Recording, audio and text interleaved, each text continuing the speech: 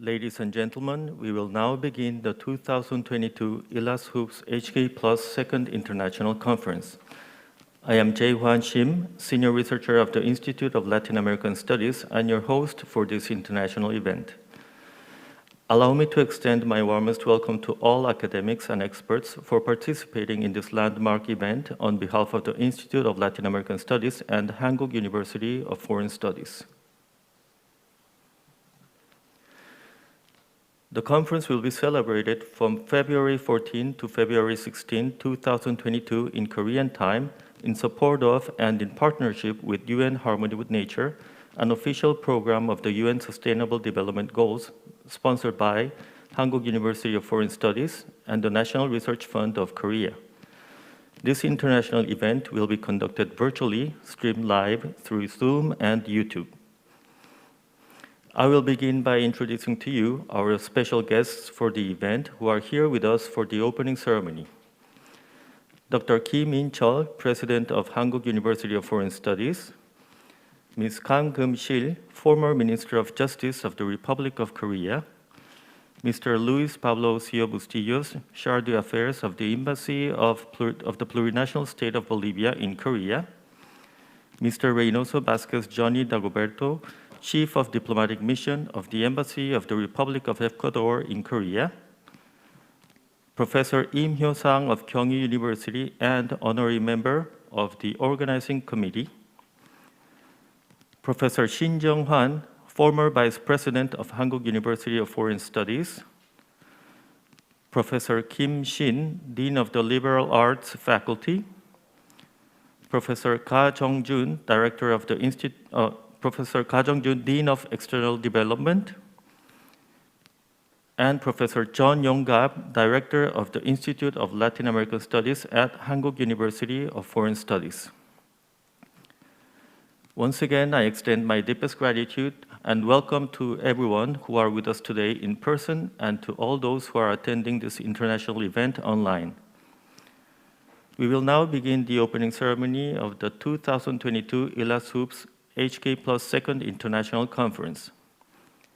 We will first hear the opening remarks of Professor John Yong-gap, Director of the Institute of Latin American Studies and Head of Research of the Institute's Humanities Korea Plus Group at Hankuk University of Foreign Studies.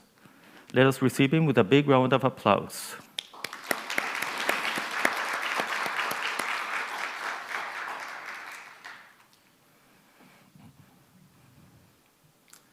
Estimados compañeros, es un verdadero Dear honor para mí colleagues, presidir este histórico encuentro y darles la más it is a cordial true honor bienvenidos for me a to todos preside over y this cada uno de historic ustedes. meeting and to Muchas extend gracias my de todo cordial corazón words por of estar welcome aquí to all of you. presentes. Let me take this opportunity Soy John to Yong-gap, thank all of you director from the del bottom of my Instituto de Estudios heart. Latinoamericanos de la Universidad Hankuk, I am Estudios John Yong-gap, Extranjeros Director en of the Corea del Institute Sur. of Latin American Studies at the En Hankuk nombre del University of comité Foreign Studies organizador in y, South por Korea. supuesto, con la habilidad de On todos behalf of the ustedes, organizing committee of this declaro international oficialmente conference, hoy and of course, inaugurada with la all of your segunda permission, conferencia I would like to internacional declare del Grupo de the official Korea opening Plus of del the Instituto second de Estudios Latinoamericanos ILAS-HUFS de la Universidad HK Hankuk Plus de Estudios International Extranjeros. Conference Open. El lema de esta conferencia es The motto of implementando un this nuevo paradigma conference en la era post-COVID-19, is implementing a new paradigm in the jurisprudencia de la tierra y post-COVID-19 derechos de la world, naturaleza, en Earth Latinoamérica. jurisprudence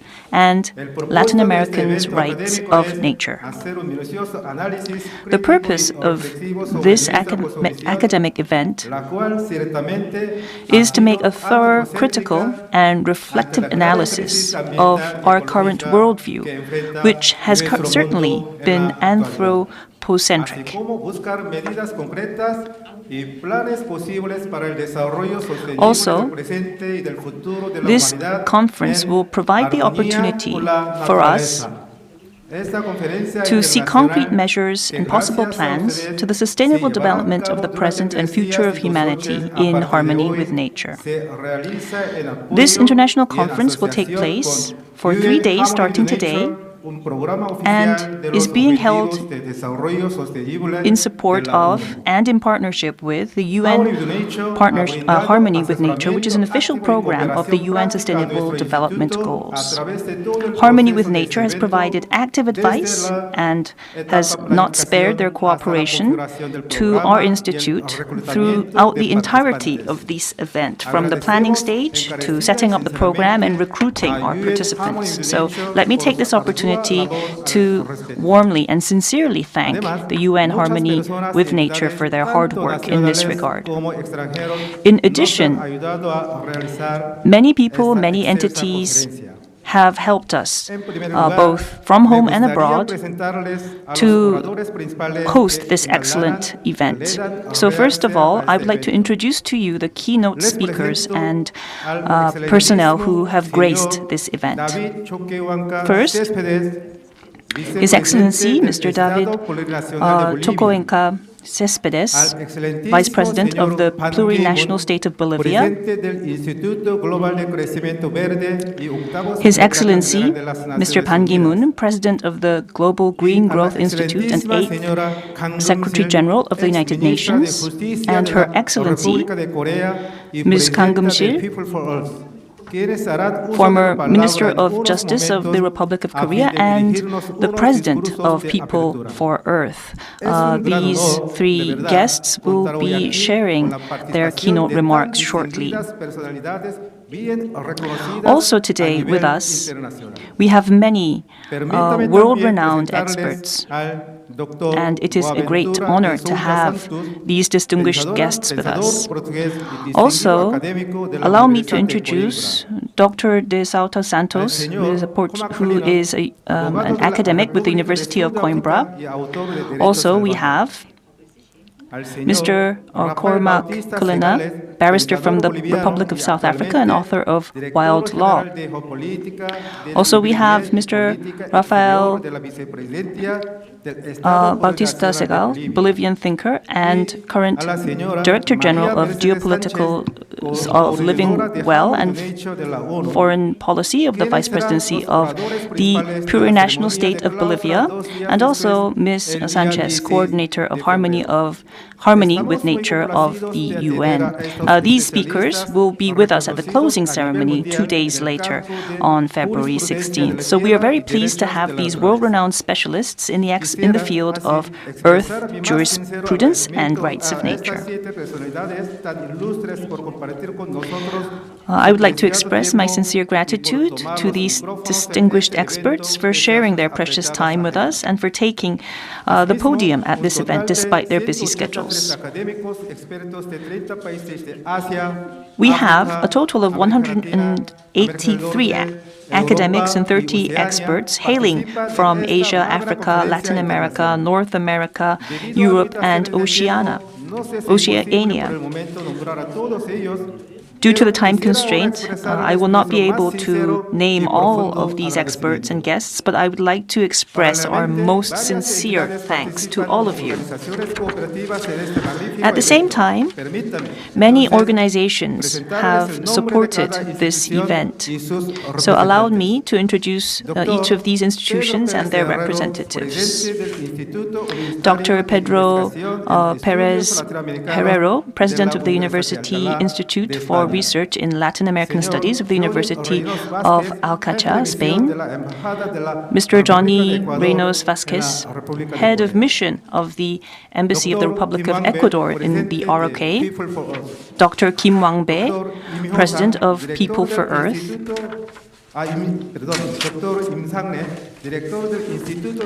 Dr. Im Sang-ne, Director of the Institute of Ibero-American Studies at the Busan University of Foreign Studies. Dr. Lee Tae-hak, Director of the Institute of Hispanic Studies at Korea University. Dr. Lee Sang-il,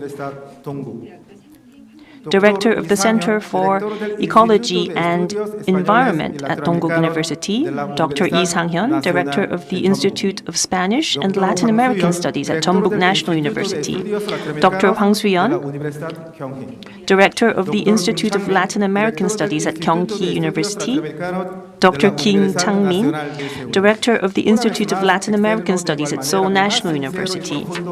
Once again, my most sincere and deep gratitude to the representatives of these prestigious organizations. And last but not least, I would like to take this opportunity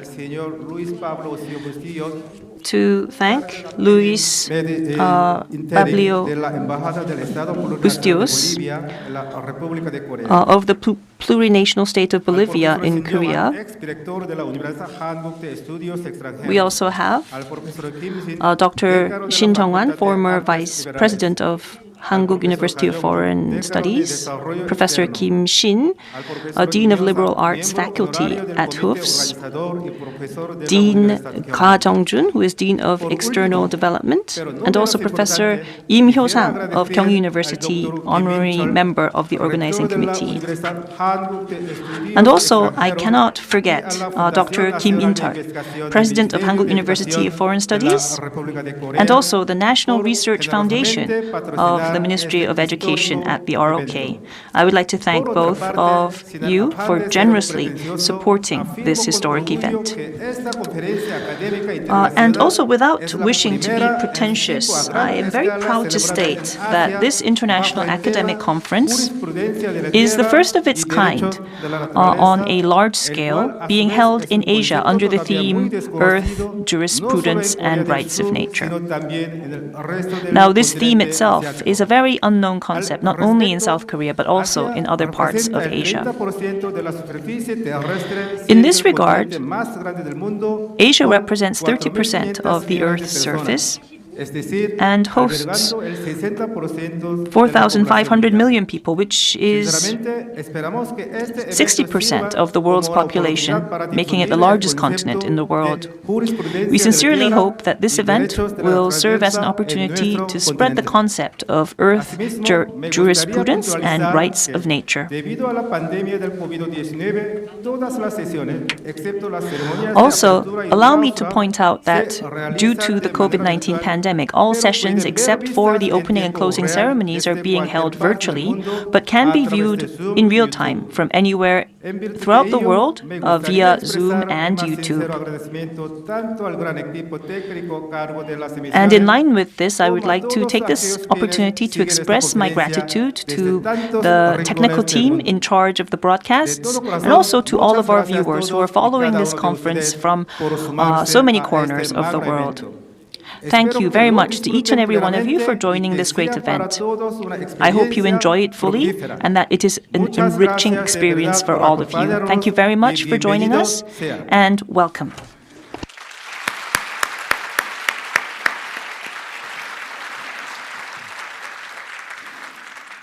Let us give another round of applause to Professor Chun Yong-gab, Director of the Institute of Latin American Studies and Head of Research of its HK Plus Group.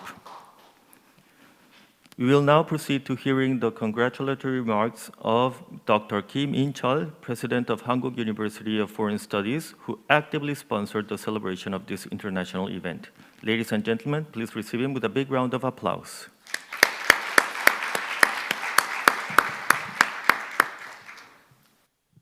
Good morning, ladies and gentlemen.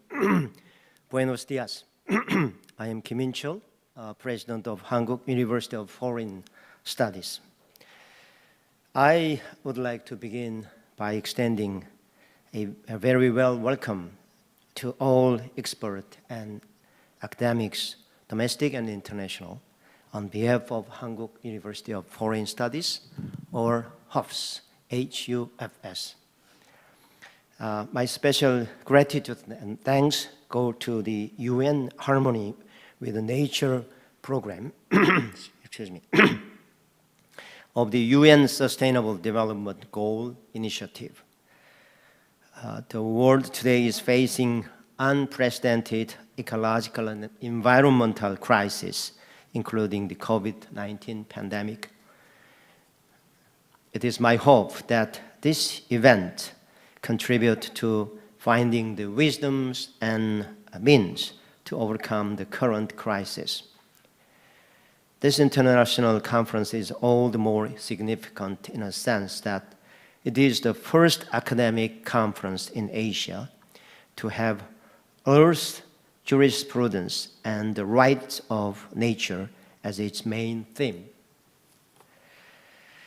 I thank Mr. David Choquehuaca Cespedes, Vice President of Bolivia, a nation that implemented the law of right of Mother Earth in 2010, which leads the global transition to ecological civilization in the 21st century by spreading the concept of the rights of nature.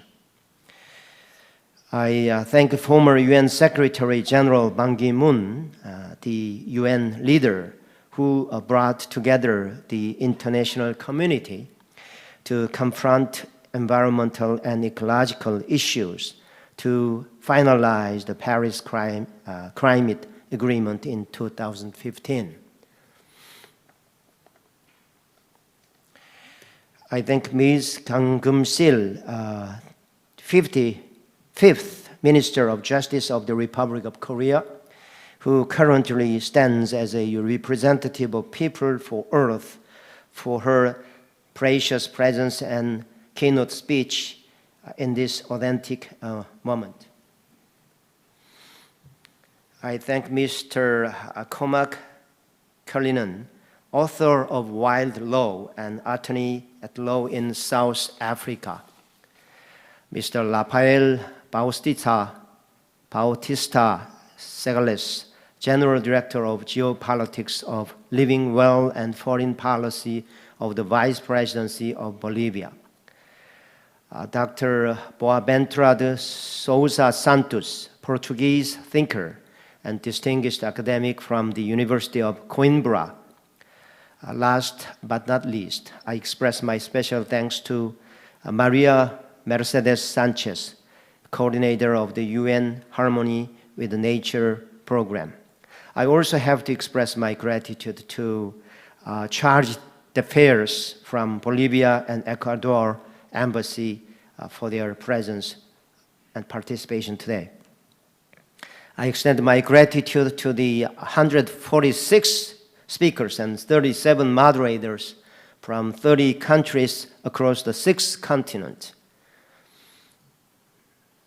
그리고 신종환 전 부총장님, and also former Vice President Shin Jong-hwan and also Dean Kim Shin of the Minerva College, Dr. Ka Jong-jun, and also Professor Im Hyo-sang of Gyeonggi University, the Department of Spanish Language, and also Professor Im So-ra of HUFS, the Portuguese Language Department. Thank you very much. University of Foreign Studies, which was founded in 1954, is the most global university in the Republic of Korea.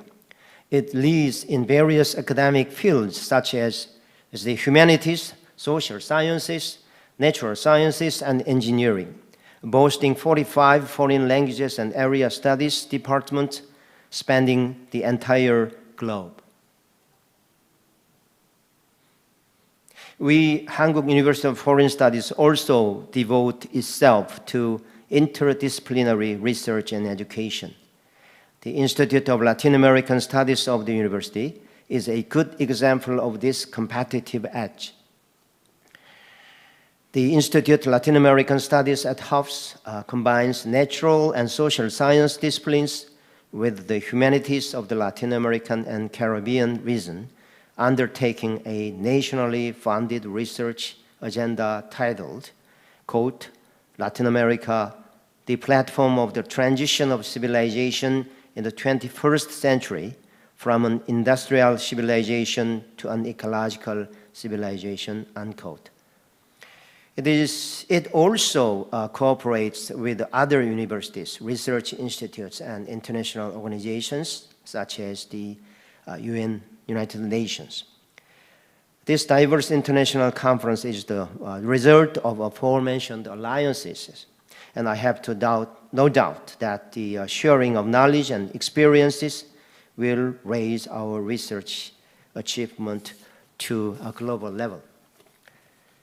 I applaud and thank my friends, Dr. Jeon Young-gap and his research team at the Institute of Latin American Studies for their hard work and efforts in organizing this event. Likewise, on behalf of this university, I will spare no effort and support for the successful celebration of this significant conference. I hope to see you all in person once the threat of this global pandemic recedes. Thank you very much, and good morning. Muchas gracias. Thank you. We thank President Kim In-cheol of Hankuk University of Foreign Studies for his warm and heartfelt congratulatory remarks. Let us give him another round of applause.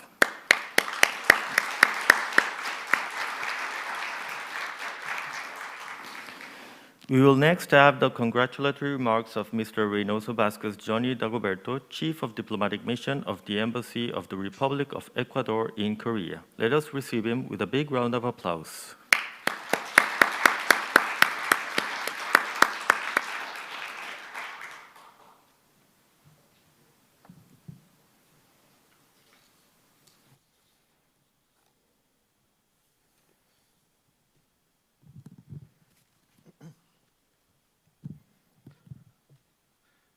Dear representatives of Latin America Studies and the involved universities and institutions of this event, His Excellency, the representative of the Republic State of Bolivia, representatives of academics, special guests, friends, all. It's an honor for me to have the opportunity to deliver these congratulatory remarks on the occasion of the second international conference, where we will learn more about earned jurisprudence and rights of nature. Conference where we will learn about these important topics for the humankind. We observe today not just a simple event, but a celebration of knowledge and tradition, signifying a renewal as well as a legendary legate. The world is very different now. Men sometimes have forgotten the importance of our heritage and where we coming from.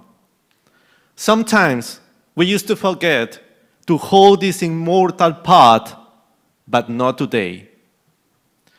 Being a revolutionary is not only a principle of the politics, but also a principle of good living. During the several conferences that I could have the opportunity to deliver in this prestigious institution, I could note that here there are genuine revolutionaries, but revolutionaries in science and art. We must not forget today that we are the heirs of that first revolution, which has been passed to a new generation, born in this century, tempered by war, disciplined by peace, proud of our ancient heritage, and unwilling to witness or permit the slow collapse of the rights of humans or nature. Our sister nations, whose cultural and spiritual origins we share, we pledge for the loyalty of our mutual fraternity. United, there is little we cannot do on this host of a cooperative ventures. Let any size or any nation explore what problems unite us instead of those problems which divide us. Today, in this event, I invite you to invoke the wonders of science instead of its terrors. I invite you to explore the space and the stars, conquer the deserts, eradicate the diseases, tap the ocean deeps, and encourage the art and the commerce. Let's go to join in creating a new endeavor, not a new balance of power, but a new world of law, where the strong are just, and the weak secure, and of course, the peace preserved. In your hands, more than the hands of the politicians, will rest the final success or fail of our cause. Since our countries were founded, each generation has been calling to give testimony of this national loyalty. Now, the trumpet calls again, not as a call to bear arms, but a call to bear a long struggle, year in and year out, a struggle against the common enemies of men, tyranny, poverty, diseases, and war itself. With each genuine intention, like this one, in this conference, in which we will discuss about earth jurisprudence and rights of nature, we are observing not just a victory of a group of people, but a celebration of freedom, symbolizing an end as well as a beginning, signifying a renewal as well as a real change. Finally, as a citizens of our beloved world, ask of us here the same high standards of sacrifice which we ask of you. With a good conscience as our only sure reward, and with a history as the final judge of our deeds, let's go to lead the land that we love. Thank you for the kindness to invite me to these congratulatory remarks, and congratulations. May the justice and law guide us. Thank you so much. Let us give another big round of applause to Mr. Reynoso Vázquez Johnny Dagoberto, Chief of Diplomatic Mission of the Embassy of the Republic of Ecuador in Korea.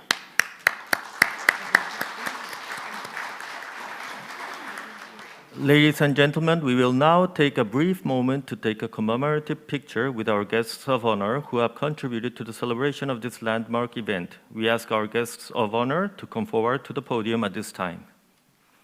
지금부터 기념사진을 위해서 잠시 We will take a couple of minutes to take a commemorative photo. Please bear with us.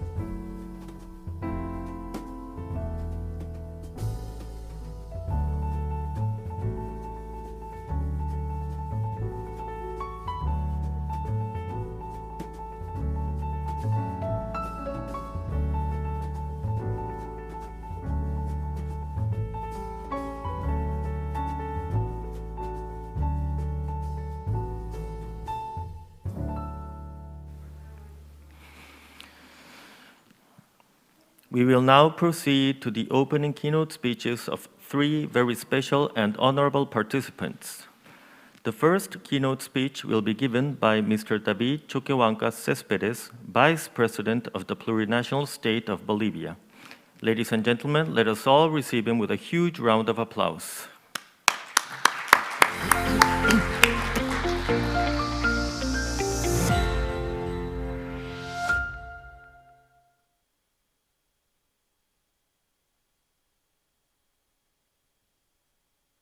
En nombre del Estado plurinacional de Bolivia y el mío propio, on behalf of the plurinational state of Bolivia and my own, I would like to thank the authorities and the organizers of this event, particularly the Institute of Latin American Studies of the University of Hankuk University of Foreign Studies. Thank you for the invitation to participate in this important event. Now, the second international conference will discuss Earth jurisprudence and Latin America's right of nature. And it takes place at the height of the crisis of civilization and is of strategic importance for our planet, our humanity, and for life itself. And what you are going to share during this event emerges from the foundations that we have been working on in Bolivia within different spheres of the United Nations and other international and regional forums.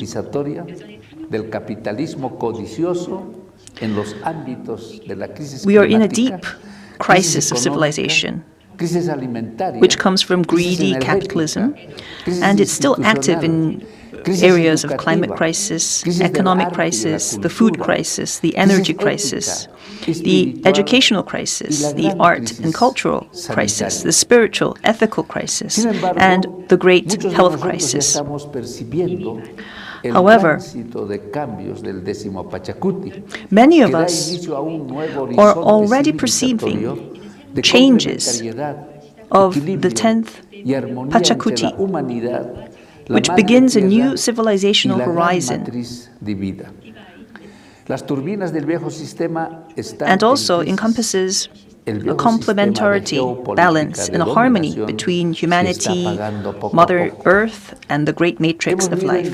Now, the turbines of the old system are in crisis, and the old system of geopolitics, of domination, is paying little by little. We have lived in deceit for centuries.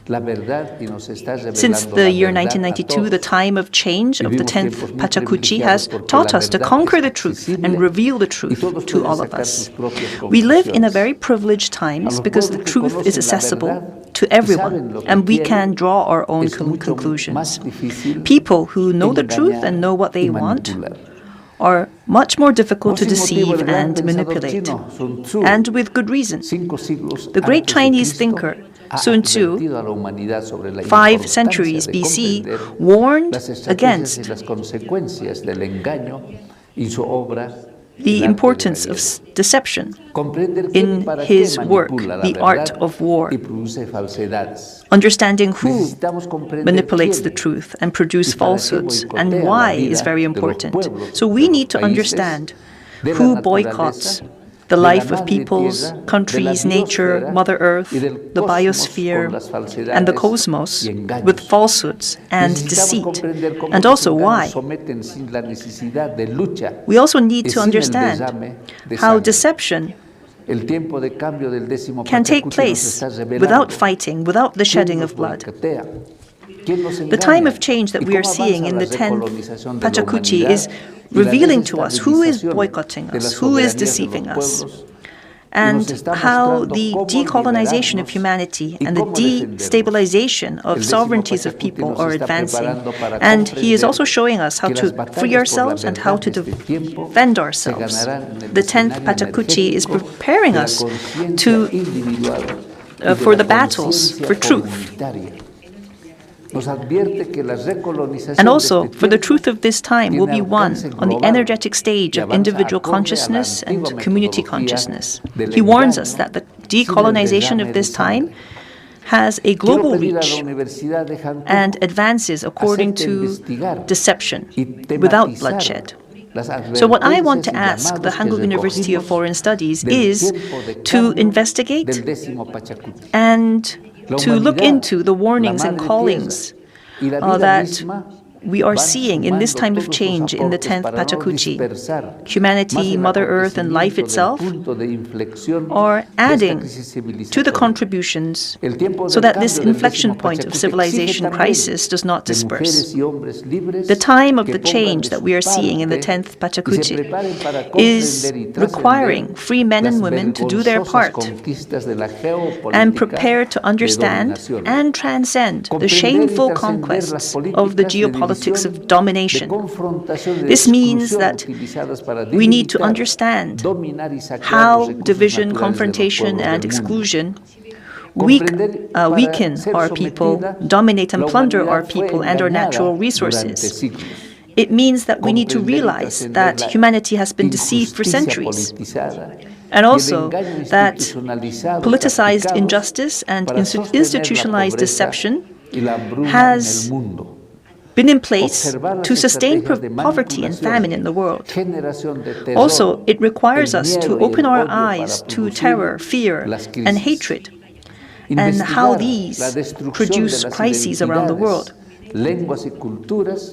The identities of the people, world languages and cultures have been destroyed through racism and discrimination. And also, it means that we should judge and penalize all forms of violation of the laws of Mother Nature. Also, it means that we need to stop the poisoning of the soils of Mother Earth.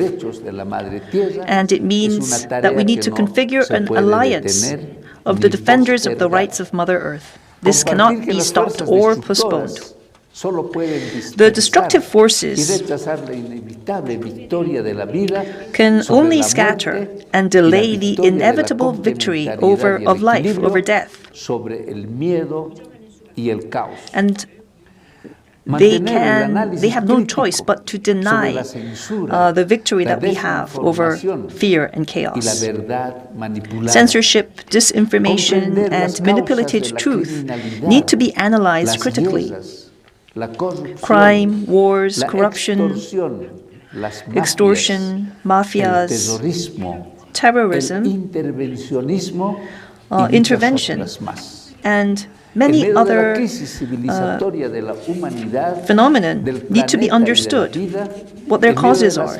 And within this crisis that we are seeing, and in these inequalities, the 10th Pachacuti will not turn back. It will mark the times of change in the countries around the world. Now, in our land of Bolivia, the process of change began with the arrival of the 10th Pachacuti in 1992.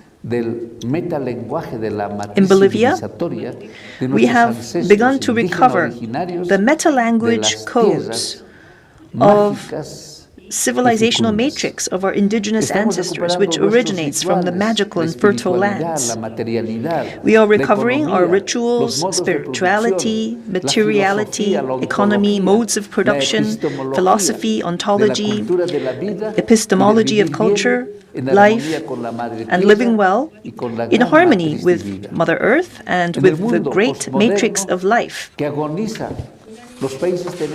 The countries have a lot to learn from the original indigenous nations and people that transcend the egocentric programs, which are focused on people, that is, anthropocentrism and consumption-centrism.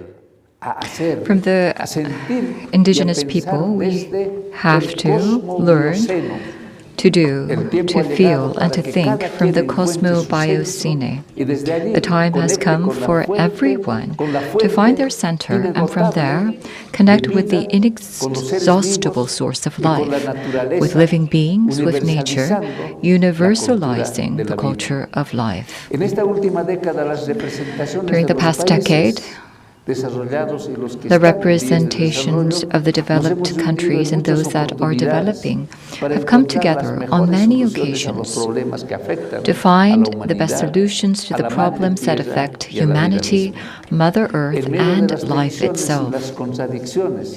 In the midst of the tensions and contradictions of this last decade, humanity has come to see the destructive results of hegemony, anthropocentric paradigm, and the culture of death impacting humanity, Mother Earth, and life.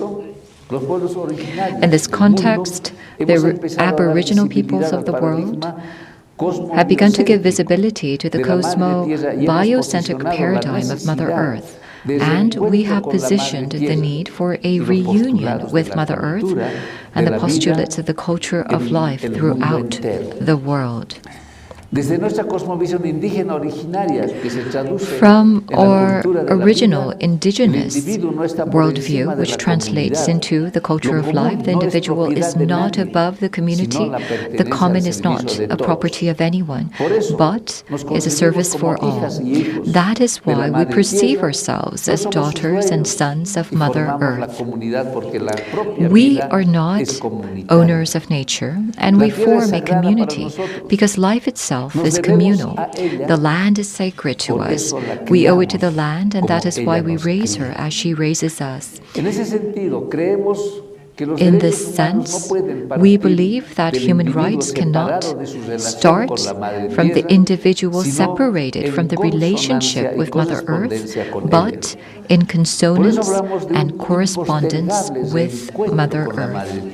That is why we speak of an urgent reunion with Mother Earth to raise awareness that the lives of daughters and sons depend on the mother, and the right of the mother precedes the right of the children. The condition and quality of the mother's life is a condition to affirm the life of the daughters and sons.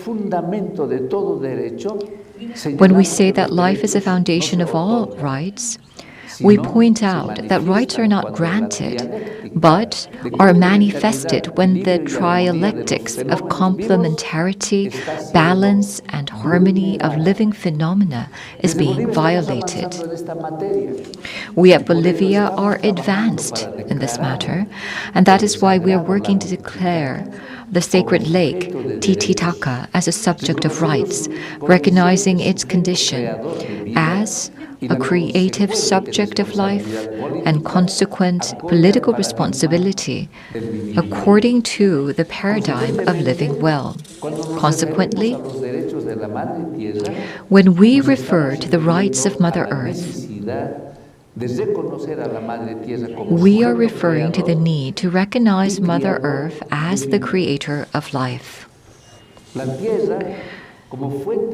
The Earth as a creative source of life also establishes the universe of life that life itself contains. The geopolitics which we are visualizing refers to the need to reformulate policies and politics itself from the full awareness of our bond with Mother Earth as a subject of rights. While the law translates into politics or governance, governance executes what the law defines as operational rules of the state.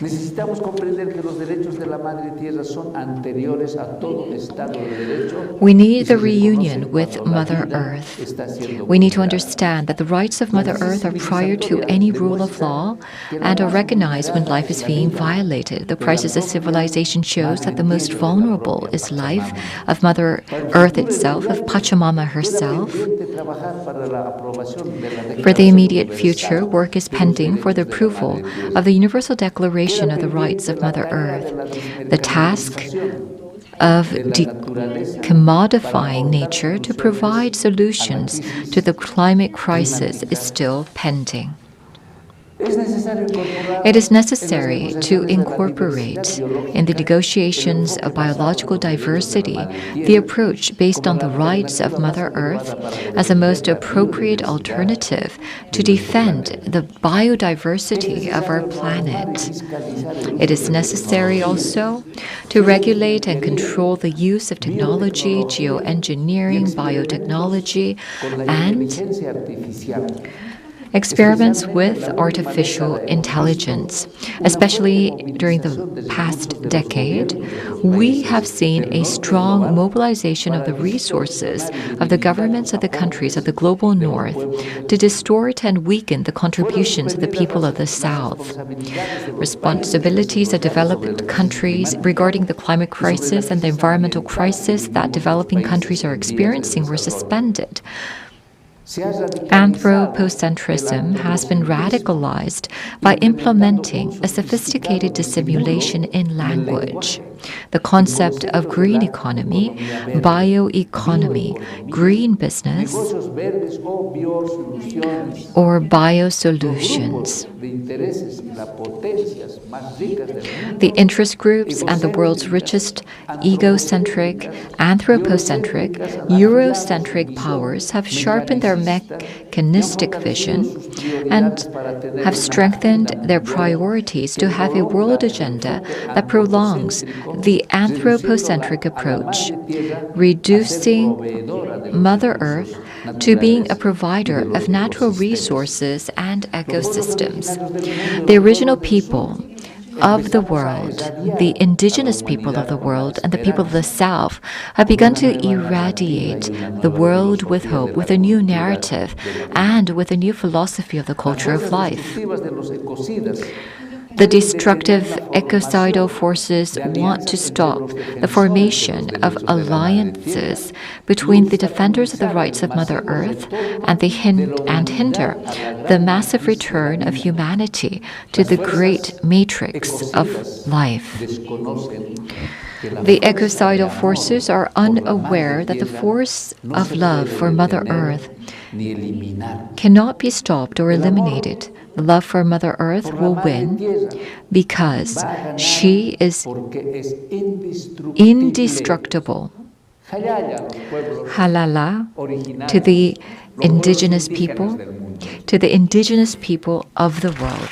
Thank you very much. Mr. David Toquehuanca Céspedes, Vice President of the Plurinational State of Bolivia, for participating in this international conference as a keynote speaker despite his busy schedule. Ladies and gentlemen, let us give him another big round of applause.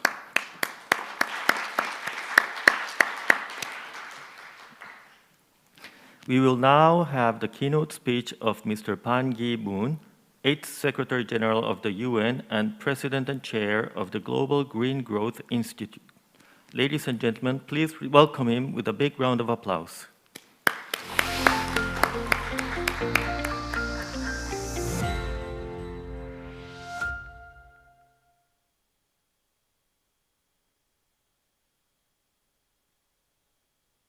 Honorable David Toquehuanca Céspedes, Vice President of Bolivia, Honorable Kang Keum-sil, former Minister of Justice of Korea, President Kim In-chul, and Director John Yong-gap of Hankuk University of Foreign Studies, distinguished experts and guests, ladies and gentlemen.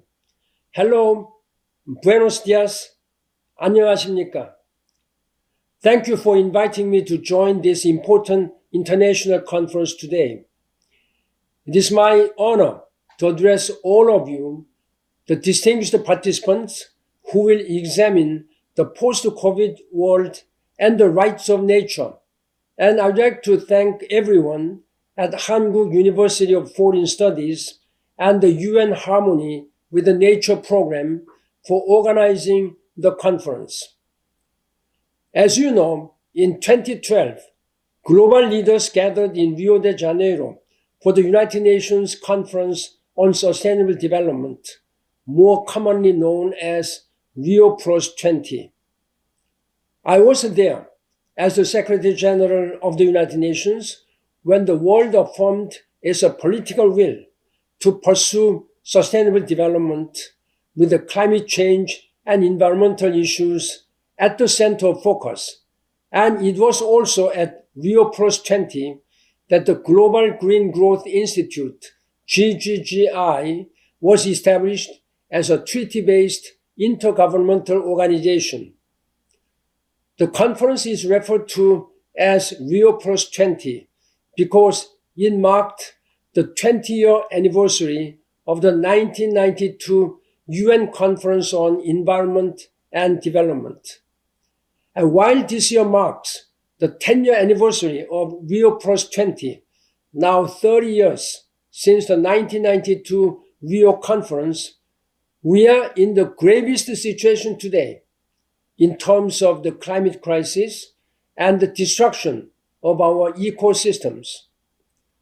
Despite having opened in 2012, the UN Framework Convention on Climate Change and the UN Framework Convention on Biological Diversity treaties for signature, and despite all the declarations and pledges made by so many heads of state gathered, we as a global community have yet to significantly curb carbon emissions, and we have yet to cease destroying our ecosystems. In order to properly view and start addressing climate issues, we need a paradigm shift. We need a fundamental realigning of how we begin to think about these issues. We need to go beyond an anthropocentric worldview and look around us with a reality check. We estimate the age of our planet to be in the billions of years. We believe modern humans to have emerged about 200,000 years ago. And we know that human civilization is only about 6,000 years old. And that industrialization started in earnest just 200 years ago. Ladies and gentlemen, we have just now arrived on the scene, yet we had the impudence to pit our so-called rights to exploit nature against the rights of nature.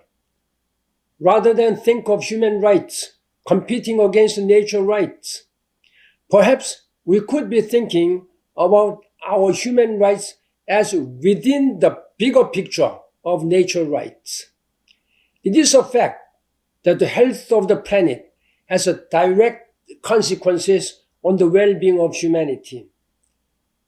We need to stop viewing nature as a commodity, which exists strictly for our exploitation and benefit. As we face the 2-year mark of the COVID-19 pandemic, we should not fool ourselves about the relationship between humankind and nature. The COVID pandemic is a wake-up call that we should not squander. Instead, we should seize the opportunities it has presented, learn from our mistakes, and act with greater urgency and resolve. The pandemic has demonstrated very clearly that our activities that destroy ecosystems can mean the loss of natural buffers and the natural state on planet Earth. As we encroached into wildlife habitats for the purposes of urban expansion, infrastructure development, mining of resources, and livestock farming, we neglected the repercussions of our actions while reaping the benefits of wealth and comfort. Much like the droughts, floods, and severe storm systems that demonstrate a greater intensity and frequency, the pandemic is our planet's way of calling for our immediate action for nature.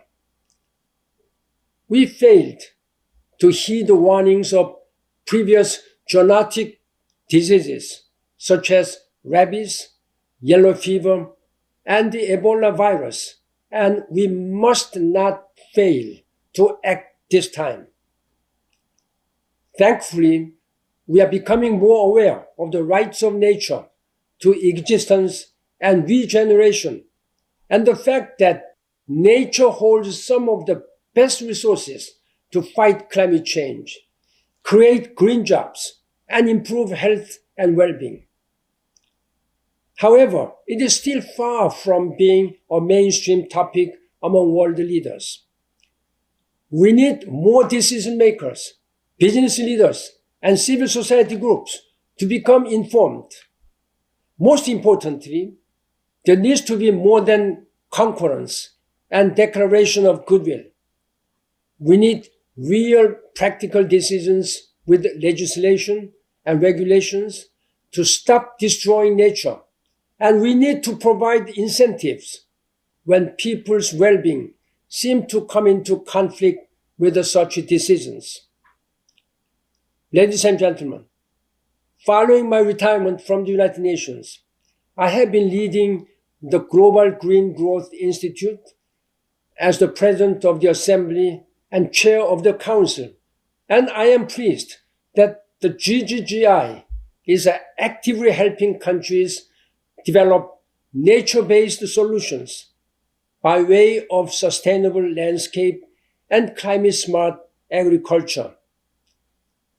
In addition, not long after the World Health Organization declared the pandemic in March 2020, GGGI started to support its member countries with a green COVID recovery, directed toward generating green jobs, leading to project development in more than 20 member countries. Yes, human ingenuity and technological advances are to be pursued and celebrated, but we must also think outside anthropocentric box to mainstream the rights of nature and nature-based solutions. Climate change is being felt everywhere on the planet, and it's not just the extreme weather events and natural disasters. We can read and hear about climate change fueling conflicts, migration, and serious public health risks around the world, almost every day.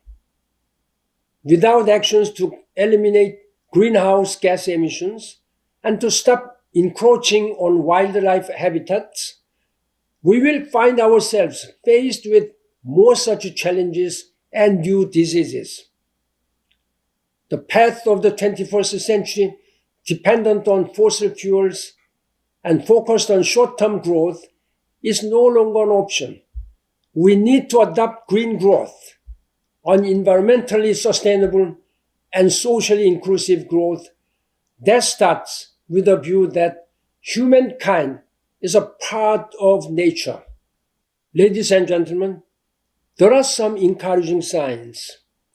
More countries are joining the pledge to be carbon neutral by mid-century and raising their climate ambitions. Examples of Bolivia and Ecuador, in whose constitutions or laws both clearly state harmony with nature and recognize the rights of nature, are to be applauded. Also, as the private sector and investors pursue sustainable investment, ESG, environment, society, and governance, has become an imperative for businesses. For example, RE, Renewable 100%, is an initiative among major businesses that have committed to transition to 100% renewable energy, and it now has hundreds of major companies. I hope companies will also embrace rights of nature as they are with renewable energy, so we can continue to develop without transgressing the planetary boundaries such as climate change and biodiversity loss. As we face the 2-year mark of the COVID-19 pandemic, allow me to close by reiterating my call for multilateral and multi-sectoral collaboration and the urgency with which to take ambitious action. The cost of preventing negative climate effects and future pandemics will pale in comparison to the cost of dealing with infrastructure damages, crop failures, climate migrants, and new zoonotic diseases if failed to act. I hope this international conference can be a good stepping stone and venue for sharing lessons and new ideas to bring this important topic into mainstream discussions. I thank you for your attention, and I wish all of you very meaningful and successful events. Thank you. Muchas gracias. 감사합니다. Ladies and gentlemen, let us thank him with a big round of applause. Mr. Ban Ki-moon, former UN Secretary General and President and Chair of Council of the Global Green Growth Institute, for participating in this conference as a keynote speaker despite his busy schedule. We will now proceed to hearing the keynote speech of Ms. Kang Keum-sil, 55th Minister of Justice of the Republic of Korea and Chairperson of People for Earth. Ladies and gentlemen, let us all receive her with a huge welcoming round of applause.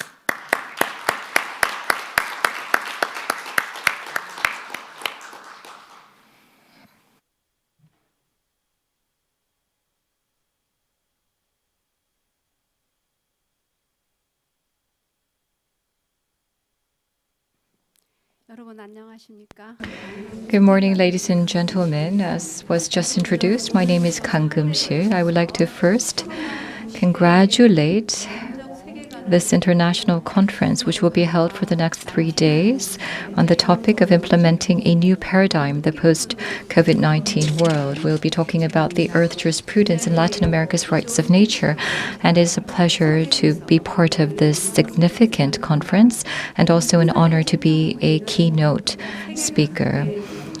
There are over 180 experts and scholars participating in this event, and I welcome you all.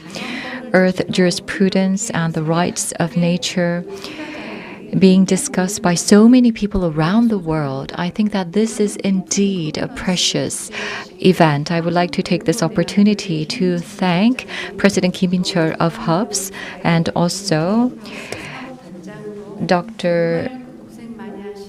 Chon Yong-gap of the ILAS-HUFS, the HK Plus project, for your efforts for putting together this conference.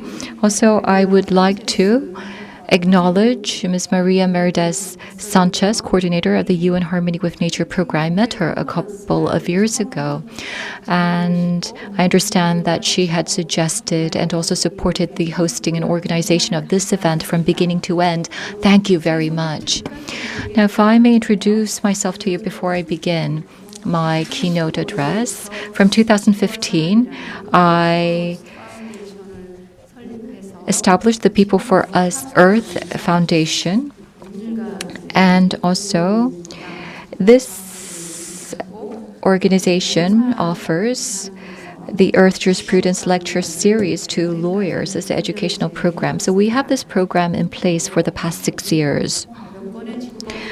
And also the Wild Law and other Earth jurisprudence related books have been translated by our foundation as we are researching this topic. In Korea still, the topic of Earth jurisprudence is not that well known. I think that we're in the initial stages of promoting this topic, but I do believe that Dr. Chon Yong-gap and also President Kim In-cheol mentioned this, but Earth jurisprudence and the rights of nature is a topic that requires more awareness and discussion in our society here in Korea. But I do believe that this is an alternative discourse that requires attention. I do believe that, however, with the hosting of this international conference, we will be able to contribute to promoting this topic throughout Asia. This is indeed an important platform. As a person involved in a foundation that deals with this topic, I do hope that this conference will continue to deal with relevant topics and that we can continue to enjoy exchanges and cooperation so that we can work together to promote Earth jurisprudence and rights of nature. You give us hope and something to look forward to, so thank you very much. Now, looking back at the significance of this international conference, I would like to look back at the history and the legacy of Earth jurisprudence.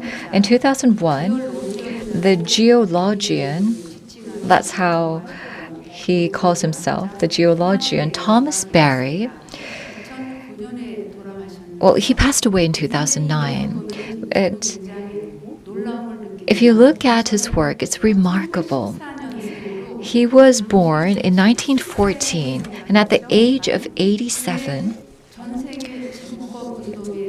he starts to lead the movement for Earth jurisprudence. He said that Earth jurisprudence, the rights of nature, is a way to save this planet that we live in. And so he leads a movement. He works with the Gaia Foundation of the UK. And with the Gaia Foundation in 2001, at the Airlie Conference Center in the United States, the first international conference on Earth jurisprudence takes place. And the 3 important agenda items related has been announced here. And I think that these have laid the foundation. The significant event has also laid the foundation for the Earth jurisprudence to further deep its roots. And if you look at the details, it's that, first of all, everyone has rights. Every being existing on the planet has rights. And there was a mentioning of how the rights are propagated, and everything has the right to be. So all of the rights also has a right for habitat. Now, former Secretary General Ban Ki-moon talked about how humanity has destroyed the habitats around the world and the ecosystem, and how that has contributed to the outbreak of the COVID-19 pandemic. The habitat of mankind was about 20%, but now it has spread to around 80% of our planet. So you can say that almost every corner of the earth is influenced by mankind and their habitats. Besides the tundra deserts, you can say that almost everything has been touched by the habitats of mankind. And so the consequences of that is something that we are faced with. But we are born on Earth, and so we have a responsibility to take part in this Earth community. And that was something that was also mentioned by Mr. Thomas Berry. And then in 2008 in Ecuador, a remarkable event takes place. The rights of nature were stipulated in the Constitution of Ecuador. The reason that I say that this is remarkable is that in 2015, when we launched our lecture series at the People for Earth Foundation, we first thought about what does it mean for nature to have rights. Slaves, women were once, however, regarded not as human beings. They had no rights, but they struggled and they fought for their rights. What about the rights of nature and ecosystem? Isn't it right to acknowledge the rights of nature? That was what we discussed and introduced during our lecture series at our foundation. And we learned that already back in 2008, this was stipulated in the Constitution of Ecuador, and we were really, truly surprised. And then in 2016, the Harmony with Nature program of the UN gathered around over 150 experts in this field to host a virtual dialogue. And we were able to participate as the event was introduced to us by the Gaia Foundation. And in 2015, the UN had adopted the SDGs, and the Harmony with Nature became a program under the SDGs. And so the Earth jurisprudence and the rights of nature have become more well known around the world. And also, there are many different judicial cases which deal with this topic. And also, in February of this year, I understand Italy has stated in its constitution the rights to protect nature. So the Constitution of Ecuador had played a leading role in promoting the rights of nature around the world. And the Italian constitution, I think, is a consequence or an outcome of that movement that started back then. So there is hope. And another important flow would be something that has been centered around Latin America. In 2009, in Bolivia, led by Bolivia, the International Day of Mother Earth was acknowledged by the UN. and also the harmony with nature concept was acknowledged. And in April of 2010, 35,000 people gathered in Bolivia and declared the Universal Declaration on the Rights of Mother Earth.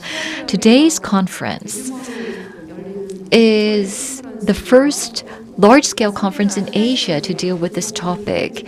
We do need to spread this concept in Asia, but also I think that this conference is also significant around the world, that it continues to carry on the spirit of promoting Earth jurisprudence and acknowledge the rights of nature.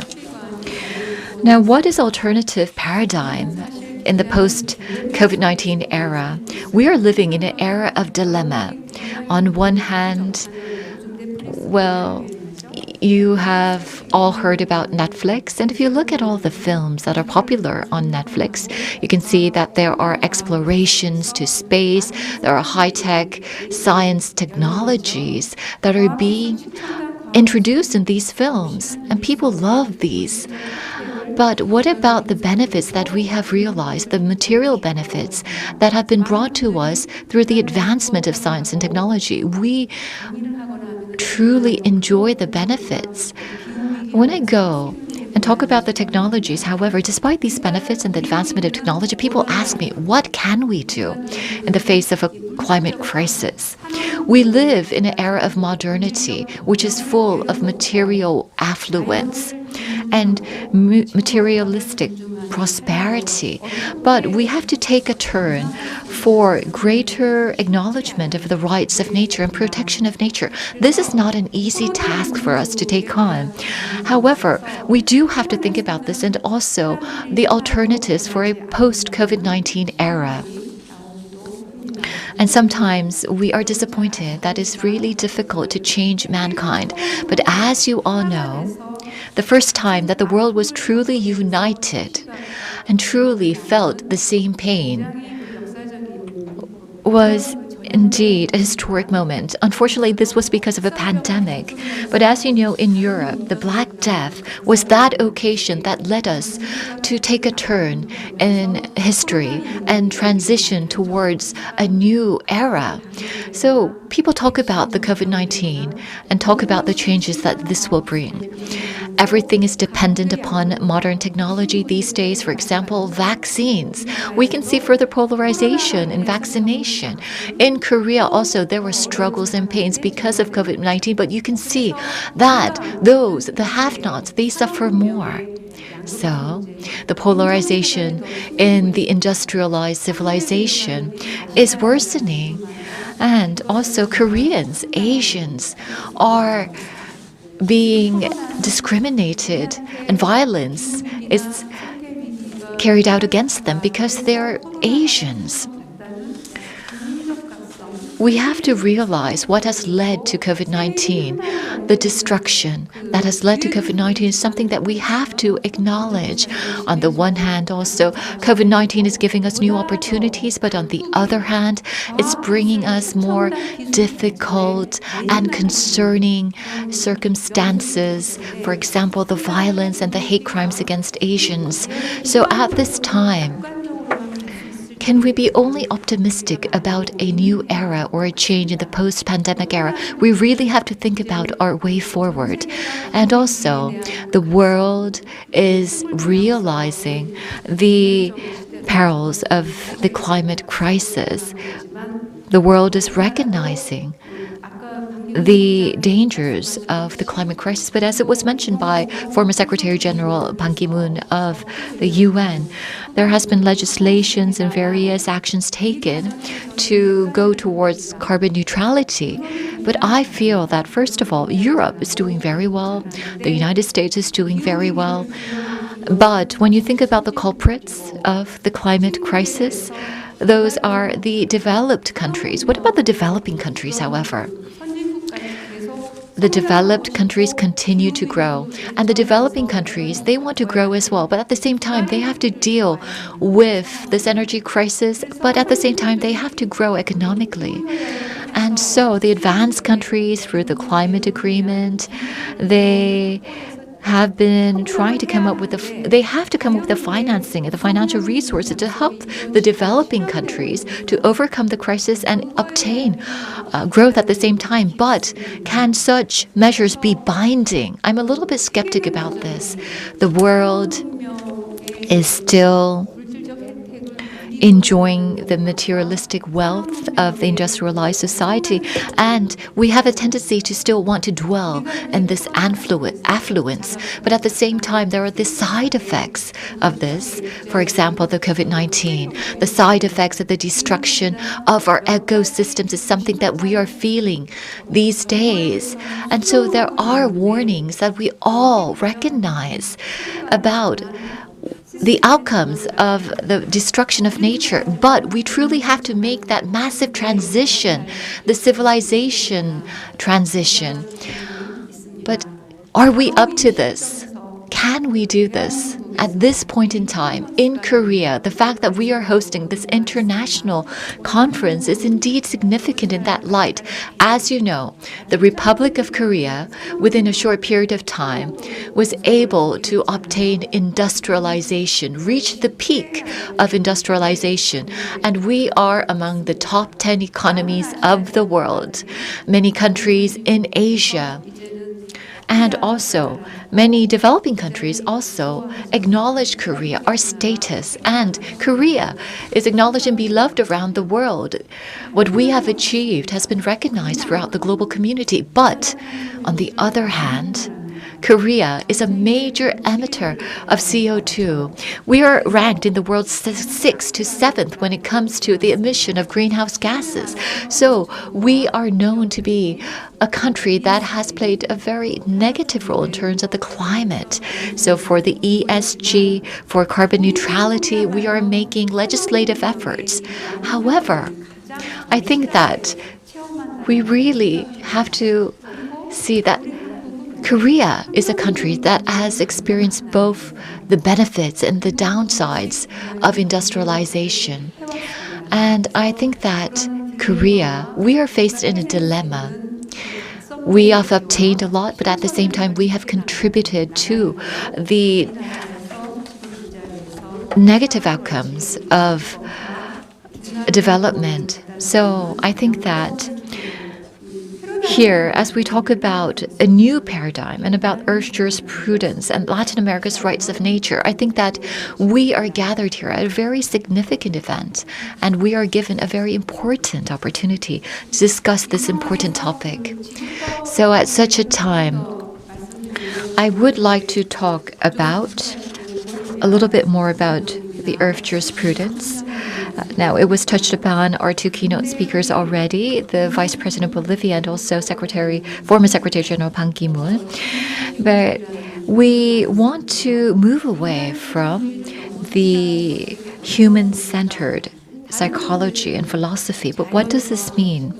It means that we have to go beyond human, and we have to acknowledge all beings on the surface of this planet and truly create an Earth community. We need a community of life. We need an Earth community. And so we have to join together, and we have to invite all of the living beings on Earth and acknowledge them, and acknowledge Earth community as a communion of subjects. So for this, up till now, a lot of efforts have been made already. I would like to mention the trend of this topic and also the significance of this conference. I think I already touched upon this a little bit, but I would like to make a few more remarks and then conclude. First of all, I mentioned about the Earth community where all living beings should join as members. So we have to go beyond human. We have grown a lot in the past. It was difficult to enjoy exchanges with countries around the world. But after the Second World War, there were a lot of modern states established. So now there are over 200 states, And we could see the establishment of these modern states, especially after the World War II. And we have reached an era of informatization and an era of globalization. As you know, we are connected right now at this moment through social media networks, for example, online channels. We can communicate with people in Russia, in Africa, for example. So we have advanced a lot. But at the same time, that was against the sacrifice of nature. So even at this moment, because of the sacrifice of nature, we are enjoying growth. Because of the destruction of natural resources or the exploitation of natural resources, we are enjoying this type of advancement. In order for us to continue our development, we have to continue to use the natural resources. But if we continue to do so, our existence may actually fall. So, if you look at the movement after the charter was implemented, there has been a movement towards creating a Earth community, and this has actually been publicly announced as a way forward. And also, there has been a call for accepting Earth jurisprudence as part of our system. We are sharing this ideal, or we are sharing this belief that we have to pursue an ideal to create an Earth community, and we are making efforts, and one of them is trying to reflect Earth jurisprudence in our legal systems. Number two, when Mr. Ban Ki-moon served as the Secretary General of the UN back in 2015, the UN had adopted the SDGs, and the SDGs have been reflected into the strategies of each nations. Sustainability, I think, is a well-known concept for everyone. But actually, this all goes back to the Rio conference in 1992. Since the 1992 conference, the sustainability conferences continue to carry on. And I think that the SDGs are an outcome of that. So the UN establishes new goals. And in 2030, I believe that the new goal for the UN should be harmony with nature. Earth jurisprudence and the rights of nature, the people involved in this movement should come together so that we can make the new goal of the UN in 2030, striking harmony with nature. 2030 is a very important year. In 2050, we are striving to obtain carbon neutrality. But right now, the promise or the commitment is to actually reduce the emissions by 50% or 40% at least by 2030. So it's a significant year, but we do not have a lot of time on our hands. So we want to limit the rise of temperature, but there's only about 8 years left until 2030. So we cannot delay pursuing this goal of living in harmony with nature anymore. In 1992, when we defined sustainability at the Rio conference, and we began the sustainability conferences, well, actually, the Paris Climate Agreement began then. Everything started back then in 1992. So we have spent 30 years since the Rio conference to really live up to our commitments, the climate commitments, the commitments for sustainability, our commitments for ESG, the commitments have been reached and agreed upon by the countries of the world. It took 30 years for us to actually agree and implement the agreement that we had reached. 30 years. So we have the UN Harmony with Nature program, and we are pursuing the SDGs, but I do not think that harmony with nature is really the basis and the foundation that permeates throughout all of the SDG goals. So, if you look at Article 1 of the Rio Declaration, you can see that already back then, harmony with nature and the need to come up with an Earth Charter. Of course, an official agreement was not reached, but you can see that the Article 1 actually reflects this, that we have to, or we require harmony with nature. So by 2030, I do hope that harmony with nature can be declared, and this is reflected in each and every goal and targets of the SDGs. Also, Earth governance was mentioned by the Vice President of Bolivia, and Earth governance, I think, is the logical basis for why each country has to pursue and implement Earth jurisprudence. But I think that we need a more binding Earth governance.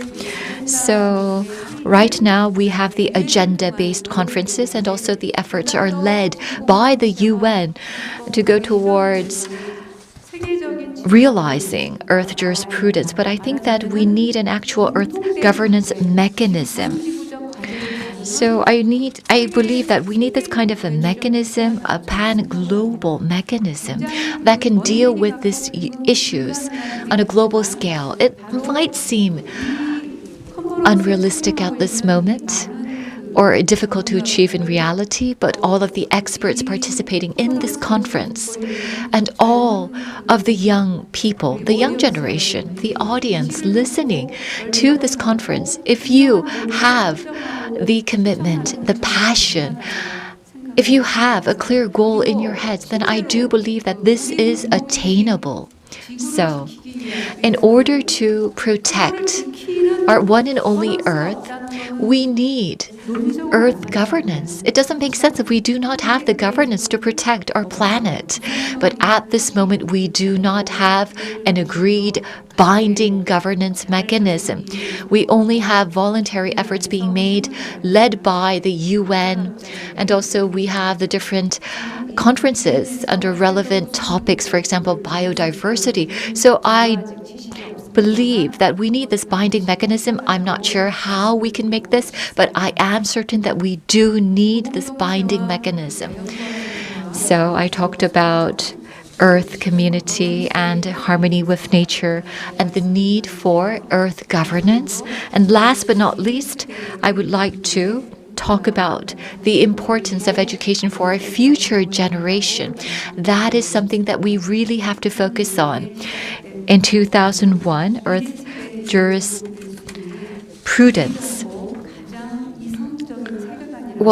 Earth jurisprudence opened up the 21st century, and now I believe is a task for future generations, for them to become the heroes and heroines of the new paradigm and usher in an era of a new community, for them to lead the way forward.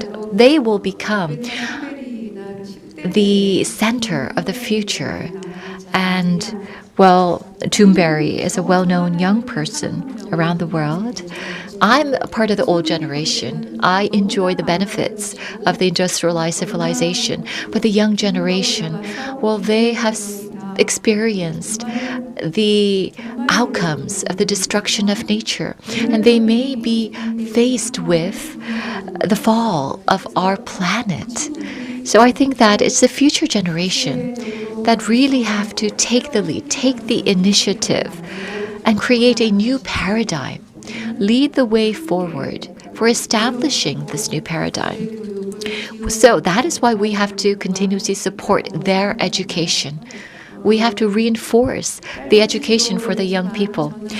So this was a short keynote address, but I really wanted to emphasize the significance of this international conference for those participating in the movement for Earth jurisprudence. We first thought that COVID-19 would end in 1 month, and then we thought it would end in 6 months. But it's already been 3 years since we were hit by COVID-19. In this era of the COVID pandemic, we really have to think about why we need a new vision and why we are experiencing this pandemic. We also have to think about that there can be future pandemics. People talk about the possibility of future pandemics. So in this age, we really have to think about how we can live as the most evolved human beings in history, how we can ensure coexistence and harmony with nature. So the Earth community, Earth governance, and also the education for the future generation and harmony with nature. Those were the points that I wanted to emphasize. I always think about my lifestyle. Is my lifestyle supporting earth jurisprudence, the rights of nature, and harmony with nature? I'm not sure about the situation in other countries, but in Korea, we have a lot of food deliveries.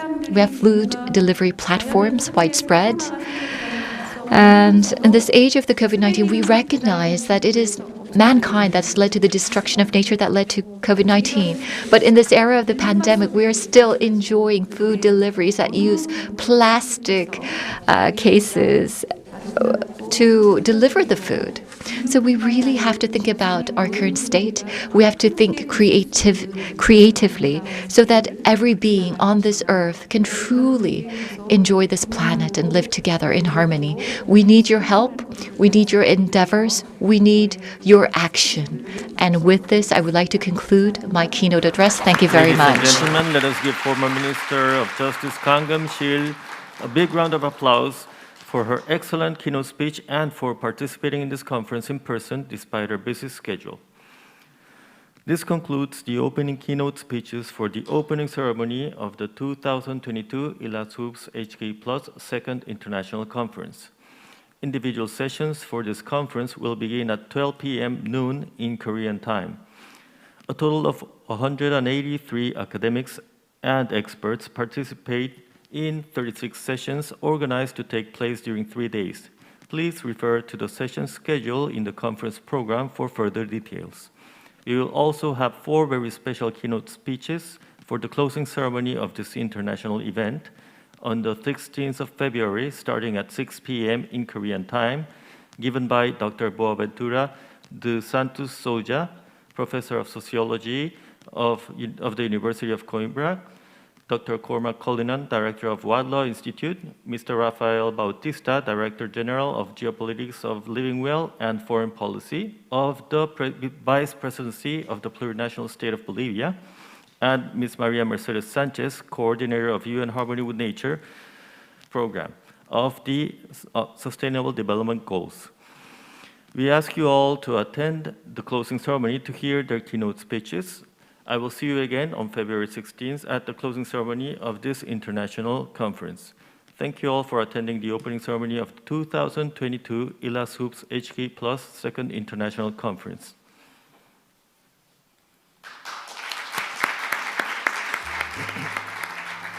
잠시 안내 말씀드리겠습니다.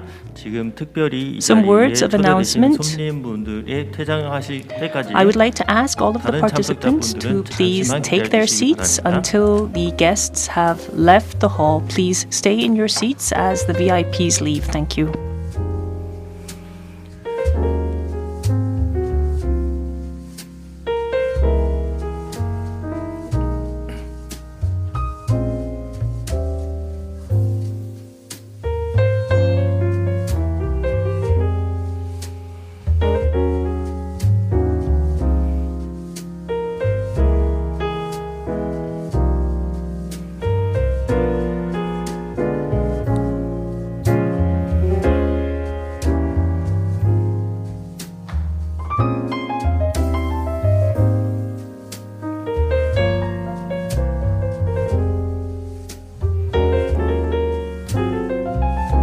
이 자리에 함께해 주신 모든 참석자 여러분께 감사드립니다. 나가실 때 필요하신 다과나 기념품 등을 챙겨가시고, 그리고 기타 이 국제학술대회와 관련된 자료나 행사 스케줄 같은 것도 꼭 챙겨가시길 바랍니다. 오늘 이 자리를 위해 특별히 초대되신 손님들께서 퇴장하신 후 곧바로 퇴장하실 수 있겠습니다. 감사합니다.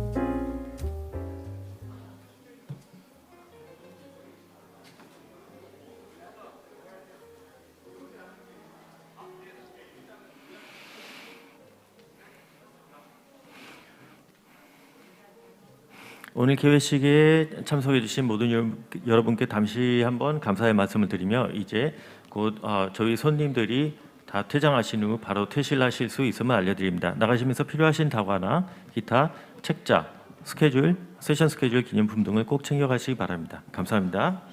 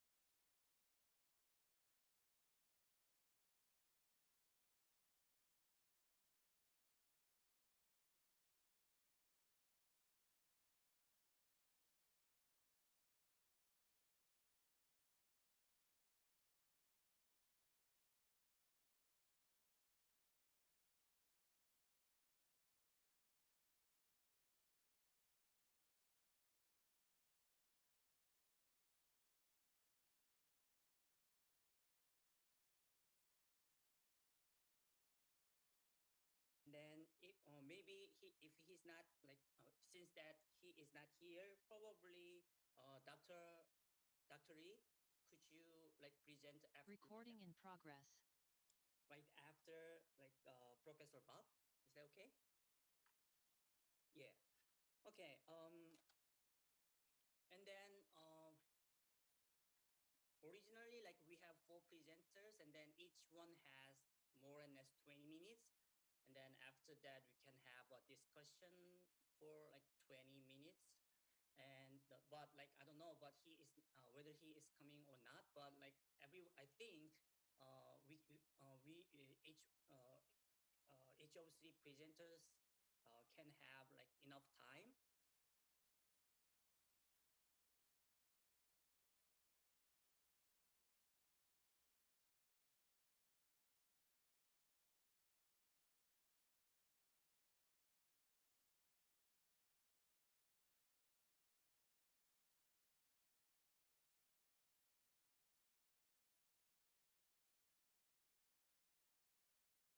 But I think, but they are kind of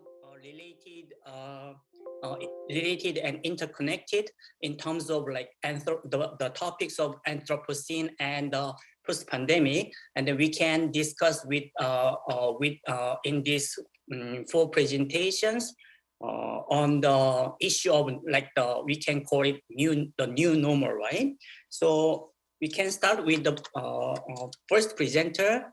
Her name is Kim Ji-eun. He is a doctoral candidate of English department in Gyeonggi University.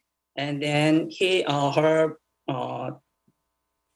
title of her presentation is New Materialism and Feminism, a review of Val Plumwood's relational self.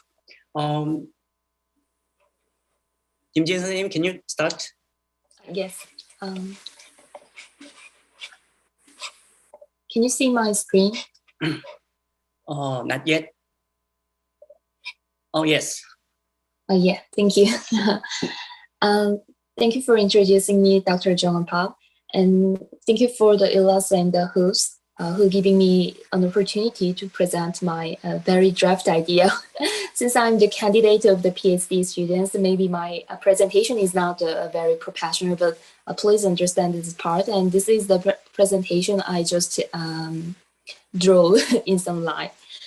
My interest is actually focused on how we can make alternative view of nature and how to make alternative relationship between the human and non-humans, as well as how to deal with the boundary between the culture and nature. And to draw this idea, I'd like to just follow the Plumwood's theory, and this is the reason why I put her photo in the first page of my presentation. And the title of my presentation is New Materialism and Feminism, and a review of Plumwood's relational self. By using the relational self term, I'd like to talk about how human beings and non-human beings can communicate in the dialogical ontology. Before I get into the points, let me quickly read some part of my abstract. This paper aims to review the concept of a relational self suggested by Australian feminist ecologist Val Plumwood, and to explore its academic significance. Criticizing the human-centered master model, Plumwood proposes relational self as an ecological self, and argues this is the very concept we need to build a more modest story of the world. Actually, do my paper I work on it consists of 3 parts, 3 main parts. But considering the time limit I have, I'd like to just focus on the introduction part and then the last part. So here.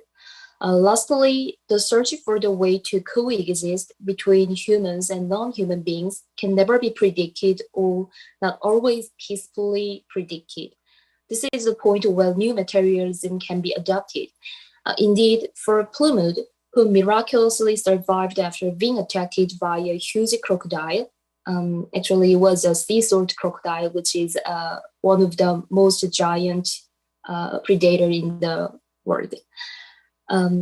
Relational self is not a romanticized post-human imagination which peacefully imagines non-human beings following humans' will. Plumwood recognizes the agency of the nature and non-human beings as Earth others. So the term relational self or the ecological self and the master model and the Earth others are all the term Plumwood makes. So this is the introduction part, the Anthropocene, the era of double death. These days, we tremendously get a lot of signals from the Earth in the form of environmental crisis. And the crisis is actually accelerating and increasing day by day. Obviously, it reached one of the Holocene extinction or the Anthropocenic 6 mass extinctions on the Earth. As a critical response to the signal, Anthropocene discourse or the discourse of the Anthropocene emerges in various fields, not only the humanities, but also the ecology and the sociology also. And this discourse which pay attention to the substantial influence on humans on the Earth. And although this view may contribute to the critiques of the human centrism or the human chauvinism, which is also the Plumwood frequently used, but we all know this is some point creaking, and I mean the some point is missing. Because the missing point is the who will gonna extinct and what species will survive and what species will vanish. So the empire of the man do not want to admit the harsh fact that humans can be subject to extinction just like other species. But however, as biologist Edward Wilson, who wrote the meaning of human existence, he wants that maybe we can face the era of Eremocene, which means the age of loneliness. In this term, Wilson explains that humans can never survive alone. So technically, human needs other species, not only biologically, but also culturally and politically. Soon we will watch the destruction of the biodiversity. And this is not the question of what species will survive or whereas other species will vanish. If this happens after all, maybe it will head to the tragic destination of the annihilation of the all living species. And that's why the Edward Wilson says the Eremocene, the age of loneliness. So therefore, it is possible to say that Anthropocene is at the crossroad. One way is what Deborah Bird Rose called double death. As an ethnographic researcher, Deborah Bird Rose explains that the term means the implication of the death, so that the balance between the life and death is overrun. And the death starts filling up courses in the land of the living. And the other way is what Donna Haraway and Anna Chin says and calls the boundary events. And they are the leading scholars in the material feminism. And their perspectives and main interest is a little bit different, but both they argues that we should make an Anthropocene go through as soon as possible, since it destroys the refugia where living beings evacuate when disaster happens. So it is possible to say that we are now, we see the Anthropocene is at the crossroad. So in order to avoid co-destruction, a new narrative is needed. It's obvious, right? In this narrative, the multi-species mingles not only with the humans and non-human beings. We partially agree that human-centered narratives have long been polluted and can no longer last. In conjunction with the alternative narrative, like the Tom Van Duren and the Deborah Bird Rose or the Anna Chin, emphasizes the multi-species community in their works. These are the works of theirs. And in this narrative, nature and animals are not objects which are developed and trained according to human will, but regarded as a subject equivalent to human. And here is the point. Here, the point is how to dismantle the anthropocentrism or the androcentrism, which Plumwood argues that, and how to accept the multi-species community or the multi-species ethics. And I'd like to invite Plumwood as a guide to journey to the heart of the stone. And this is also the title of her another article. And she wrote over 100 of articles, and she also is included in the 50 key thinkers of the environmental philosophy by Lutulisi. And can you see her who holding the wombat? And actually, the wombat is her adopted son, another son, and his name is Pirubi.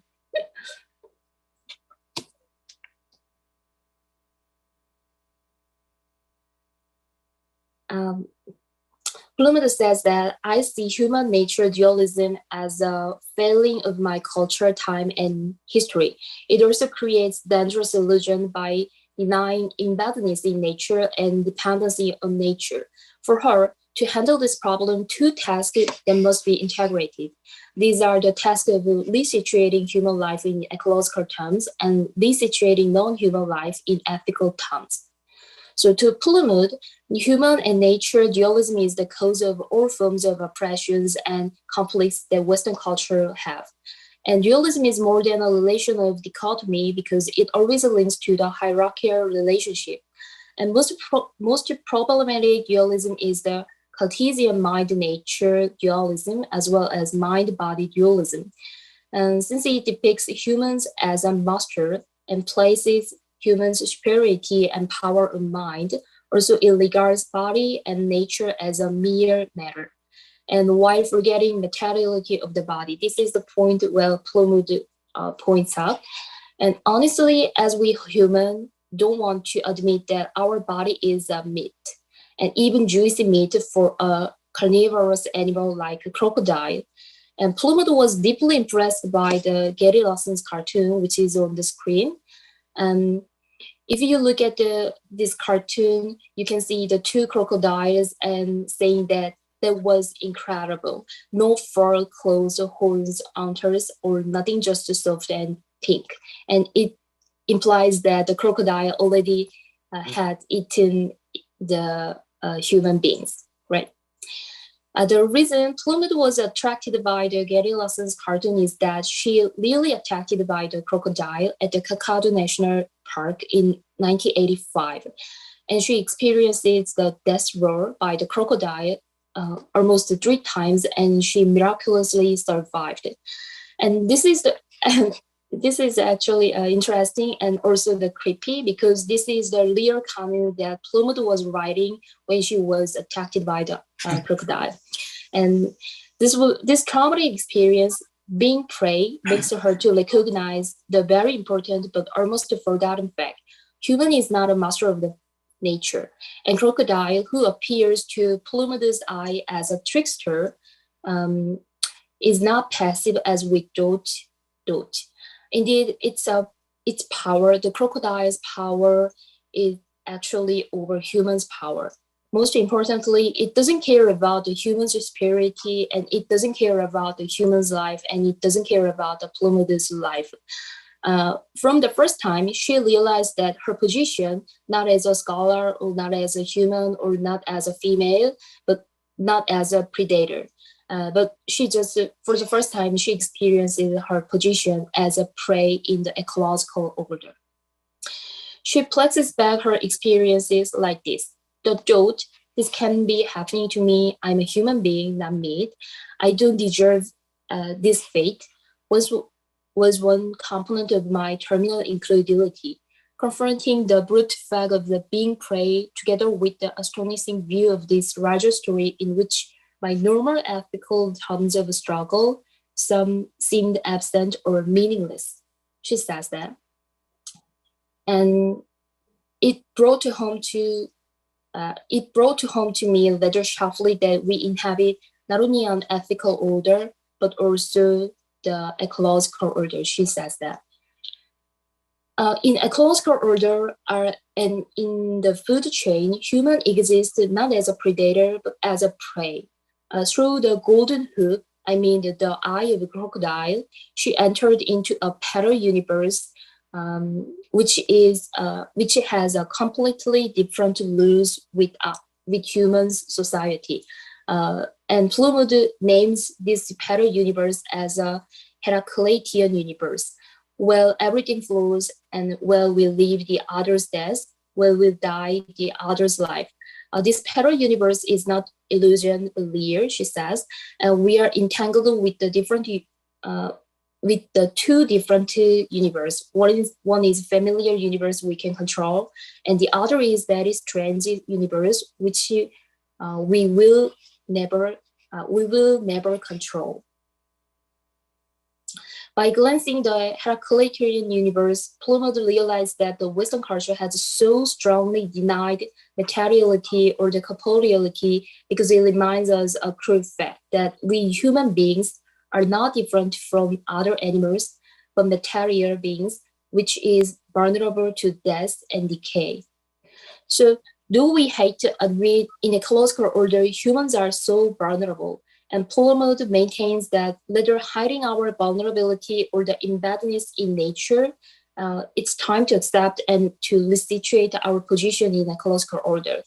And then left the question is how to resituate to us. Plumwood highlights the need for the guiding narrative, which repositions us personally and ethically in nature. And this is the part she introduced the relational self. Relational self as an ecological self and dialogical self, and interspecies ethics. Maybe if we talk about the ecology, it is easy to think about the deep ecology or the shallow ecology, but compared to the Arnanas's deep ecology, Plumwood's ecology is a little bit different. While Arnanas's deep ecology emphasizes the identification with the nature and not much pay attention to the difference, Plumwood's relational self affirms not only continuity but also the difference. Since radical exclusion and the instrumentalism denies the relationships or the continuity with others, it is better to recognize interrelationships and connectivity and the mutuality. And also within the dualism, homogenization and incorporation neglects the difference. So it is necessary to highlight the independent subject, the different perspectives and the stories have been hidden. So in other words, not appropriation and mastery, but connectivity and mutuality. So Plumwood says that the goal of relational self is the flourishing of the Earth's others and the Earth community among its primary end, and hence respects or cares for these other and their one sake. Once again, while deep ecology could emphasize the identification or the interconnectiveness, sameness, or the overcoming the separation, treating nature as a dimension of the self, the Plumwood's term or the concept, the relational self, is a little bit different. A relational self is distinctive as it affirms continuity and difference both, and vulnerability at the same time. And another important aspect of the relational self is that it is not limited to the human being. I mean, the subject-to-subject interaction can be extended to the Earth others, non-human beings, like a crocodile, birds, or fox, or Australian wild dog, dingo, or even the insects. Since interactions is not restricted to humans' linguistic, verbal, rational, or the gesture and symbolic communication, it allows us to reanimate nature both as agents in our joint undertaking and as potentially communicative other. And at this point, the conceivable relational self can be applied to non-human beings, the view linked to the dialogical ethical ontology.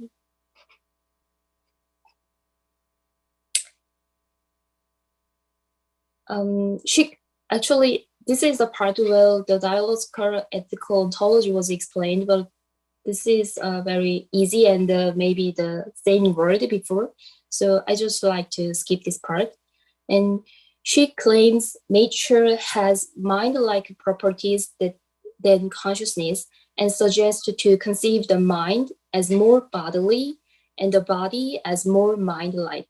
In this way, she sees the agency, autonomy, and creativity in nature. For example, when we think about when we consider about the terra nullius, I mean the wilderness, it's easy to think that the terra nullius mean the absence of the human activity or the human presence. But she denies this idea, and rather she argues that it exists as a struggles and a dialogues between the nature and the non-human beings like rain, rocks, or the wine, or the wind and the bird. And this is the case where she make an example like Kakadu National Park in Arnhem, the Stone Country. And she says that this Stone Country was made by the dialogue between the Father Sky and the Mother Earth. All these Earth others share their dance of interactions and make a pattern on the place. And that's why she views the places as self-reproducing and self-participating and the other things. And nature is not a negative absence, but a community of the positive presence of nature, the companion of best and multiple and prior presences. She thinks like that. And actually, her Plummett's second book's title is The Environmental Culture. And here in this book, she highly criticized the hyper-separation between the nature and the culture and tries to converge into the term environmental culture. And she argues that the presence of the wrong evolving biotic communities and the animal species which reside there, the presence of ancient biospheric processes and of the unique combination of them, which has shaped that particular unique place. She says that, and the example of the Annam land, I mean the Stone Country, was the good example of this explanation.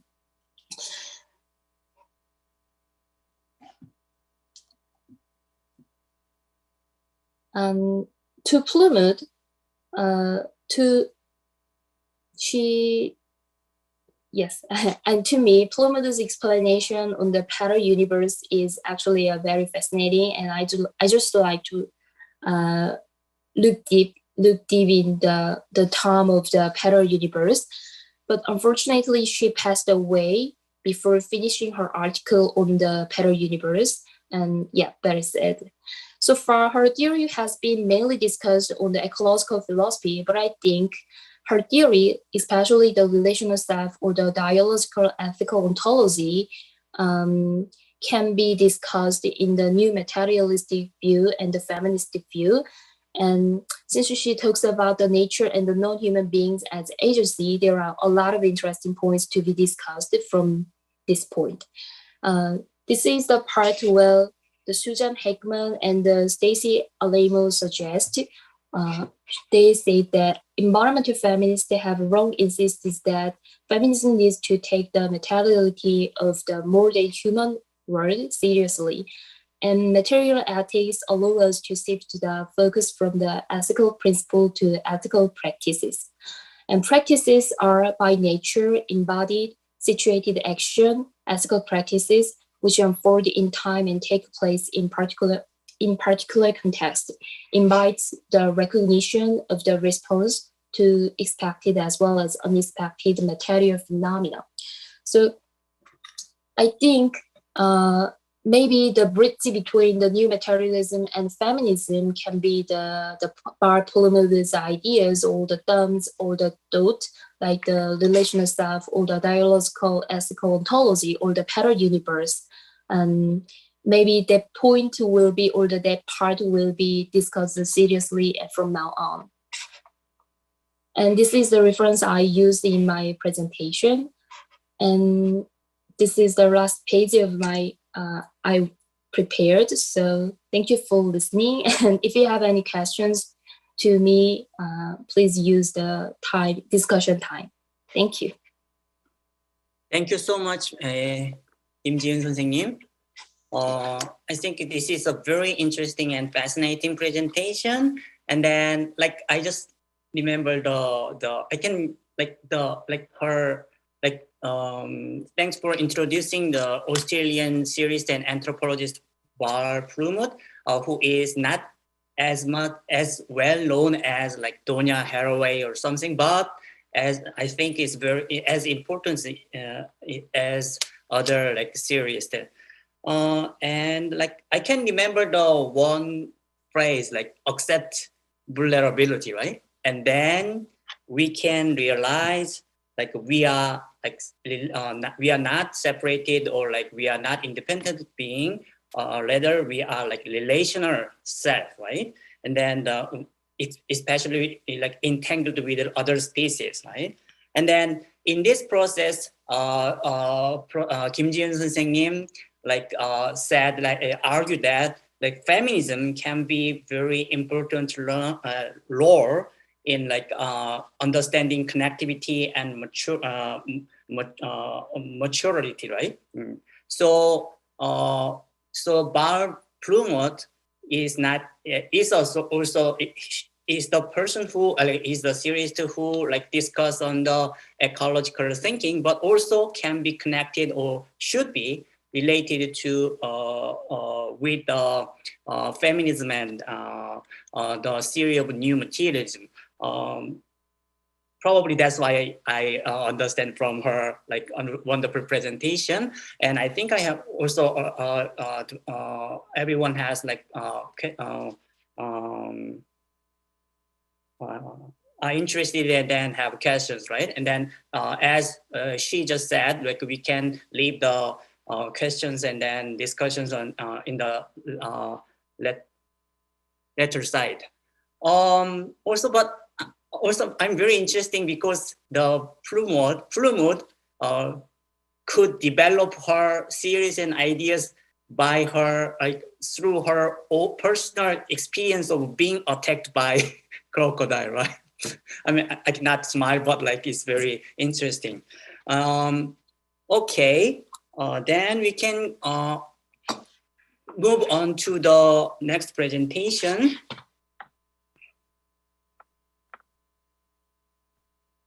Okay, so next presenter is Professor Park Jong-man.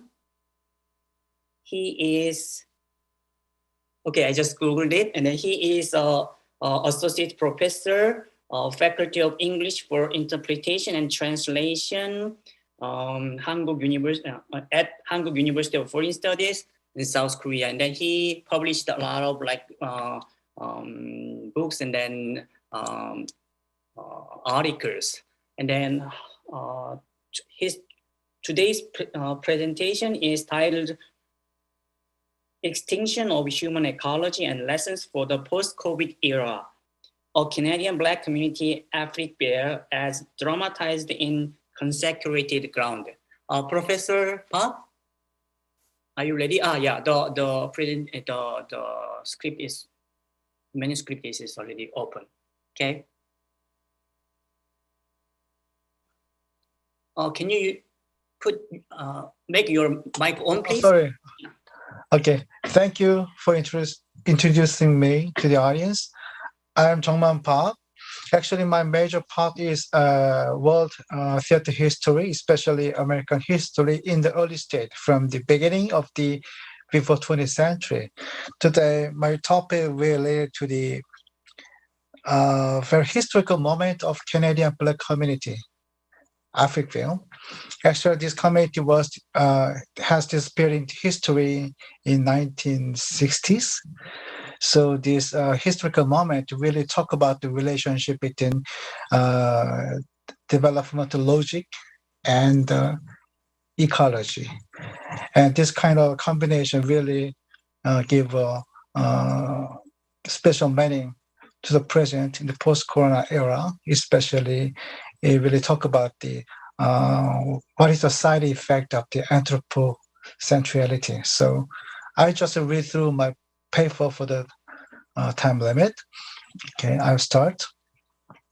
The title is Extinction of Human Ecology and Lessons for the Post-COVID Era, a Canadian Black Community, Africville, as Dramatized in Consecrated Ground. In 1848, the Black community Africville was established on the outskirts of Halifax, port city in Nova Scotia, Canada. Considered to be the largest and oldest Black community in North America, Africville prospered as the agricultural society for several generations until it faced the turning point in its fate in the mid-1960s. According to the city's urban development plan, a municipal dump was built in this black community. Despite the rights as a tax-paying citizens, the African residents were also unfairly denied even the most basic facilities such as water and sewage system for years. As a result, Africville fell into an isolated slum infested with stings and rats. Furthermore, the city government launched a plan to demolish this black community. Africville, the oldest black community in North America, began to be demolished in 1964 and eventually and officially disappeared into history when the last remaining house was removed in 1970.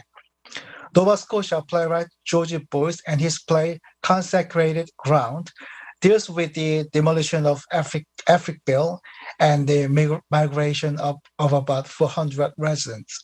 This play tells the story of African people's tearful struggling to protect human dignity against the logic of development and capital, and to preserve their place, history, and heritage that are on the verge of extinction. On the surface, this play depicts the complicated entanglement of racial, economic, and political interests of those in power over the demolition of the Africville. On the other hand, and more importantly, this play touches on the more fundamental issue of human ecology. Human ecology refers to a natural, social, and built environment in which humans live and engage in activities. The main concerns of human ecology are the interaction between man and nature, the factors which influences the interaction between humans and the environment, human life and human activity in different ecosystems and different cultures, and the issues of environmental justice. As depicted and documented in the play, Africville's slumification and subsequent disappearing is intertwined with the issue of human ecology, or a symbiotic relationship between humans and the environment, which is represented by the installation of garbage dump, contamination and shortage of the drinking water, an outbreak of wild rats, and the disappearance of community as depicted in the play. In short, the play Consecrated Ground raises a question about the importance and fragility of human ecology while tracing and bringing to the present the historical moment of Africville's extinction. The play is set in 1965 when the demolition of Africville and the resulting conflict between the residents and the Halifax government reached a climax. The play opens with a scene where Sarah, the elder of the village, sings a lullaby to a newborn baby Tule. Tule is the son of Clarice, a woman who was born and raised in Africville, and Willem, a foreigner who came to live in this village. Actually, Sarah is not related by blood to this couple. She has been single all her life, caring for the children born in this community, and she exists as a spiritual mother to this Black community and younger generation. She is a living history of Africville, who has kept the village changing while witnessing the deaths of the past generations and the birth and growth of the new generations. The opening scene, where Sarah takes care of the children of the young couple who are now related to her by blood, shows the character of this Black community. In this community, the relationship of living together and the sense of belonging are more important than blood ties and kinship. Clarice transfers ownership of the house and land inherited from their parents to her husband. Sarah is concerned about Clarice handing over their family property or the town's heritage to her out-of-towner husband, but Clarice has a good reason for putting everything in William's hand. Clarice is older than her husband and hopes that her husband will be able to support and take care of her son, Tule, in case something ever happened to, or she should die first. As Clarice empathizes, William is this is my family now, so it is natural for her to hand over the family property to him. Just as Sarah has taken care of the African children, including Clarice herself, regardless of blood ties, Willem becomes a member of the African community and also assumed the responsibility as the head of the African family, regardless of regional backgrounds and kinship. At this point, the way establishing alternative definition of belonging is found. Living together is a sufficient condition for family. And Willem goes beyond the simply being a resident of Afripil and becomes a brother and family member of this community. Afripil is not just a romantic and ideal community full of human warmth. The current situation in this community is a slum by the dump, where the stench of garbage and filth, vibrates, and sanitation has reached a dangerous level that threatens the lives of the residents. The city of Halifax began to intervene in Africville, which had flourished for generations as a thriving agricultural neighborhood. The city installed a municipal dump in the Africville territory and stopped even providing basic facilities that tax-paying citizens should enjoy, such as electricity, water, and sewage system. As a result, Africville has been abandoned and isolated as a rat-infested slum. Africville people have to draw water from wells and even boil the water for drinking because it may have been contaminated with garbage, waste, and rats. Sarah claims, "We ain't got mice in this Africville, and we got rats ever since that dump." This statement speaks of the profound changes in human ecology in Africville. Sarah goes to add that the government also put the dump here, gave us all rats, and this statement hints a fundamental link between the development of logic and human ecology. The city suggests only temporary measures by saying boil before drinking, but neglects to come up with a fundamental solution. The government's unilateral and top-down policy has caused changes in the living condition of Africville and eventually disturbed the residential environment of Africville in a way that outbreaks of rats, poor sanitation, and water pollution dominate. As a result, there is a widespread distrust of the government among the African people. The change in the fate that the community faces reveals a mechanism that encompasses the factors and process and consequence of so-called human ecology disturbance. The city of Halifax implements a project to redevelop the Africville area under the Urban Renewal Plan. Accordingly, prior to demolition of Africville, the city government is proceeding with the eviction of residents in exchange for compensation and relocation to public housing. A white city official is dispatched to this black community to get quitclaim deeds from the remaining residents. He meets Sarah and their conversation reveals an uncomfortable truth. A discriminatory administration based on racism is operating under the disruption of human ecology. In this respect, Linda Hall's analysis of this play as a story about racial discrimination in environmental policymaking is correct. Waste disposal is inevitable in human life. However, the selection of a landfill site is very sensitive matter, requiring complex and time-consuming process such as public hearings and opinion gatherings. The problem is that the city government ignored this process and made a bureaucratic, unilateral, and expeditious decision to install a dump in Africville. And this decision was made possible because Africville is a Black community. Sarah protests to the white official. They need a dump, so why not put it right next to where colored people live? I got to be saying that the white people, they don't think that colored is human, right? Sarah then compares the situation of Africville to the township a black settlement that was product of contemporary South African segregation policy in the 1960s. To her, Africville is just another name of township. The township in South Africa exists to provide swift, convenience, and ready stock of labor to white people by being located close to the white city.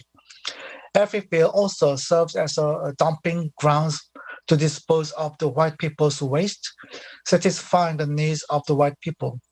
As Clarice put it, the stench that fills the air of Africville is, after all, a white stench, and the original sin of white people is shifted to responsibility of Black society as the white stench was pushed in our faces. Halifax City policymakers and administrators only cared about the lives of white people, while seeing the reality of the scraggly old shed of Africville residents. Black people do not exist in their category of human beings, so the human ecology they envision is nothing but a white ecology. Africville in Canada and the township in contemporary South Africa are identical in that they are the blind spot of human ecology, only with a different name. Just as Sarah swears to white official, people lives here in Africville. However, the development logic ignoring this tell us that a racist bureaucracy is at work, in which the Black diaspora is mapped upon the predetermined European terrain. The white official then visits Reverend Minor of the African Church. The Reverend reminds him of the mechanism penetrating the disruption of human ecology in Africville. The people were here first boy, then they moved in their new tenant, the dump. Then there is a abattoir. Naturally, along with abattoir and dumps, right along with them come rats. I mean, don't you understand what's going on here? He insightfully diagnoses that the disturbance of human ecology in Africville stemmed from the development logic and racist bureaucracy that did not take into account what Reverend calls a way of life. On January 2nd, 1970, the last remaining house was demolished and Africville disappeared into history. In this way, a human ecology became extinct. 30 years later, on February 24th, 2010, the city of Halifax officially apologized for the eviction and destruction of the Canadian Black community. As a token of apology, Africville Church, which was demolished in 1969, was rebuilt on its original site in 2011. Nevertheless, despite the atonement and rebuilding of a symbol of the unconquerable Black spirit, that is the church, there is still one unchanging and irreversible truth. We cannot get Africville back. Currently, part of the former territory of Africville is occupied by a highway interchange that serves the A. Murray McKay Bridge. Africville's human ecology has been completely lost, leaving behind a monument commemorating the past of this area. Africville has become a ghost town that exists only in the memories of the residents and their descendants.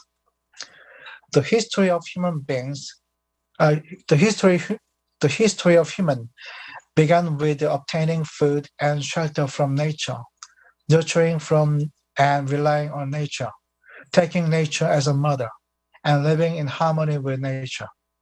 Since the Industrial Revolution, nature has become an object of development and conquest by humans. As of the 21st century, humans' excessive desire for development has led nature to the somewhat irreparable level of devastation. We are living in the so-called Anthropocene. As documented in the play Consecrated Ground, the extinction of Africville, a Canadian Black community in the 1960s, tells the paradox and irony of the Anthropocene. the human desire for development, annihilates human ecology. On the other hand, the history of every bill gives us an invaluable lesson to learn. It is the value of community, where the relationship of living together or the sense of belonging has a priority transcending race, religion, region, national origin, ancestry, sex, and gender identity. This lesson reappears as a golden rule for human life in the post-COVID era. The COVID-19 monster does not discriminate who it infects, regardless of race, religion, national origin, ancestry, sex, and gender identity. Human fear of this monster also transcends the boundaries of region and culture. In order to fight this monster, it is necessary to gather the wisdom and strength of the entire human race, crossing all imaginable boundaries. In the 1980s, there was a growing awareness that problems occurring all over the world are no longer a local individual, but global, and that they are our problems that we have to deal with together. With this horizon of recognition, transnationalism emerged as an alternative spirit of the times. Since then, the transnational position and attitude has settled the issues of human rights, environment, natural and human disasters as a common task for humans. Now, the post-COVID era summons the justification and necessity of transnational response once again. This time, the coronavirus is the cause. Humanity is faced with another task of gathering transnational wisdom and strength to get through this harsh and painful time. The extinction of Africa, this moment in human history, raises a fundamental and even timely issue in the post-COVID era. It is the necessity of collective effort of all humankind for the sustainability of human nature symbiosis, breaking away from anthropocentricity. Thank you for listening. Thank you, Professor Park, for your wonderful analysis and presentation. When you analyze the play named Consecrated Ground, you want to retrieve the Black community in 1960s in Canada, and to want to show the potential show that in that community, in that Black community, there is a potential for alternative community, in terms of living togetherness and sense of community. But also you point out that their community has been demolished and destroyed, which is parallel to the destruction of human ecology. And then I realized that why environmentalism and ecology studies is very closely related to post-colonial studies, because the destruction of Black communities related to the destruction of ecology, right? I found it very interesting and insightful. And then I think your analysis, that kind of experience in Black community could be a very good lesson for our time, which is post-COVID era, because we think we are totally globalized, but with the COVID, we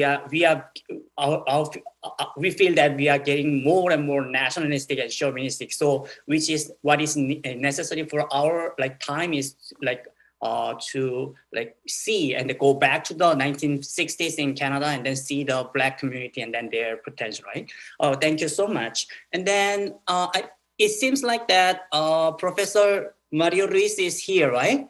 Yes. Okay. Well, I'm so happy. And okay, then Perfect. And then we have 4 presenters, and then let's move on to the third presenter. He is like Professor Mario Arturo Ruiz Estrada. He is a professor of Center for Latin American Studies at University of Malaya in Malaysia. And then he is kind of I just Googled, and then I realized that he is taking the reading note in that center. And today he's going to talk about like how much how much unemployment and inflation is going to be generated by COVID-19. So it's like the second, it is kind of related to the second presentation, even though they are in the different like field of studies. Professor Ruiz, can you start? 안녕하세요. 감사합니다. 안녕하세요. I can present in Korean also, but I would prefer in English today. Perfect. Thank you. I'm sorry. Okay. Thank you for this opportunity. I want to present my paper that I think is something. This is how much unemployment and inflation is going to generate by COVID-19. It's a very hot topic, actually. What we're trying to do in this paper is to measure the impact of the post-COVID-19 economic growth. Is obviously substantial, but measuring such as impact of to get a series of intensity and the effects of inflation and unemployment. I don't know how is Seoul or Busan, but in Malaysia we experience high inflation in this moment and high unemployment rate. I built a small model to adapt COVID-19 and economic growth. The paper was published in the Transnational Corporation Review, that is a very famous journal. And I want to go firstly that the final impact of epidemics on economic performance, such as the case of COVID-19 crisis, which provides the most basic explanation about the economic cost of COVID-19. This paper basically takes its cue from this framework and other notable studies such as Brainerd and Mars and other authors we have in this paper. This paper applies basically regression to represent the marginal cost and marginal revenue to analyze the cost effect of COVID-19. I want to go a little more far in the sense that I want to have an overview of COVID-19 effects and the world inflation and unemployment in 2019 and 2020. What we're trying to evaluate in this period is to know how much is the impact of this pandemic.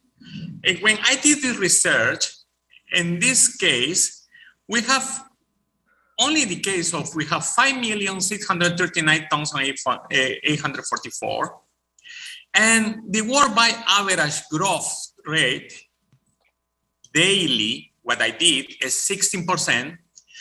Death cases, we have 352,324. Average growth rate daily is 5%. And we have also recovery cases that is 2,367,902. Average growth rate daily. This is according to WHO. What I did in this model is very simple. What I'm trying to do is to evaluate how the inflation and unemployment is affecting not only developed countries, but also the less developing countries and developing countries. We see basically in the research and the publication we can have that the country production is severely affected, the immobility of capitals worldwide, the speculation especially. Now we have this kind of bitcoins and virtual currencies that is acquired FIC, international monetary trade. We have the fast expansion of external indebtedness in the short run, and the currencies depression and foreign exchange unstable in the short run. High inflation and high unemployment from the lockdowns or quarantines of workers in different productions sectors worldwide. The massive increment of public spending dramatically, but at the same time, this one is generating something else. Corruption. Corruption is part of this COVID-19. Government, they are taking advantage and manipulating by mass media how this control the vaccines with different big transnational pharmaceutical companies. They are affecting several times the income, the government spending. Not only Malaysia, I'm talking about worldwide, especially in developing countries and less developing countries. The fast expansion of uncontrolled spending in the national budget and corruption at the different levels of government. I'm sorry to tell you, I want to be very honest and very precise that I want to explain why we have inflation and we have unemployment. I have the COVID-19, I call my model COVID economics 19. It looks strange, but where? It's related with COVID and economics. One more thing is I want to explain, I took 5 new indicators. The first one is the total of COVID-19 infected cases frequency rate. The second is the national COVID-19 vulnerability rate. The third one is the post-COVID-19 devastation magnitude rate. And we have a new concept I want to introduce to you. It's called employment. In employment, and later I'm going to give you the definition of this new concept. And the post-COVID-19 impact in EJE surface. Later I'm going to explain. Okay, first one, how we do first. The total of COVID-19 infection cases frequency is no more the differentiation of the number of cases divided by the total population. And this one can give me if the percentage of population is infected and the growth rate and the damage in the total population. And this one, we have this one that the total COVID cases frequency and the worldwide keep a constant growth rate according to international statistics. We have this one that we have this curve here. The intensity of cases, this is linear and non-linear cases. We can see that our cases, COVID-19 is growing geometrically more than arithmetically. At the same time, this one, I call this we in the third world. Is humanity versus COVID-19. Why? It's a worldwide fighting. No, it's only issue of region or country. We are talking worldwide. We have another one, the national of the COVID-19 vulnerability. That is the formula. This is very simple. That I'm trying to do is trying to measure or calibrate the impact of COVID-19 in different months. And we have this one, the post-COVID-19 devastation magnitude. We can see that the magnitude of devastation of COVID-19 is growing dramatically, 150% every month. Meaning is the expansion of number of cases stop people to move, the mobility of consumers, mobility of labor, and also the speculation of stock markets and the close of certain companies because they don't have the opportunity to sell products like before. The problem with pandemics is that the market become close for the lockdown or quarantine. But I introduced this new concept. I don't call unemployment, I call in-employment. Employment is when you force people to work from home, like we are doing now. Actually, suppose we need to be now in one classroom, in one meeting room to discuss this issue. But with this in employment is very simple. what we're trying to do is we can observe that we extend more the population to be more close and more working from home, meaning we have employment, unemployment, and in-employment. In-employment is when the people is working from home. Now, the problem is the service companies is working in employment, but for industries that you need labor, intensive labor, we don't have this one, and then become unemployment. For post-COVID-19 COVID, is what I did is very simple, dear friends. What I try is to interact between inflation rates and unemployment rates weekly. What I try to do is how, and usually we use Phillips curve to explain this, but I propose this new methodology to visualize how the effect of unemployment and inflation rates in pandemic times. What I did, we can see here, I did a matrix 4x4 that what I'm trying to plot here is the values of relation between inflation and employment. Now, the application of COVID economics-19, we can have a look that the consumption reduced dramatically. Basically, the vulnerability of developing countries and developed countries on the income distribution average or Gini coefficient is 77%, meaning the poor countries who has less income and poor power purchasing or income and force them to become more poor. And this is the big issue with pandemic in COVID-19. The poor become more poor and the rich become more rich. It's very strange because the workers depend from income. If they don't have income, we don't have consumption.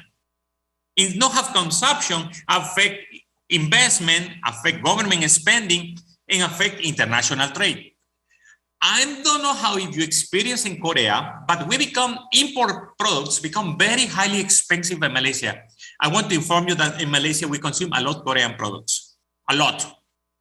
If you come to Malaysia, you don't have problem to find kimchi or any item from Korea. Last time, the prices of Korean products increased 26%, meaning the people who we have the habit to eat or consume Korean products, we stop to consume because this is inflation process, import inflation to Malaysia, for example. We have also in the model that our preliminary show that the COVID-19 infection cases frequency is followed that developed countries is 0.72. Your countries like Korea, Japan, or United States or Canada, the developed countries, they are getting more infection cases than developing countries and least developing countries. It's very strange, but the thing is, it's very simple. The cases of, for example, in developed countries like your country or Japan, the problem is that the system of transportation systems make the population become more infected cases. And additionally to this one, we have that the national COVID-19 vulnerability rate, developing country, everything. I want to explain here, be careful, sorry. We have that the results of developing countries, we have D 0.37, damage, labor 0.35, and capital 0.55. For developing country, the damage is more high, but the labor is more costly, and also capital become more costly. But for in the case of least countries, least developed countries, we have 0.65, 0.55, and 0.75. Now, if we go in employment, we can see, and this is I want to share with you, that the partial lockdown or quarantines present the next result that developed countries shows a 12%, developing countries 25%, and least developed countries 37%. Meaning, developed countries, they are interacting more in office than from home. And the strange part in this research developing countries, 25%, they are working from home in 75%. But in less developing countries, we found that the damage on employment is 37%. And now, the post-COVID surface, we can see three surfaces here. That is least developed countries, surface for developed countries, and developed countries. We conclude basically that the negative impact of COVID-19 on inflation and employment is substantially bad. Measuring such impact with any degree of certainty is inherently challenging. What we're trying to do is, guys, COVID-19 is killing us quietly and slowly. I predict that in 2025, we're going to have hyperinflation worldwide and huge amount of unemployed people. The government have limits of spending, and this one is the big issue. Governments overspending in this critical time, and we have that the most important here is the COVID-19 depends on the country's vulnerability and economic conditions, which jointly determine the level of inflation and employment. We hope that our simulator will contribute to better and deeper understanding of measuring the economic impact of COVID-19. What we need to do with the economy, we need to reinvent the economy again. We need to discover new policies, new jobs, and the most crucial thing, we in the third world war, humanity versus COVID-19. It's not a joke. This is the reality we are having.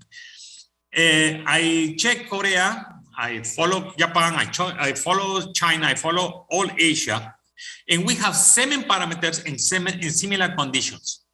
But the problem is our national production is not enough to satisfy the national consumption. And imports, we depend highly on imports, especially Korea, because you don't have so much land. You depend highly on import commodities, not only from China, from around the world, especially food from the United States. Then I feel like for each kind of countries, developing or less developed country, we have the same common problem. We need to fight with inflation and unemployment. The problem is in employment, the new terminology I'm doing, until when we can work with this model of sustainability to generate jobs. And I think it's very hard for us to keep in the long run this kind of system to work from home, because the world needs to produce commodities, not services. And this is my small presentation. Kamsamida, thank you so much. It's basically, I put the reality in few pages, and we need to be worried. We need to prepare ourselves to make more strong our domestic economies based on sustainability and new socioeconomic structures.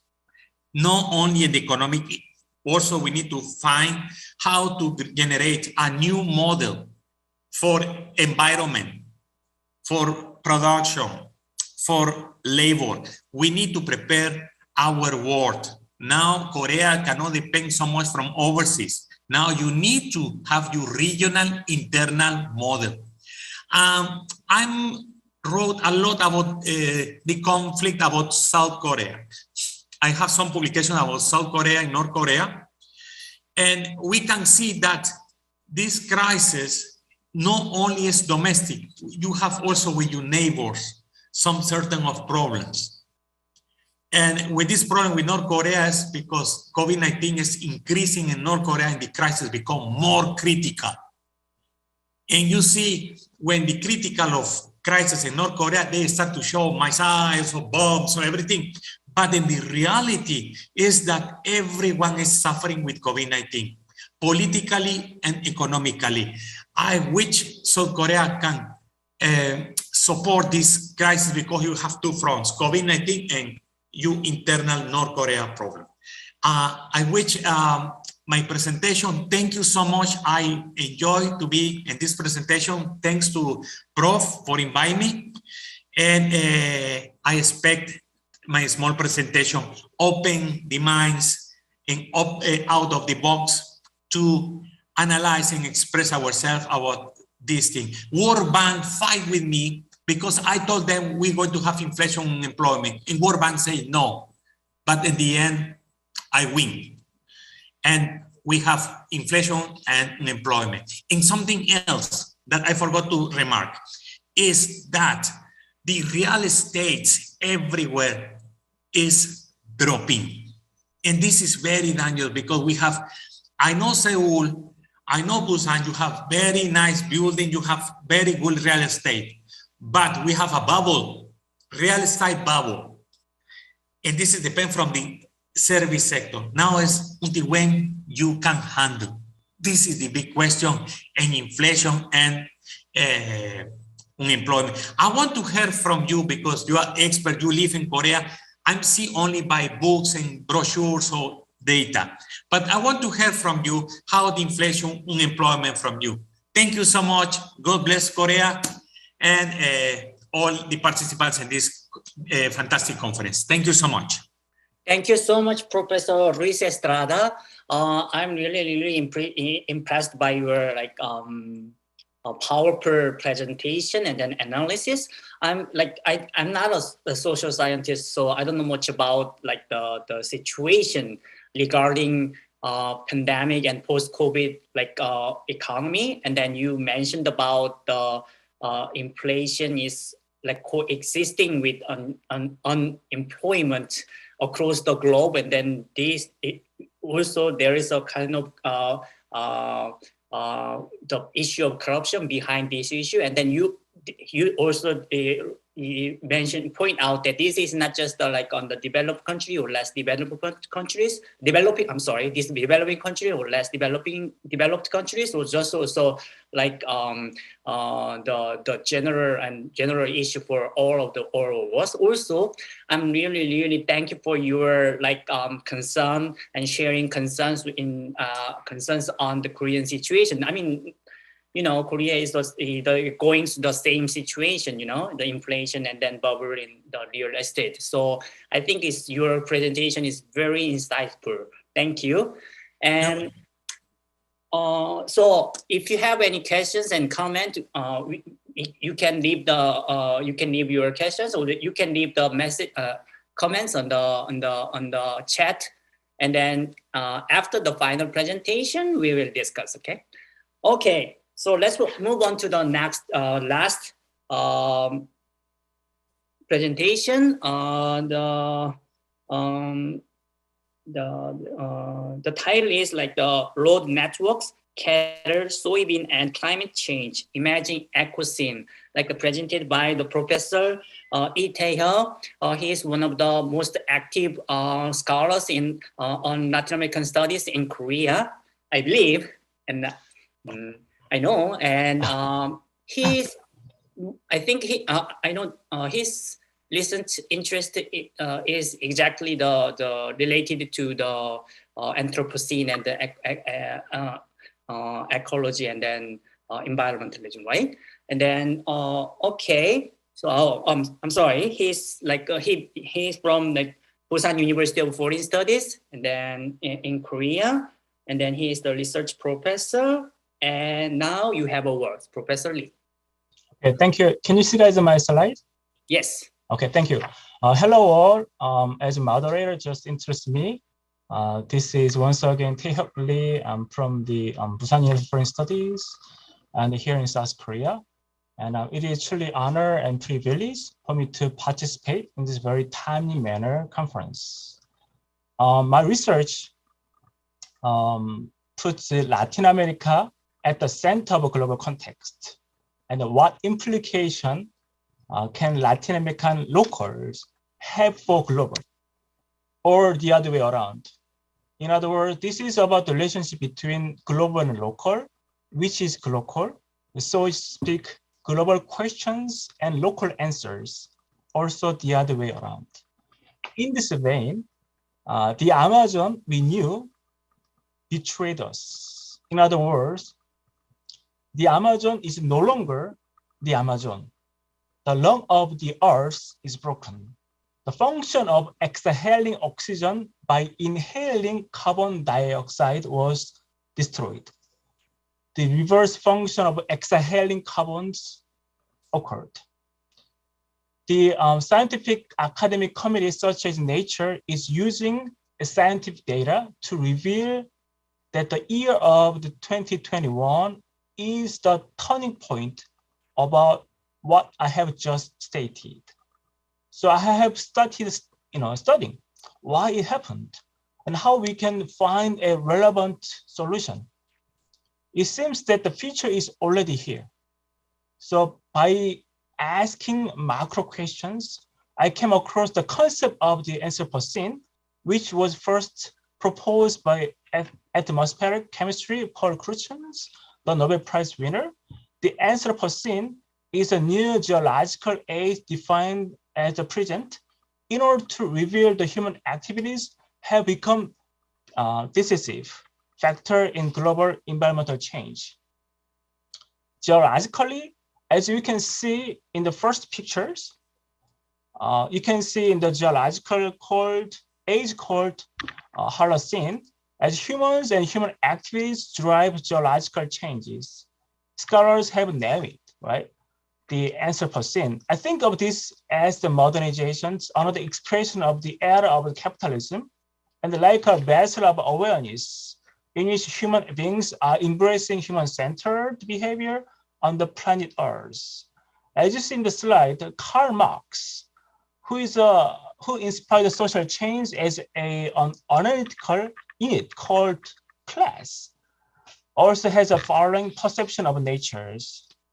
So a whole society, a country, or whole society that exists at the same time cannot be the owner of the earth. They are merely occupiers and beneficiaries of the earth, and they must pass it down to their descendants in improved condition, like a good pet of the household. Right? So ecology and critical also IPE scholars, International Political Economy Discourse, which will be described later in this presentation, also emphasize the importance of reorganizing the scope of the perception of humans and society with the domain of nature, emphasizing and expanding the Marx's explanatory power. In this context, my aim for this work is to examine the meaning of Amazon under the artificial climate system character, so-called Anthropocene. I understand that capitalization of the capital is tied to the discovery of Latin America, and moreover, the commodification caused by ecological genocide of the Amazon has become a major cornerstone of the process of global capital formation. And thus, I argue that solution also comes from Amazon per se, so-called by trans Amazon, and eventually open for the ecology-centered, namely ecocene, rather than Anthropocene. In this logic, I have my presented topic as it appeared in this slide: road network, cattle, soybean, and climate crisis, imaging ecocene. While I see that I just opened these presentations, explaining somewhat macro logic, right? For the purpose of an empirical case, I will be employing Brazilian Amazon, which accounts for the 2/3 of Amazons will be considered. The above mentioned, like the paradox of Amazon, will be explained by 3 variables amongst others. Once again, as you see in this slide, road network, cattle, and soybeans, right? I try to catch the title under the flow of logic that we overcome the current Amazon paradox. This is a via trans Amazon that is beyond the Amazon. Thus, Latin America become the main reference in the global context. I thought that this might be possible to imagine the transition to this coexisting, tentatively named ecosystem. So I took it as a subtitle like this, which is imaging ecosynth. So the table of the contents is follows. The first introduction section, I tried to draw a diagram for the part I mentioned earlier using a flow chart. And in this relation to the thought of the ecological discourse mentioned briefly above, I will try to find a place for the discussion that is where the Trans-Amazon will be included while arranging the denomination of this discourse. Third, I will develop the origin of ecological genocide in the Brazilian Amazon with 3 explanatory variables and 1 constant variable. The first is seeking for Trans-Amazon and its reality, and by doing so, it proceeds to the ecocene. All right. So today's presentation can be seen as a schematic diagram. As you all see, the deforations of Amazon is due to without considering the concept of ecology in the capitalist system, which led to the paradox of the Amazon, and thus it amplified the climate change and caused a climate crisis. So this is the logic. Then how to overcome this? The relationship between has to be restored. Trans-Amazon is one way to change the relationship from the economic mechanism of capitalism to the economic mechanism of ecology. Trans-Amazon is a mechanism for global actors to reorganize the Amazon as a platform of consciousness, manifestation of Earth's goods, and to implement the conscious of saving Amazon is saving planet. In this way, we can imagine the entry into the ecocene that is beyond Anthropocene. So anyone might know where the picture on the bottom left? Anyone know? Anyone can imagine that pictures on the left side on the bottom on it? This is Ulsan City, where I'm from. The city is representative in a sense of switching from the industrial city to the ecological city. Actually, this picture is Tewa River National Guard. So, so this course of ecologism is searching for Trans-Amazon discussions. I think in one word, ecologism means reflections. Dissonance has been against the present system, which has been pursued by human beings immersed in modernization. That is capitalism. In short, climate change occurred. Looking back on this, I think that discourse of ecology is the forum for discussion of finding a solution. In other words, I believe the space for ecological discourse is a fundamental demand to make a new breakthrough when the existing paradigm is faced with limitation in the explanatory power of social phenomena and alternatives. There is a moment for reflection is contained in it. In other words, the recognition of ecological crisis is the point at which the necessity of ecological thinking emerge. So let's break it down a little rough. Basically, it can be divided into 2 factions, reflecting on harmful effects of capitalism and sharing the discussion about finding alternatives. It can be divided into the romantic ecology and rational ecology, while romantic ecology focuses on refusing human superiority and returning to nature. Rational approaches with having a room for rationality and human rational choice share a diverse also spectrum. In particular, there are criticisms of rational ecology, which is considered as a strategy approach so as to ensure economic development in the end. And thus, nature is viewed as a tool for commodities. This is especially relevant for market ecology. And among critical IP scholars, I was inspired by the Karl Polanyi's thinking, which is of fictitious commodities. Fictitious commodities are commodities that should not be commodified. The analysis is that the society, that is ecosystem, is facing problems as a result of commodifications. In short, driven by fetishism of labor, land, money. This is highly persuasive.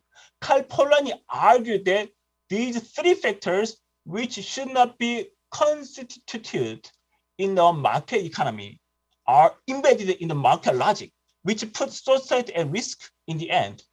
If you look at the equivalence of nature equal Amazon equal land, it can be analyzed as a result of human domination of Amazon according to the logic of a capital system engulfed in modernity has caused the paradox of Amazon. The problem of nature do not come from the nature, but the problem, but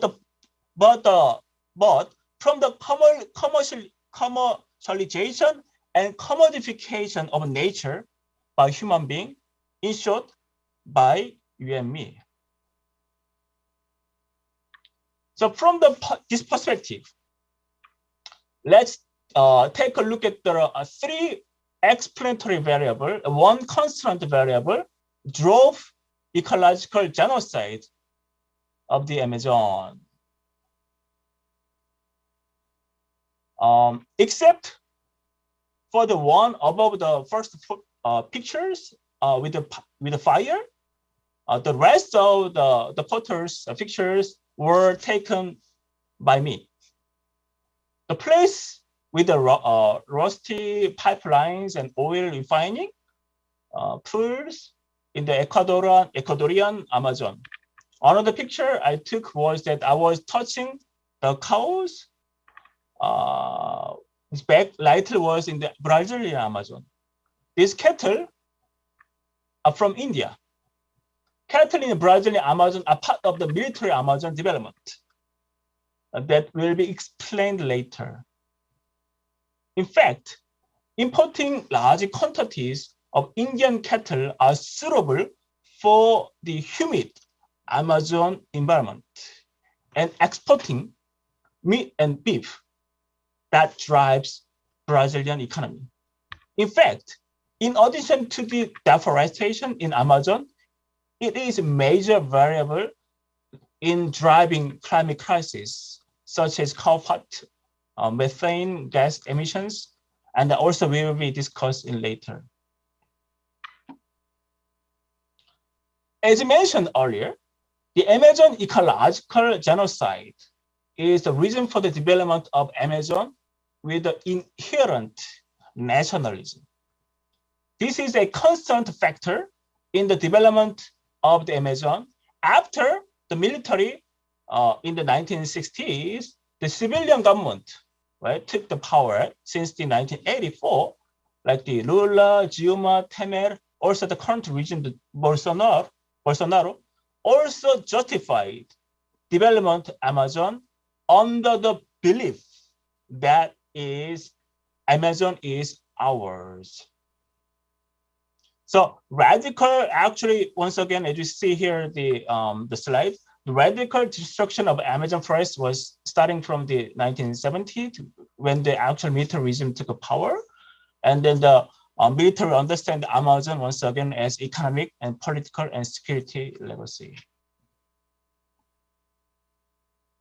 So as you see in this slide, this logic goes through the militarisms, right? Under the Operation Amazonia Development Program.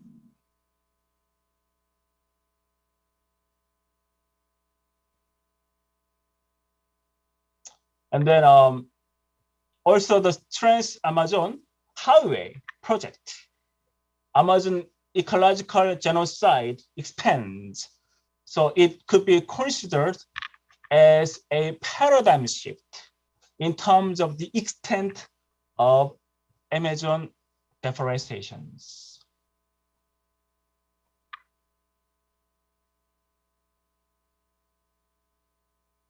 Once again, the road network and deforestations in the Amazon are closely related.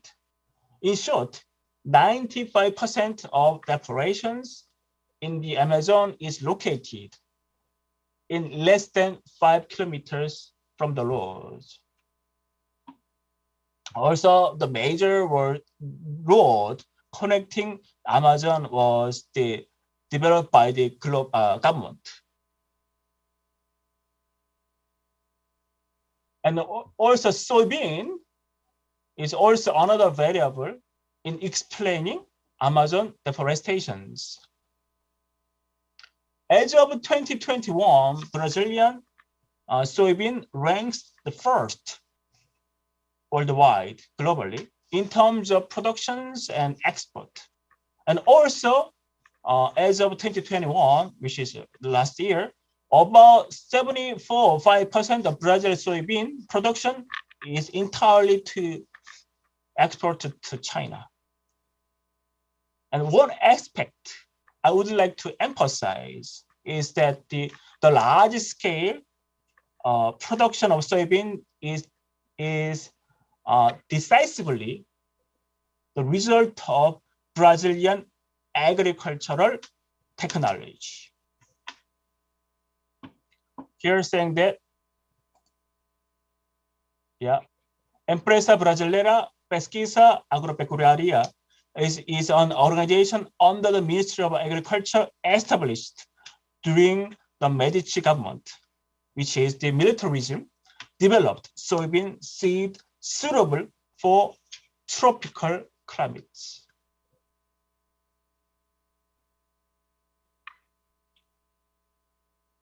Also, cattle is another important variable in explaining Amazon deforestations.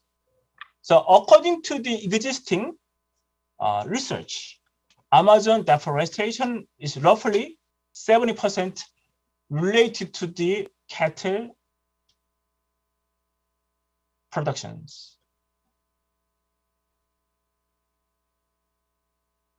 So as you see in the slide and pictures, there is a continuation of Amazon deforestation.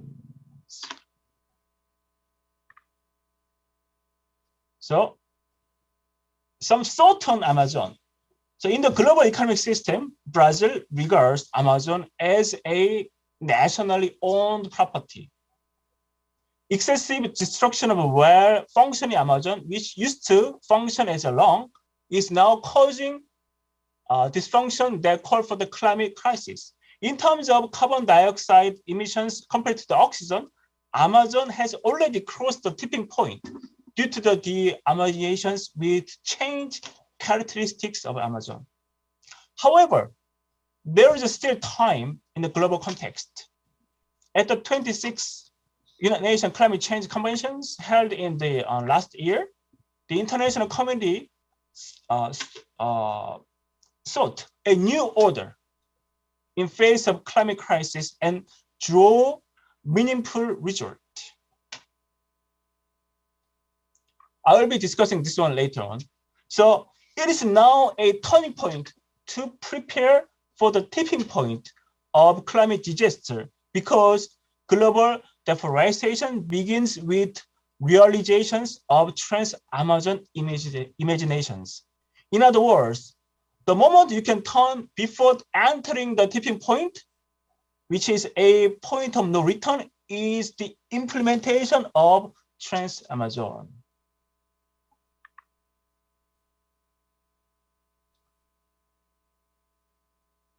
Yes, I'll finish by having this last slide.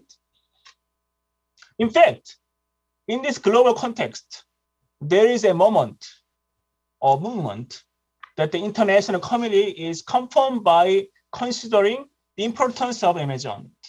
In other words, the movement of Amazon discovery through Trans-Amazon is an insight and model for overcoming global crisis of paradox of Amazon. Preventions and restoration of deforestation was discussed as a major agenda at the 26th United Nations Climate Change Convention held last year, as I mentioned just previous slide. 137 countries, which is roughly account for 92% of world forests, have agreed to end and reverse deforestation by 2030. In particular, Brazilian government of Bolsonaro also signed joint declarations. In addition,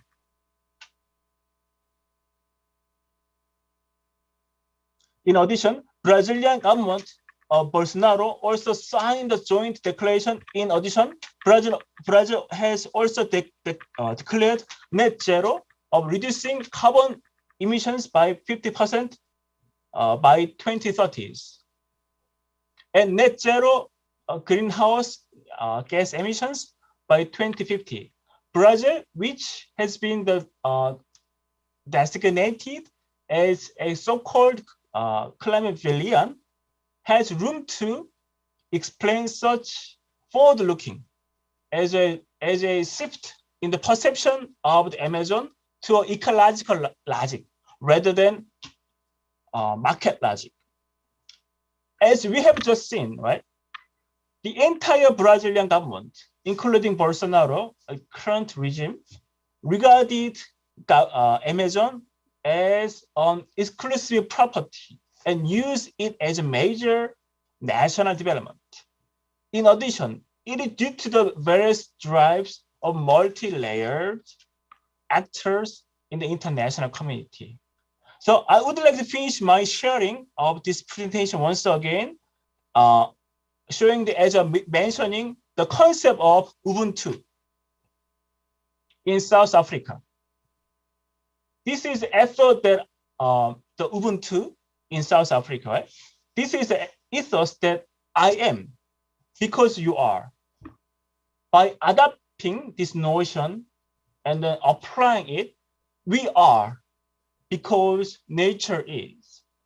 Thus, ecocene is primarily embedded in the notion of Ubuntu ethos, and also smart causa ethos, which is emphasized on the relationship of coexistence between nature and human being.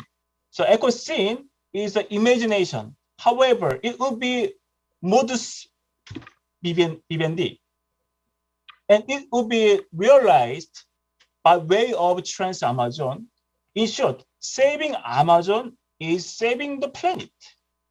Thus, international community should highly pay attention on understanding and realizing the reality of Amazon, and thus saving Amazon leads us to save planet.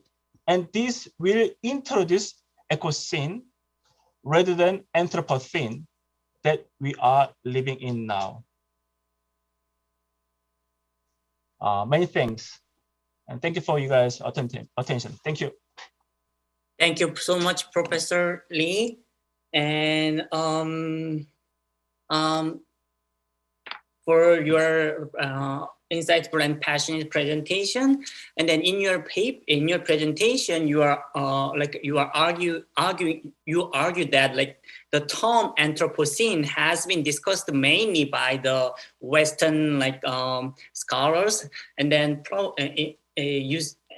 you propose that the Latin America is should be the center of thinking of ecological issues, and that and then Brazil has a very not Brazil, Amazon is playing a very important role with the double positions, I think. And then first is the kind of it can be the weakness of historical ecocide, or including deforestation, and then commodification of nature. But on the other hand, it could be Amazon could be another like the place where we can rethink the notion of like ecology, and then the meaning of like environmentalism, like as a kind of like possible or alternative place of recovering like the relationship and then the world.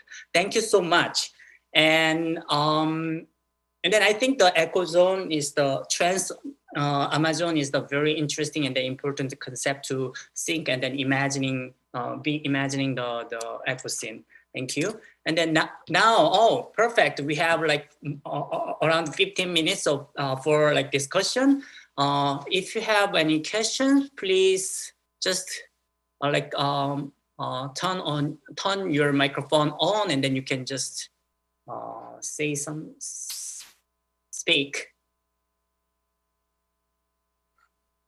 Any questions or any comment? Okay, let me go back to the first comment, and then Professor Jackson left a comment like, good to see Val Plomo's work reviewed, pondering the idea of the Anthropocene. Thank you for your presentation, Jiun. That's it. Okay.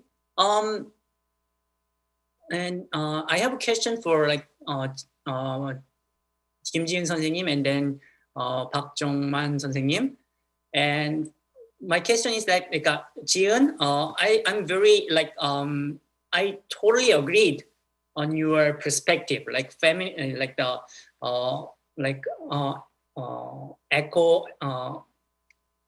ecological thinking and feminism have a lot of in common.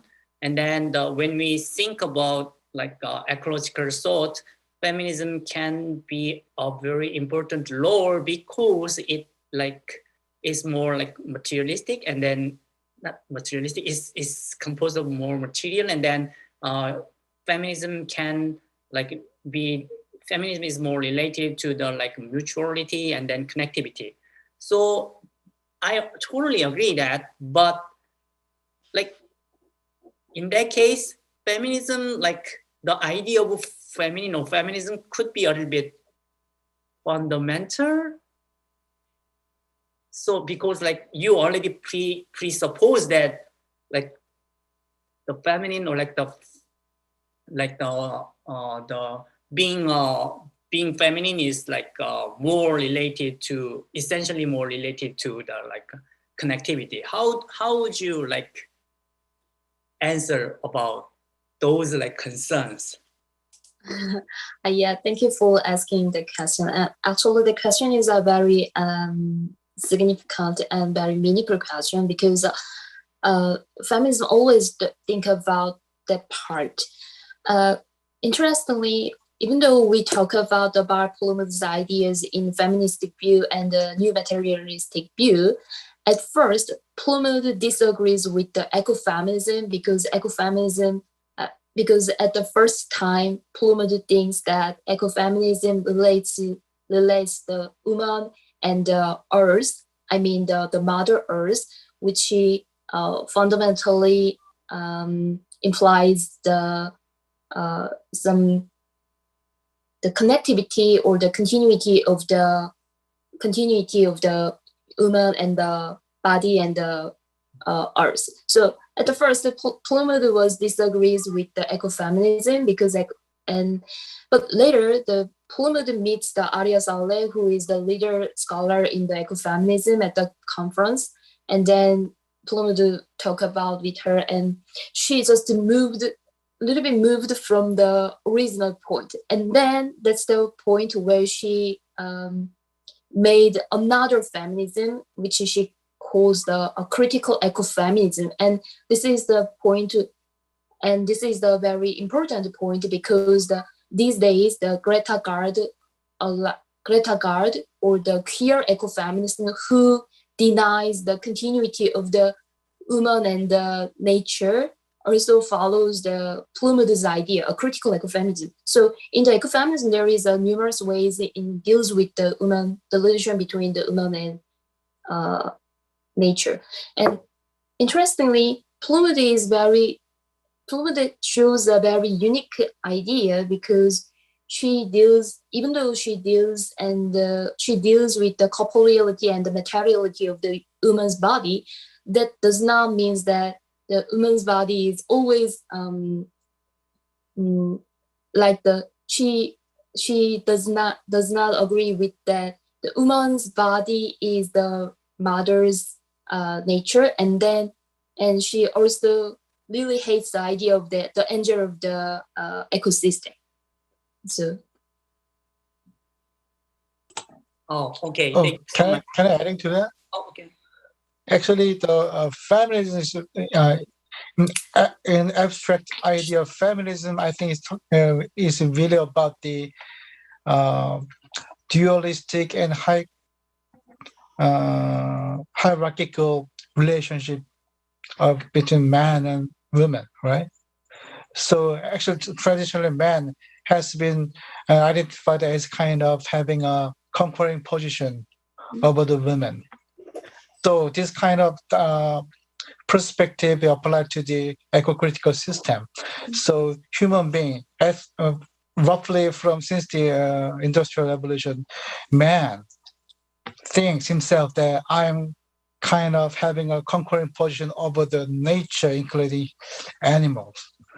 So in this case, those kind of hierarchical and dualist system, and this process really have a analogical shape of the feminism process: man over male over the female, man over the nature system. So you talk about the Plummet's word, human body, Jewish myth. And this cartoon really kind of final strong punch to the punch as a criticism on the traditional shape of the man-centered perspective, male-centered perspective. In this term, eco-criticism is really connected to the feminism study, I think.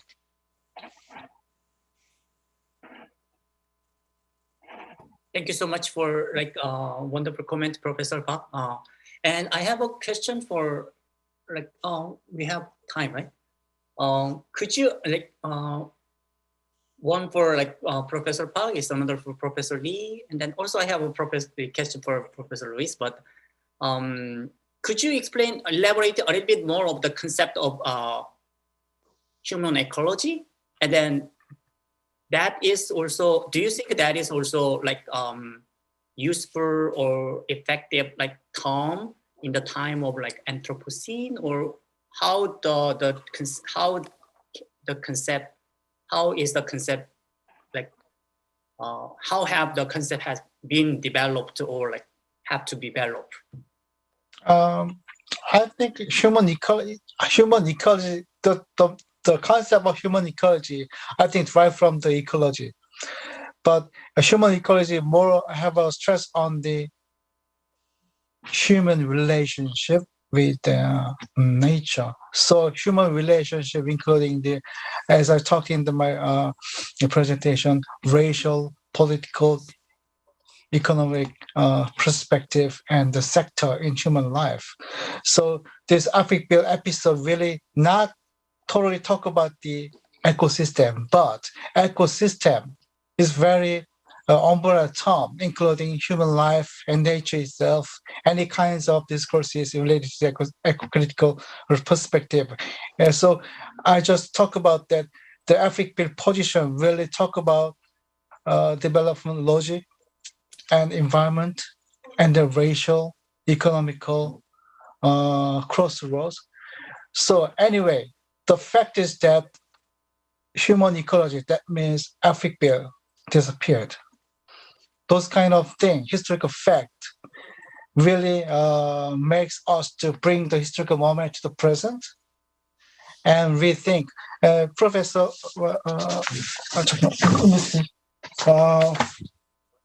Professor Lee Tae-hyuk says the ecosystem is kind of reflection, right? Bring something in the past to the present. And we have a chance to rethink about our situation we face right now. In this time, I will totally agree to Professor Lee's perspective, very reflection, rethinking about. So ecologism kind of, technically space for eco thing, but also common grounds to think about the eco thing, right?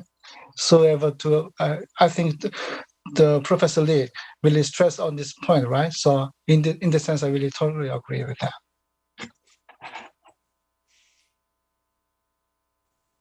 Okay, thank you so much. And then we have like 8 minutes, and then one question is for like Professor Lee. And then could you tell us a little bit about like not positive, but like positive, like political and ecological implication of Amazon, like in terms of like trans Amazon, because you like the main part you pay too much attention to on the like deforestation and then like commodification of the nature in Amazon, but you did not. You just implied a little bit about the other like function. And then Professor Ruiz, are you there?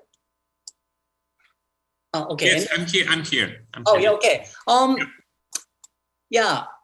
My last question is for like Professor Ruiz, and then how can we deal with this like this time of crisis? Do you have? I mean, I'm not asking the whole like solution from you, but like, do you have? Can you give us a little bit of idea of like to go? Yes, through? sure. Yeah. Okay. The first, Professor Lee. Yeah, thank you. Thank you so much for your questions, and also some comments from the Professor Jeong-Nam Park, and also I got some comments personally from other audience. So I was chatting with the issue to with the other audience. So back into thinking about the positive way of thinking about the Amazon as a way to save Amazon is saving the planet. And in fact, actually, I wasn't able to stress out that the possibility in terms of the so-called positive way of really thinking how to apply to the trans-Amazon, to the ecosystem. I was in the sense that actually last September, there was a particularly international solidarity against the deforations in the Amazon between the NGOs, ING, right? International non-government, pan-international NGOs and local Amazon organizations, and they are getting together and then they declare that Amazon Day, Amazon Week, Global Amazon Week. So that is the way that the Amazon is bringing to the table to the international community to show that if you really save the Amazon, that is very good signal that the planet is able to be saved. So in that way, I was thinking that the Amazon is the platform or a key reference in figuring out the climate crisis so-called era. So in the sense that the Amazon is very key factors. So that's why I was emphasizing the Amazon as a whole. Thank you. Thank you so much, Professor Lee. I can just read the comment from like Professor Jackson, where we see ecocide, we see genocide and abuse and violence toward women, children, and animals. The human co-violations go hand in hand with harm to the nature. I appreciate Professor Park's inclusion of bodies of color, especially African bodies, being considered as less than human, or in other words, close to the earth. We have a dominance of this thinking that is embedded in the language we use. It remains to this day as a loss and damages are considered in global climate changing fora. Okay, thank you for all of your presentation. The recordings manuscript will be valuable resource for my students and college. Thank you. And then we can close our session with the last comment from Professor Ruiz. Yeah. Thank you so much. My point of view about Korea. Now from globalization, we move to desglobalization. What is the meaning of desglobalization? Nationalism and national interest. Now, Korea and all the countries need to become more close because you cannot bring tourists. You cannot expose your country to another countries bring the COVID-19. My advice to you is you need to have food security. Food security is very crucial. I know the Korean diet very well. And you need to be worried about the vegetables and environment issues involved with agriculture. Korea need to move a little more to agriculture than industrial. Your countries have a lot of industry, Samsung, Kia groups, and etc.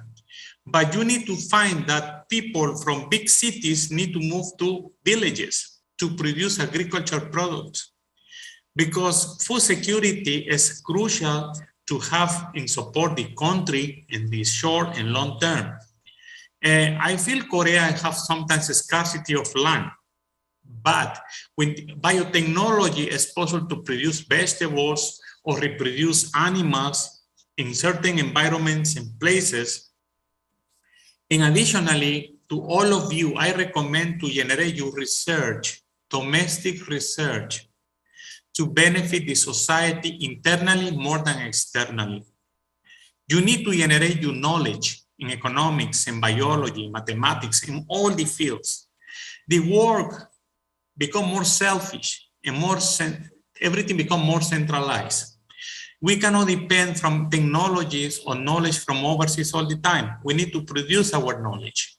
Knowledge is not books or publications in journals. Knowledge is what we are doing now, expose ideas and trying to apply in the real world.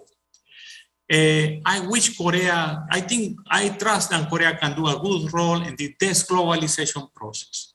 And for example, in gender, agriculture, technology, environment, we have so much to do, especially academics. Academics, we cannot be the classic academics of teaching documents from United States or Europe, books or journals or papers. We need to generate our knowledge. I encourage you, go out of the box. You can do it. And I believe that Korea have long way with COVID-19. Not look out, look in. You have so many things to work together, and I encourage you to unify efforts and knowledge to generate a better Korea. That's all. Thank you, Kamsahamnida. Thank you so much to all of you. God bless Korea, and I expect to see in the future in one more conference or seminar. Thank you so much. Thank you so much, Professor Luis, and thank you so much all of my presenters. It was wonderful, discussion time. And okay, so it's already 2, and then another session is is ready to go. So thank you so much. Thank you. Bye bye. Muchas gracias. 감사합니다. Muchas gracias a todos. Chao. 네, 다음 사회 보시는 분이 계시겠죠?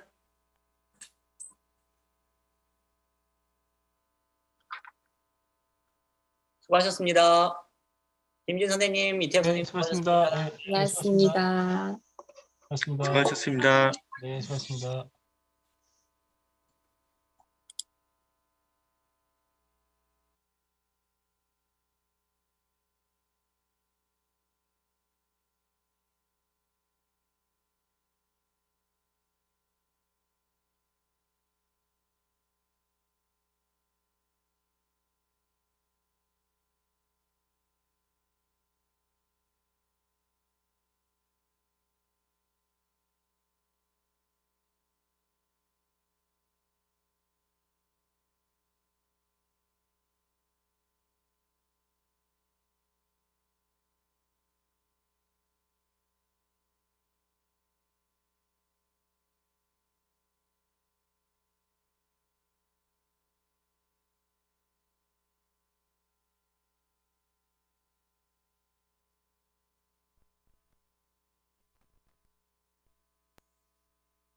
A second session.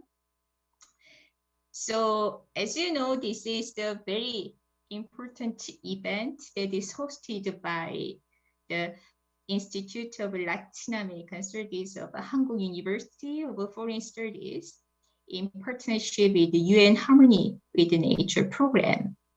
So I am very honored to moderate this session. My name is Kang Jeongwon, and I am working as an invited professor of Seongkyungwan University. So this session, the subject is basically on the relationship between human and nature, but from very diverse perspectives. So today, in this session, we will have three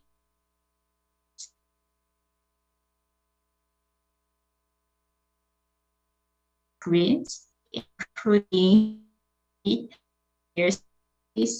and so the research topics of this session encompass a broad spectrum of time and space. As for the temporal background, it runs a long time span from the pre-Columbian epoch to the present day.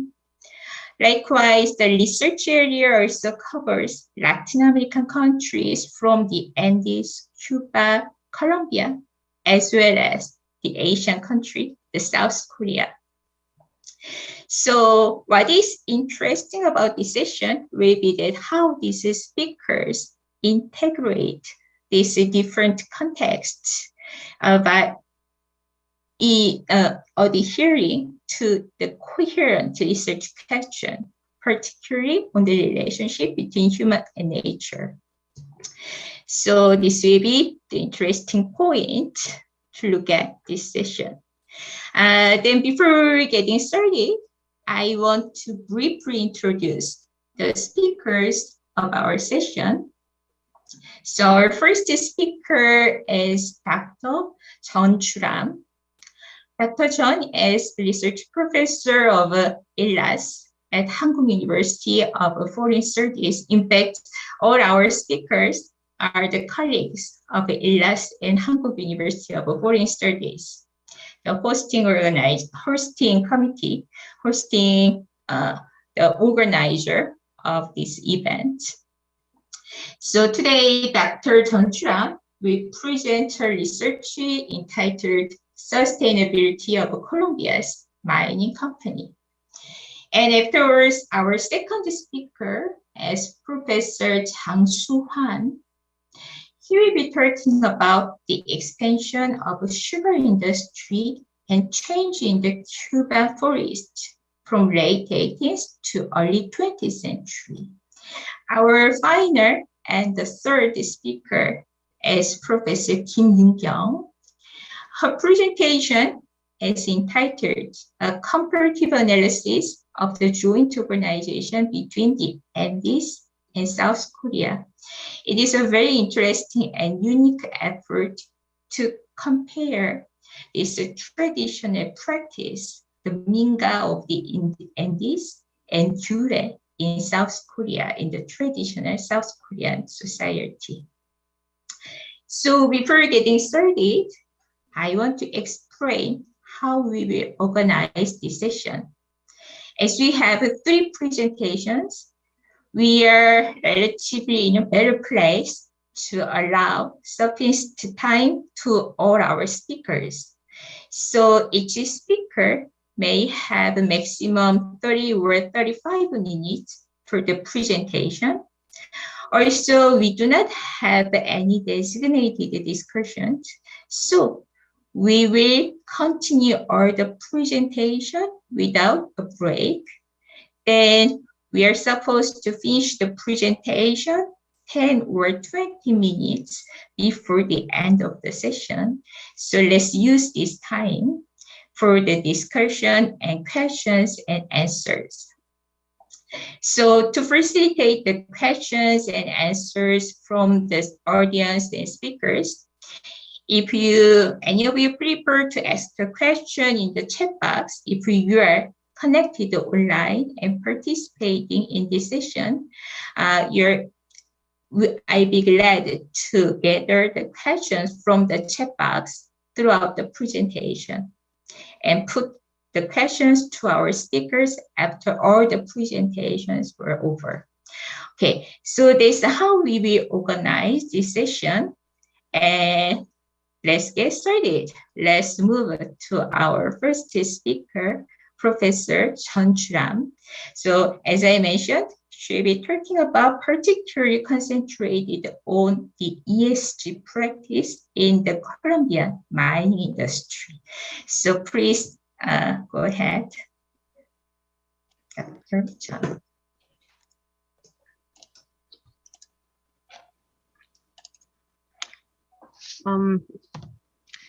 Good afternoon. My name is Jeonju Ram, and thank you for the opportunity to present in this very important conference. And first, I ask for your understanding, because actually I was very eager to prepare this presentation as good as possible, but as the moderator mentioned, I was too busy to organizing this conference. I don't know if that's an excuse, but please understand me. And so the ideas are in like just starting point.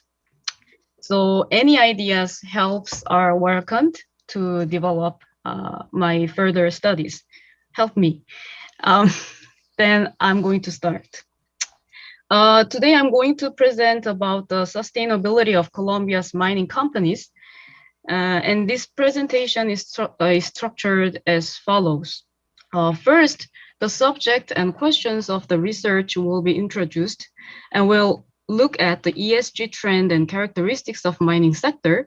And we're going to look into the ESG and their pursuit of sustainability in mining sector, and concluding with simple implications. This is the graph of the Colombia's economic growth. Between 2000 and 2019, the economy of Colombia grew consistently. In 2009, the growth rate dropped with the international financial crisis, but Colombia rapidly overcame, showing dramatic growth just 1 year after the crisis. The economic growth trend is particularly positive in comparison with the trend of Latin America and the Caribbean as a whole. And Colombia officially became an OECD member in 2020, and it is one of the most biodiverse countries in the world, hosting close to 10% of planet's biodiversity.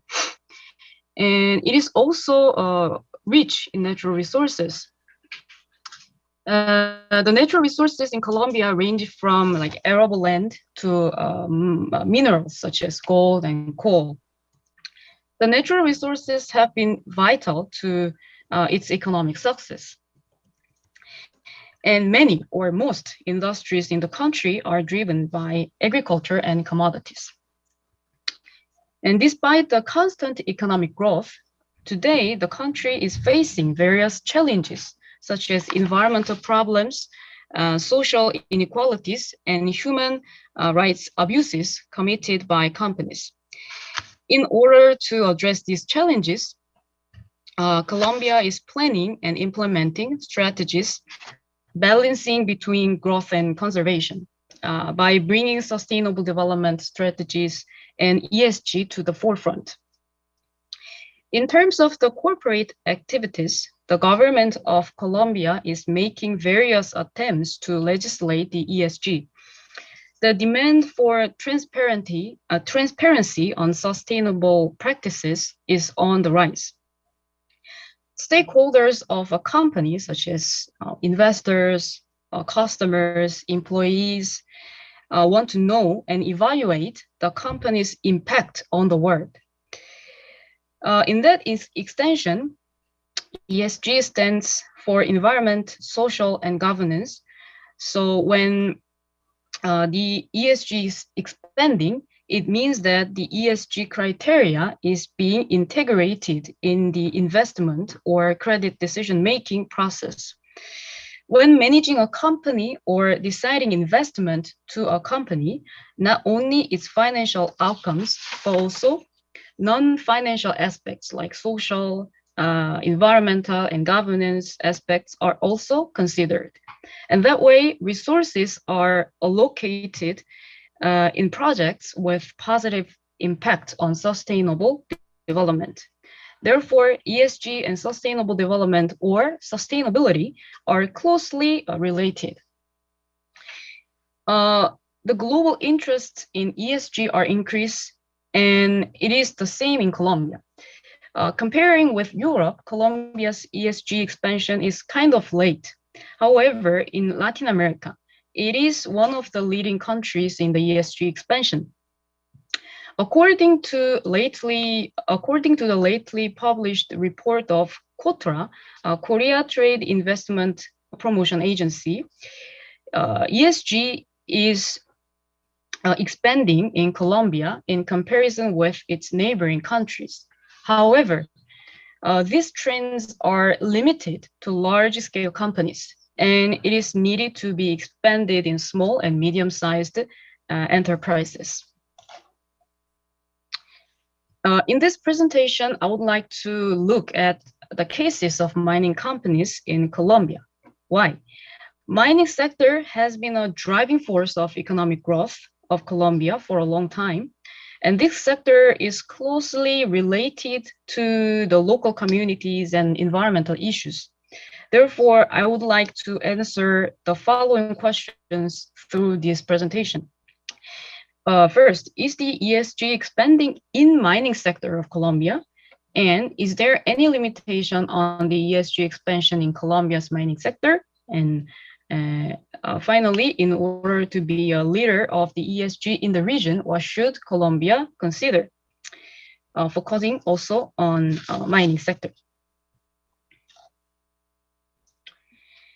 In Colombia, there is not a specific obligation to strengthen the ESG practices. However, companies are subject to environmental and social obligations by regulations in each sector.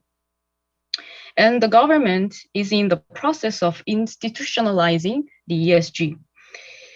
In terms of sustainable finance, the significant movement was made by financial companies.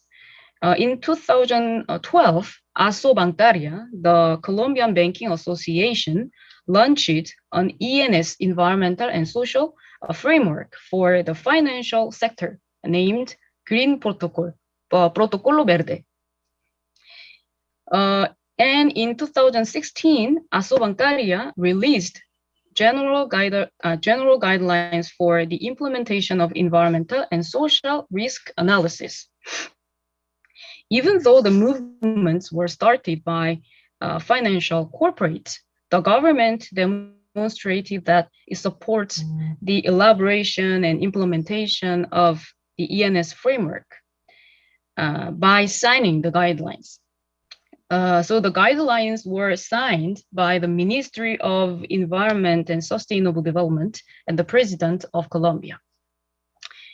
And in 2020, the Financial Superintendence of Colombia published a good practice guide for issuing green bonds. And this guidance simplifies the issuance framework for green bonds and makes their authorization and supervision more efficient. Based on this movement, Colombia has issued green, social, and sustainable bonds. At the moment, the green bonds take more than half of these bonds. However, issuance of social and sustainable bonds are also increasing. In September of 2021, Colombia issued the first sovereign green bond in the local market. Also, Colombia developed the national green taxonomy, Taxonomía Verde, since 2019 and launched it in last year. The taxonomy is a classification system for economic activities and assets with contributions to the achievement of environmental objectives. It facilitates the identification of projects with environmental objectives and develops green capital markets. The taxonomy of Colombia consists of environmental objectives like climate change mitigation, climate change adaptation, conservation of ecosystems and biodiversity, water management, soil management, circular economy, and pollution prevention and control. Non-financial reporting directive is about the requirements for companies to disclose information on the way they operate and manage the non-financial factors like social and environmental aspects. This helps stakeholders to evaluate non-financial performance of companies. The Colombian Stock Exchange published the guide for the preparation of sustainability reports for issuers in Colombia with Global Reporting Initiatives, GRI. It seeks to meet the growing demands for transparent and accountable sustainability performance as good practice, and to provide guidelines for the use of that information by part of the investors. And Colombia has recently launched the Sustainable Development Goals Corporate Tracker. It is an initiative that measures and reports the contribution of the private sector to the SDGs. It has an online platform that collects data in a standardized method, like GRI. And Colombia has taken important steps in recent years to set high standards of responsible business conduct. In 2011, Colombia adhered to the Declaration of International Investment and Multinational Enterprises. Colombia pledges its support for an open environment for international investors and encourages responsible investment by multinational companies as a means to promote prosperity and growth. And Colombia established the National Contact Point, NCP, in 2021 as an instance for its implementation. Colombia also adhered to the Council recommendation on the OECD due diligence guidance for responsible supply chains of minerals from conflict-affected and the OECD due diligence for responsible supply chains in the garment and footwear sector. From now on, we're going to focus on mining sector in Colombia and their pursuit of sustainability by ESG strategies. The reason I focus on mining sector is because the sector has contributed to the country's economic growth. But at the same time, it is strongly related to the environmental and social challenges of the country. Natural resources, especially mining products, have contributed to Colombia's economic growth significantly. The Colombian economy is supported for the most part by services, like 64% of GDP, and industry, about 30% of GDP, and mainly from mining-related activities, and agriculture, representing 7% of GDP. In 2019, here we have minerals, mineral fuels, mineral oils, and products of their distillation take more than 55% of the country's total exports. And agriculture, the yellow part, and precious metals also are important export products of Colombia. Colombia's mining sector is characterized by widespread informality. A census revealed that 72% of all mining operations in Colombia are classed as artisanal and small scale mining, ASM, called ASM, and 63%. In this case, informality means that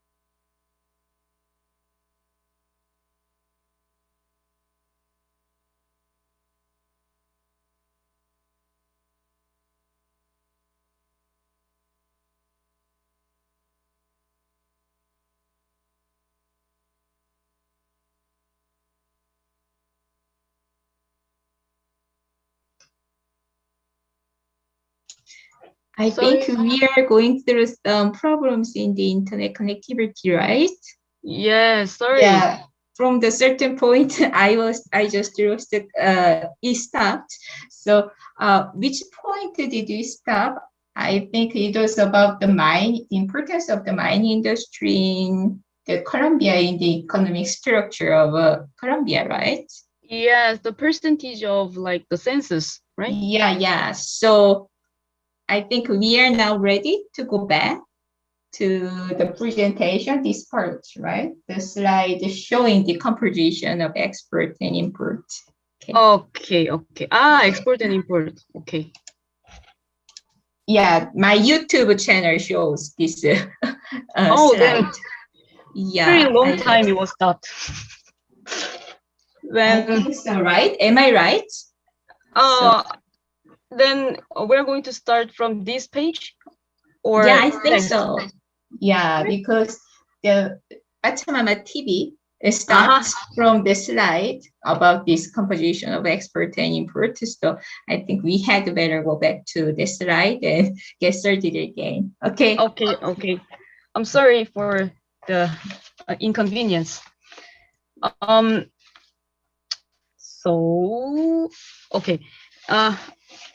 I showed this composition of exports of Colombia. In 2019, mineral fuels, mineral oils, and products of their distillation take more than like 55% of the country's total exports. And the yellow part is the about the agriculture. So agriculture, and the purple, the precious metals, are also important export products of Colombia. And Colombia's mining sector is characterized by widespread informality. A census revealed that 72% of all mining operations in Colombia are classed as artisanal and small-scale mining. And 63% are informal. Here, informal means they lack a legal mining concession or a title. And large-scale mining comprises only 1% of operations. And about 80% of miners in Colombian in Colombia depend directly on artisanal and small mining and medium-scale mining for their income. The mining sector is related to some environmental and social problems, such as high levels of mercury and hazardous other chemicals, and human rights violations in mining regions, and expansion of criminal mining operations by illegal armed groups. Among many mining products, I'm going to focus on gold. Why?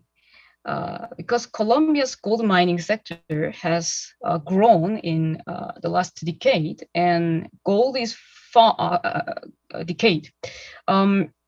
gold is found in 44% of Colombia's departments, and the departments Antioquia and Choco produce most of the country's gold.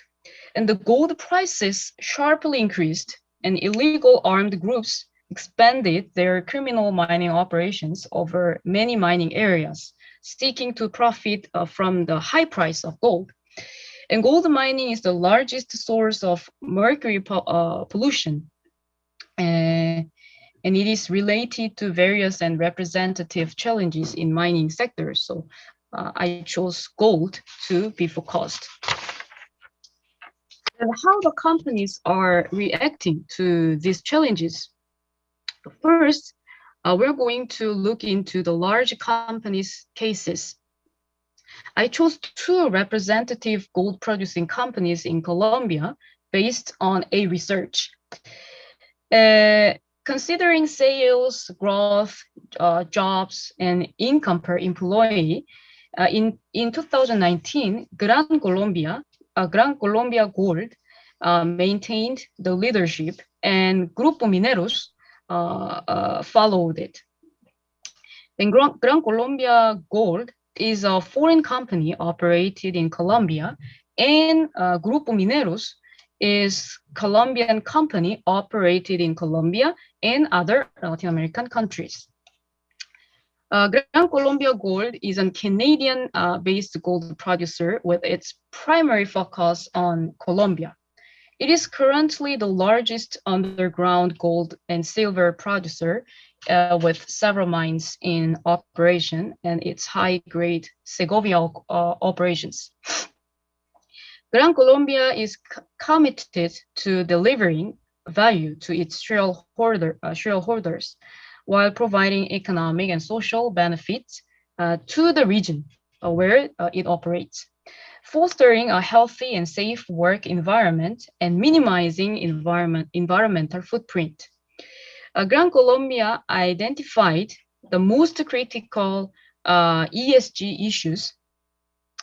So here we have the 3 pillars and the priorities that the companies chose as key ESG focus areas. In environmental pillar, the company protects the land in which they carry out their operations and secure social and operational license to operate. Key areas are tailings and waste, water management, biodiversity, and climate change and energy. In social pillar, it ensures their people and communities remain safe and shares the economic benefits. Key areas are health and safety, small-scale mining supply chain, and community relations. In governance pillar, it makes effort to be transparent in how they operate. It is very important to investors and other important stakeholders. And Grupo Mineros. Mineros entrepreneurial group is focusing on the extraction of gold and other precious metals. Its headquarters is located in Medellin, Colombia. The company works with the commitment to implement sustainable use process for minerals through methods that contribute to the protection of the environment, the well-being of all stakeholders, and the economic and social development of the regions where they operate. The major objective of the group is for the well-being of all. And here I organized some corporate policies, and the policies are like focusing on comprehensive management, risk management, environmental protection, job creation, human rights, sustainability, like exactly like ESG parts. Then how about artisanal and small-scale mining? Artisanal and small-scale mining is traditionally defined as low-tech, manually driven, and labor-intensive activity with a low degree of mechanization and initial investment. Then are the small mining companies also addressing various problems properly? It seems not. Most artisanal and small-scale mining in Colombia is conducted informally, and they are facing environmental and social challenges. Low levels of environmental and safety awareness are a characteristic feature of this type of mining. Artisanal and small mining is minimally regulated and poorly organized and contributes to mercury or other chemical pollution. And this type of chemical waste generated by mining pollutes water bodies and also affects the food chain due to the biochemical accumulation of like chemicals, mercury in aquatic organisms. The expansion of the area of operations and the sudden migration to mining areas generate deforestation. And ASM generates widespread degradation of different types of ecosystems and potentially arable land. In social aspects, Colombia has complex history with the confluence of the armed conflict, drug trafficking, and illegal mining in the same scenario. Gold is an interchangeable resource in the financing portfolio of illegal armed groups in place of drugs. Why? Because people are not penalized for production of gold, and gold is a tradable asset with a fixed and competitive price. In some cases, the illegal armed groups decide to increase the profits from extraction using the communities as labor for the exploitation of gold. And the illegal mining related to this strategic decision cause a statistically significant increase in homicide rates and the number of victims in massacres by illegal armed groups.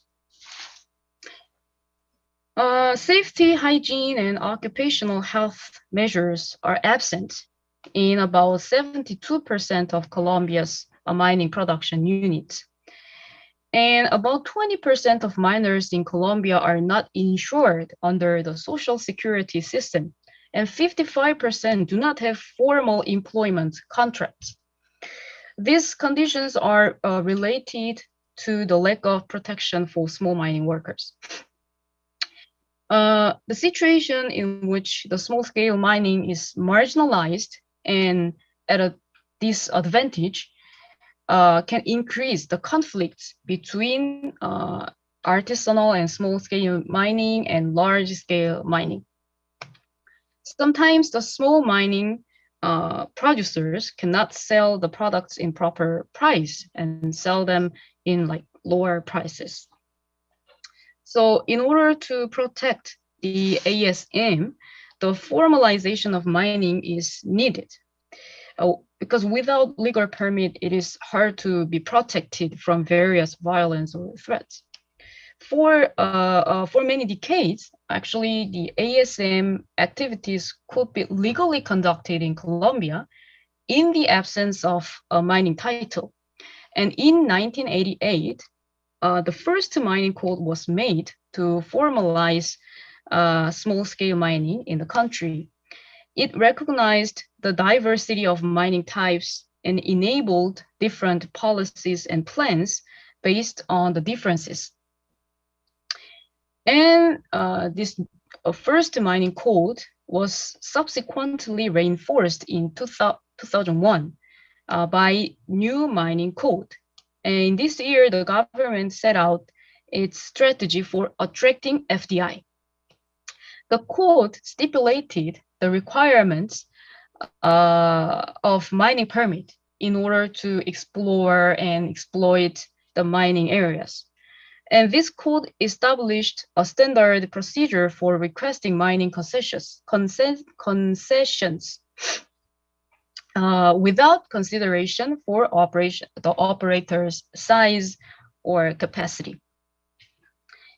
And so the 2001, the new mining code created an asymmetric scenario for granting mining concessions, prioritizing large-scale mining companies, while leaving the different needs of artisanal, small-scale, and medium-scale miners unrecognized by law. Exploration and mining concessions have been granted to large-scale mining, and it undermines the rights of traditional informal miners. This has fueled conflict between artisanal and small-scale mining and large-scale mining. So ASM has faced various challenges in formalization. The conditions for obtaining mining title laid down in the mining code are very stringent and are often out of reach for traditional communities. These communities are often characterized by low educational level, high rates of poverty, and sometimes they cannot meet their basic needs. And the presence of state institutions is minimal. Also, sometimes the miners who have worked in the mining area traditionally don't have sufficient awareness about the needs of formalization, and the cost for formalization is burdensome for ASM miners. When the mining authorities in Colombia began creating concession contracts with large mining companies from 2001, they neglected or overlooked communities that depended on subsistence mining for their livelihoods. However, these days, after experimenting the failure in formalization of ASM, a differentiated approach toward ASM was developed and is developing. It focuses on the creation of enduring legal, economic, and social conditions that facilitate the legalization of small-scale mining, like access to funding, introduction of technology, training, etc. I think it is a kind of good change. In conclusion, we started the presentation with the questions.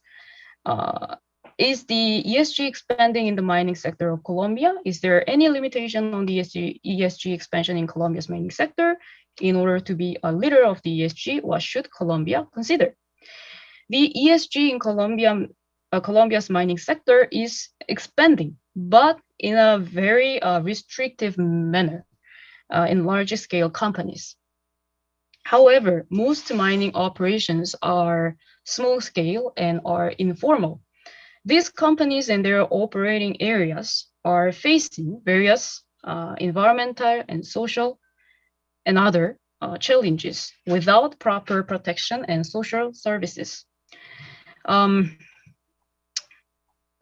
Colombia is enforcing strategies for sustainable development, not just focusing on economic growth, but also considering social and environmental development. However, economic profits are still more emphasized I think, at least in mining sector. In Colombia's mining sector, there is a prioritization of large-scale mining companies. Multinational companies and foreign investment are important for prosperity and economic growth, of course. In case of ESG, because the idea is directly related to investment, it is expanded naturally in large companies, which have capacity to follow up the changes. The large companies naturally react to the trend of ESG expansion for more investment. However, the prosperity and growth won't be sustainable if many other players, actually the majority, are marginalized. Government has made various laws, policies, initiatives to reduce environmental and social problems, pursuing sustainable development. And also Colombia might have burdened with international movements toward sustainable development. Colombia has made strong relationships with European countries, and I think the relationship can affect the strategies of the country.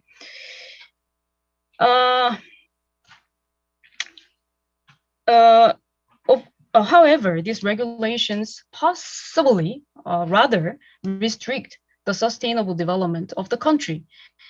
Of course, policies for sustainable development are important, but I think Colombia needs to support the small businesses, like weaker players, to achieve sustainability by, for example, formalizing the activities and protecting the miners and communities from violence and crime. Policies and laws should accompany the measure to help small companies to fulfill the requirements and to recognize their needs. And that way, Colombia will achieve the real sustainable development in mining sector and being a leader in the expansion. Thank you. Thank you very much for this very interesting study. I think this research is especially very timely and very relevant in this moment when there is a growing awareness on ESG and sustainable development. Previously, it was more raised by the local community or academic scholars, but now we are witnessing, especially going through this pandemic, we are going through that the awareness is also being accepted in the business and financial sectors.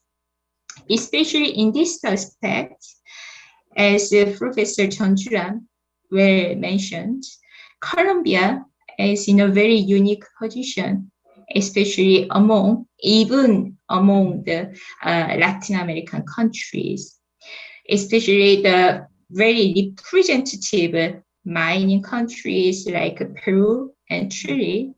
We know that their position is quite different from Colombia because Peru and Chile, most of the mining production is carried out by this open pit large mines operated by multinational corporations. So in this context, it is still complicated, but the local communities strongly demand the changes in and the better social practice to this producer. But in the case of Colombia, as the ASM or these artisanal small-scale minings comprise the large majority, I think that their interest or their interest of each stakeholders or the producers and the local communities are much more complicated and much more difficult to penalize or provide any incentive or penalties in relation to this regulation of ESG. Also, just like another Bolivia, the Bolivian case, the state has penetrated this mining industry, even though it is still very small scale and artisanal, but this federation, National Federation of Mining Corporated, have played very active roles.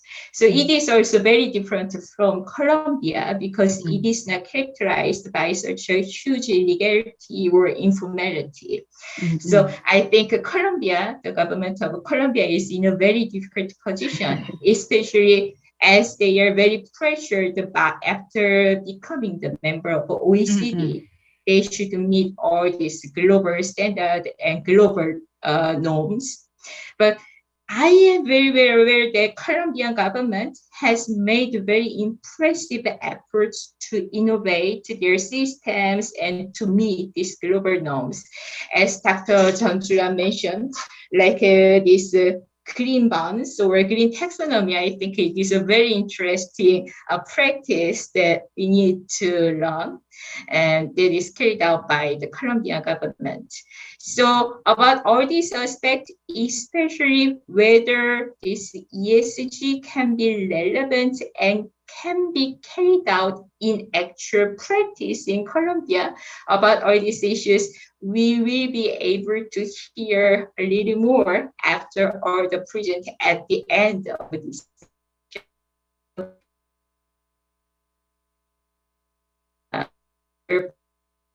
presentation. Then let's move to our second speaker. So our second speaker, next speaker is Professor Jang Soo-hwan. And Professor Jang Soo-hwan will place us to the past, the near past compared to our third speaker. So from the late 18th century to the early 20th century, the Cuban sugar industry and its impact on the forest distribution will be the subject of this second presentation. So please commence, Professor Jang.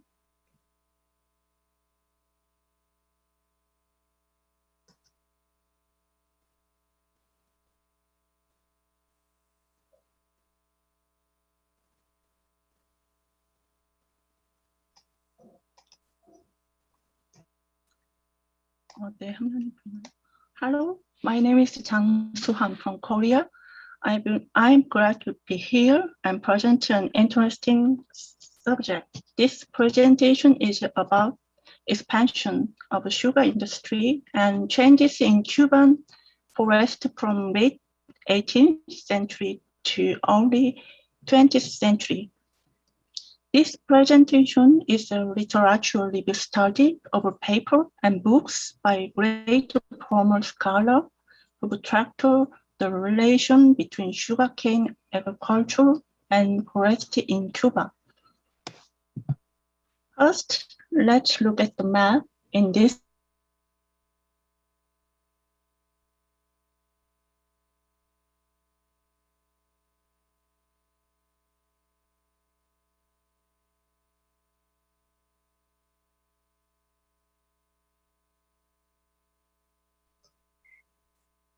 Excuse me, I cannot hear the presentation. Are you going through the same problems as other participants? Are you okay? It's a problem to hear. I'm sorry, probably it must have been my own problems, just I could not hear. I just worried whether the same connectivity problem you're going through. If everything's okay, I'm sorry. Just No. Yeah. Havana is capital city. I marked the orange with the orange star, and below that you see Guinness. And on the left side, Havana, you see province Pinar del Rio and Matanzas.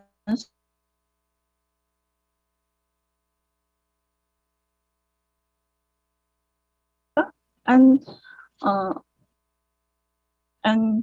when you're going down to the right of the map,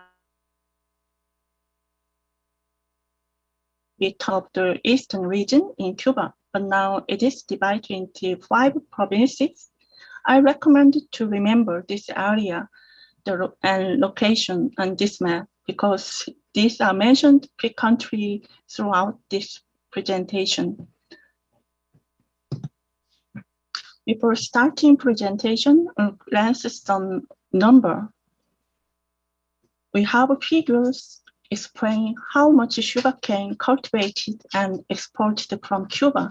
Number 1 shows the sugar production of the 50 year from 1750 to 1850, from 1750 to 1800, the product amount increased about 6 times, but from 1800 to 1850, it increased 10 times.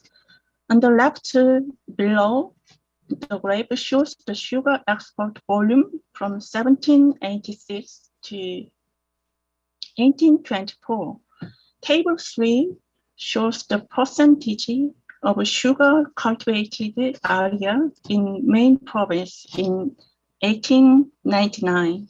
At the time, the province with the largest sugarcane planted area was Santa Clara, accounting for 42%. The second was Matanzas at 30%, and third is Oriente at 16.7%. However, the province with the Matanzas, you can see in this number, Matanzas and Santa Clara and Camagüey were the province with the highest sugar growing area in order. At that time, sugarcane was growing in 78% of Matanzas province and 71% of Santa Clara. In 1899, the sugarcane center was Santa Clara and Matanzas, which are slightly raised. You maybe remember Matanzas and Santa Clara, slightly western on the entire Cuban map, but east of Havana. It is interesting to compare the table we'll see in the next slide. In following table, the center sugarcane shipped eastern to Camagüey and Oriente.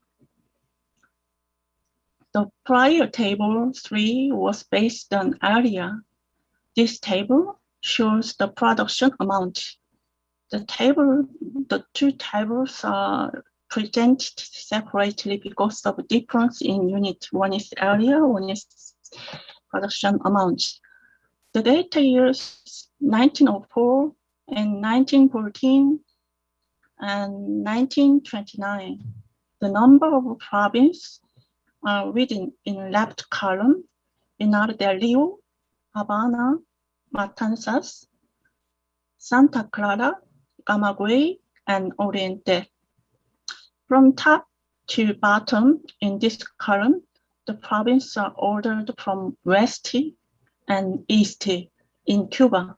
Among them, the westernmost province is Pinar del Rio and easternmost is Oriente. The figure in the table shows the sugarcane production amounts and its share of Cuba production. The highest production shows in red. In 1904, the highest production, 318,000 and 350,000 tons in Matanzas and Santa Clara, respectively. At the highest production value in 1914 were 716,000 tons and 620,000 tons in Santa Clara and Oriente, respectively. The highest production value in 1929 were 564,000 tons and 1,517,000 tons in Camagüey and Oriente, respectively. We guess that the highest production area had gradually moved to east in Cuba. The contents are composed of 4 sub-subjects. Chapter 1 is the research background and purpose. Chapter 2 is the growth factor of sugar production in Cuba. Chapter 3, acceleration of sugar industry. Here we'll talk about the forest law amendment by Spain lawyer in 1850 and rail network expansion and technology. Chapter 4 is about the deforestation in the Oriente. The Oriente was the easternmost province of Cuba until 1976. The term Oriente still used to refer to the eastern part of Cuba, which currently is divided into 5 provinces: Guama, Guantanamo, Holguín, Las Tunas, and Santiago de Cuba.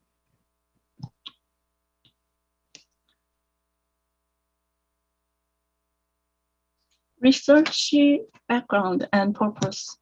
Throughout history, agriculture has changed the natural environment. In particular, the cultivation of single crops and agriculture for exchange have a great impact on nature.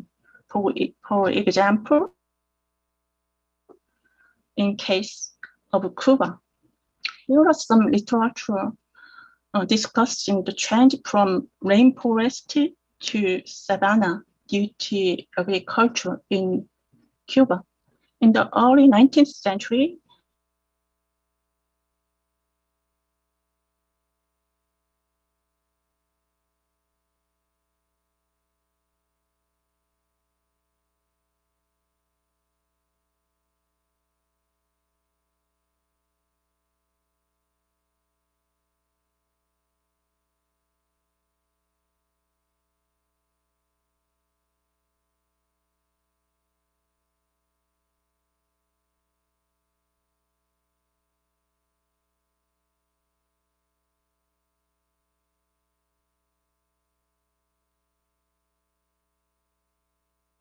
네. 장수환 선생님, 죄송합니다. 그 화면 공유하실 때 왼쪽 끝에 소리 공유까지 하셔야 소리가 들립니다.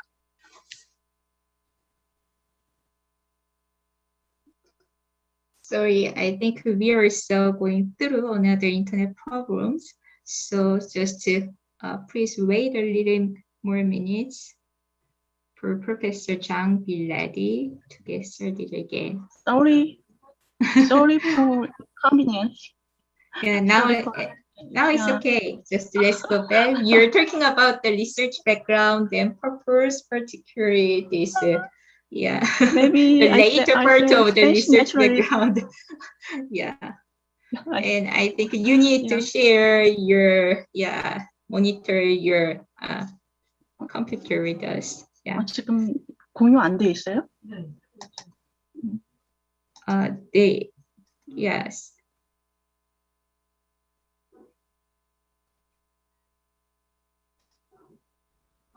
Okay. Oh yeah, now they're ready. But we have one green box. Did you see? 괜찮아요? 전체 화면이 안 보이는데 괜찮으신가요? Is it okay, everyone, to watch the full screen of Professor Zhang? Yeah.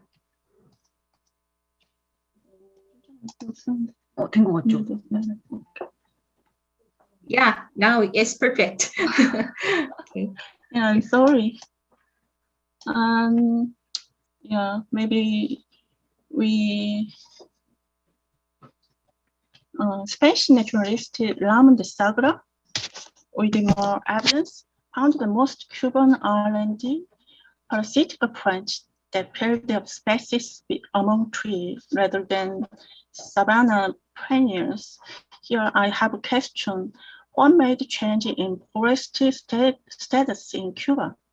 Here we focus on deforestation due to agriculture for commodity, especially sugar. There are several growth factors of sugar production in Cuba. Although these factors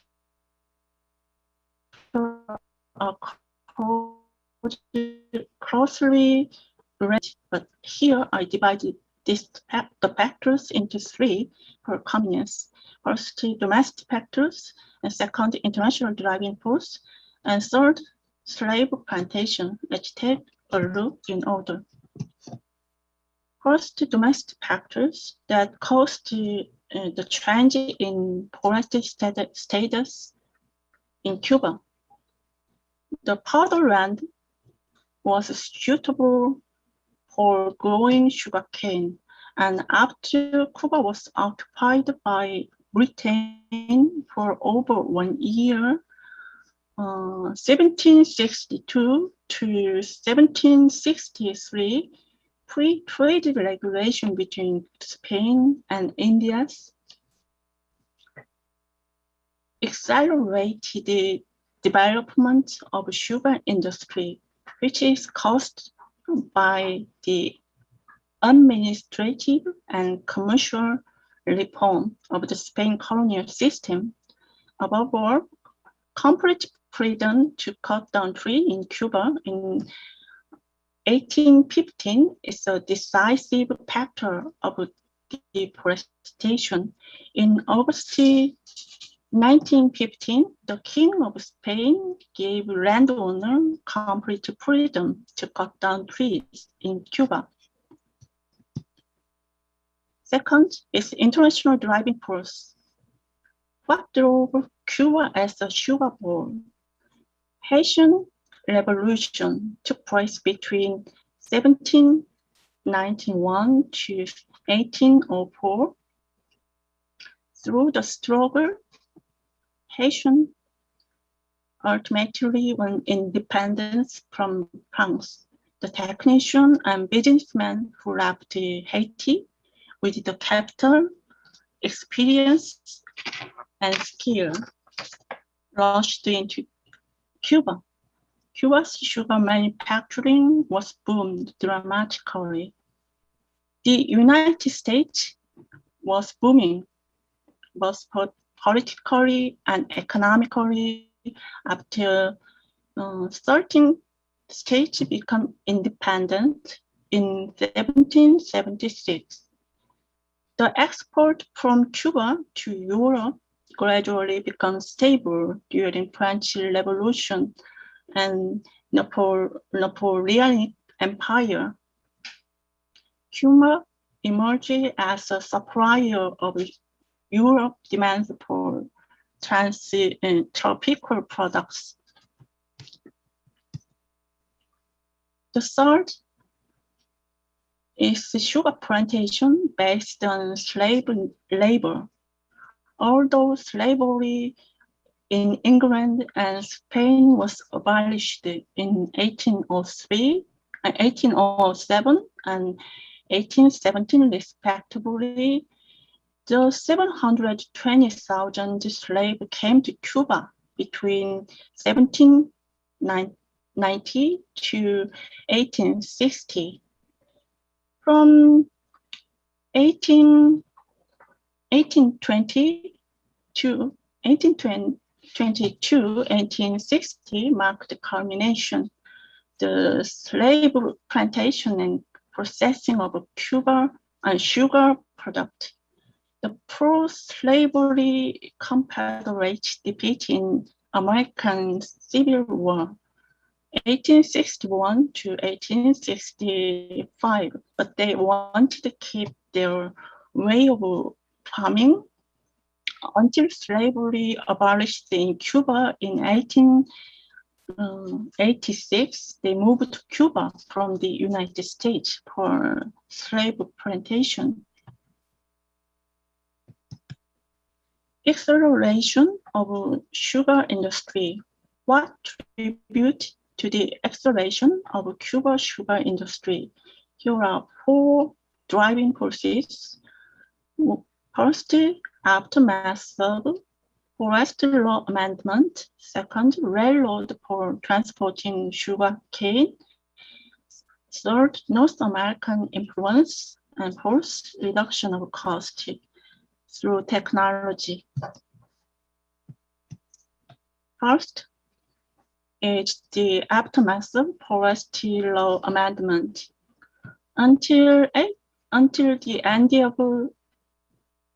of the 18th century, commercial agriculture was practiced in limited area under the decision of a Supreme Court. Cuba's sugar production is centered in the Havana and gradually expanding its radius around the main city and ports. In the end of 18th century, sugar agriculture gradually led to expansion of harvesting area. In August 1815, after long struggle with the Spain Royal Navy, the Spanish king granted property owner complete freedom to pile trees on their land. From that point on, sugar plantation grew unhindered. The dense forest was turned into a homogeneous land where sugar cane were cultivated. And a factory was built on place that used the surrounding tree for sugar processing. Railroads for transporting sugar cane.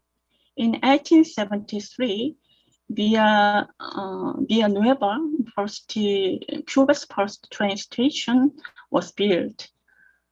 And railroad was built 1 kilometer section from Havana to Beca. It was a railroad to transport sugar cane from Guinea. By 1851, a total of 558 kilometers of railway had been extended. In the late 19th century, thanks to railroads, the sugar industry extended by far distance.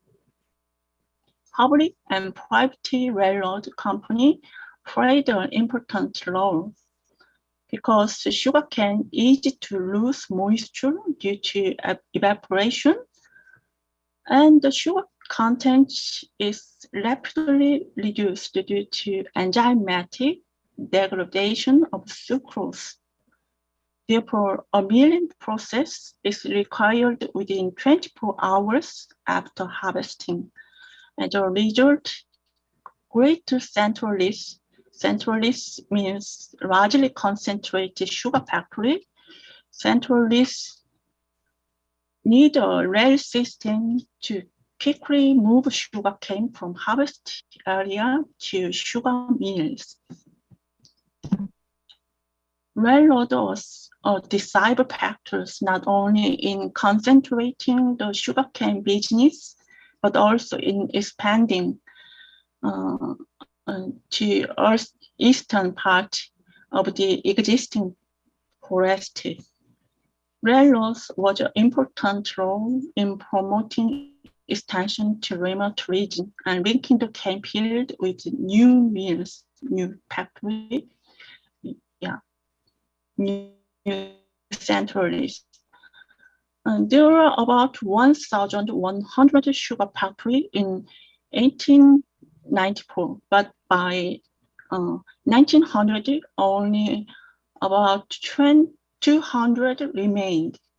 After 1898, the production amount increased sharply.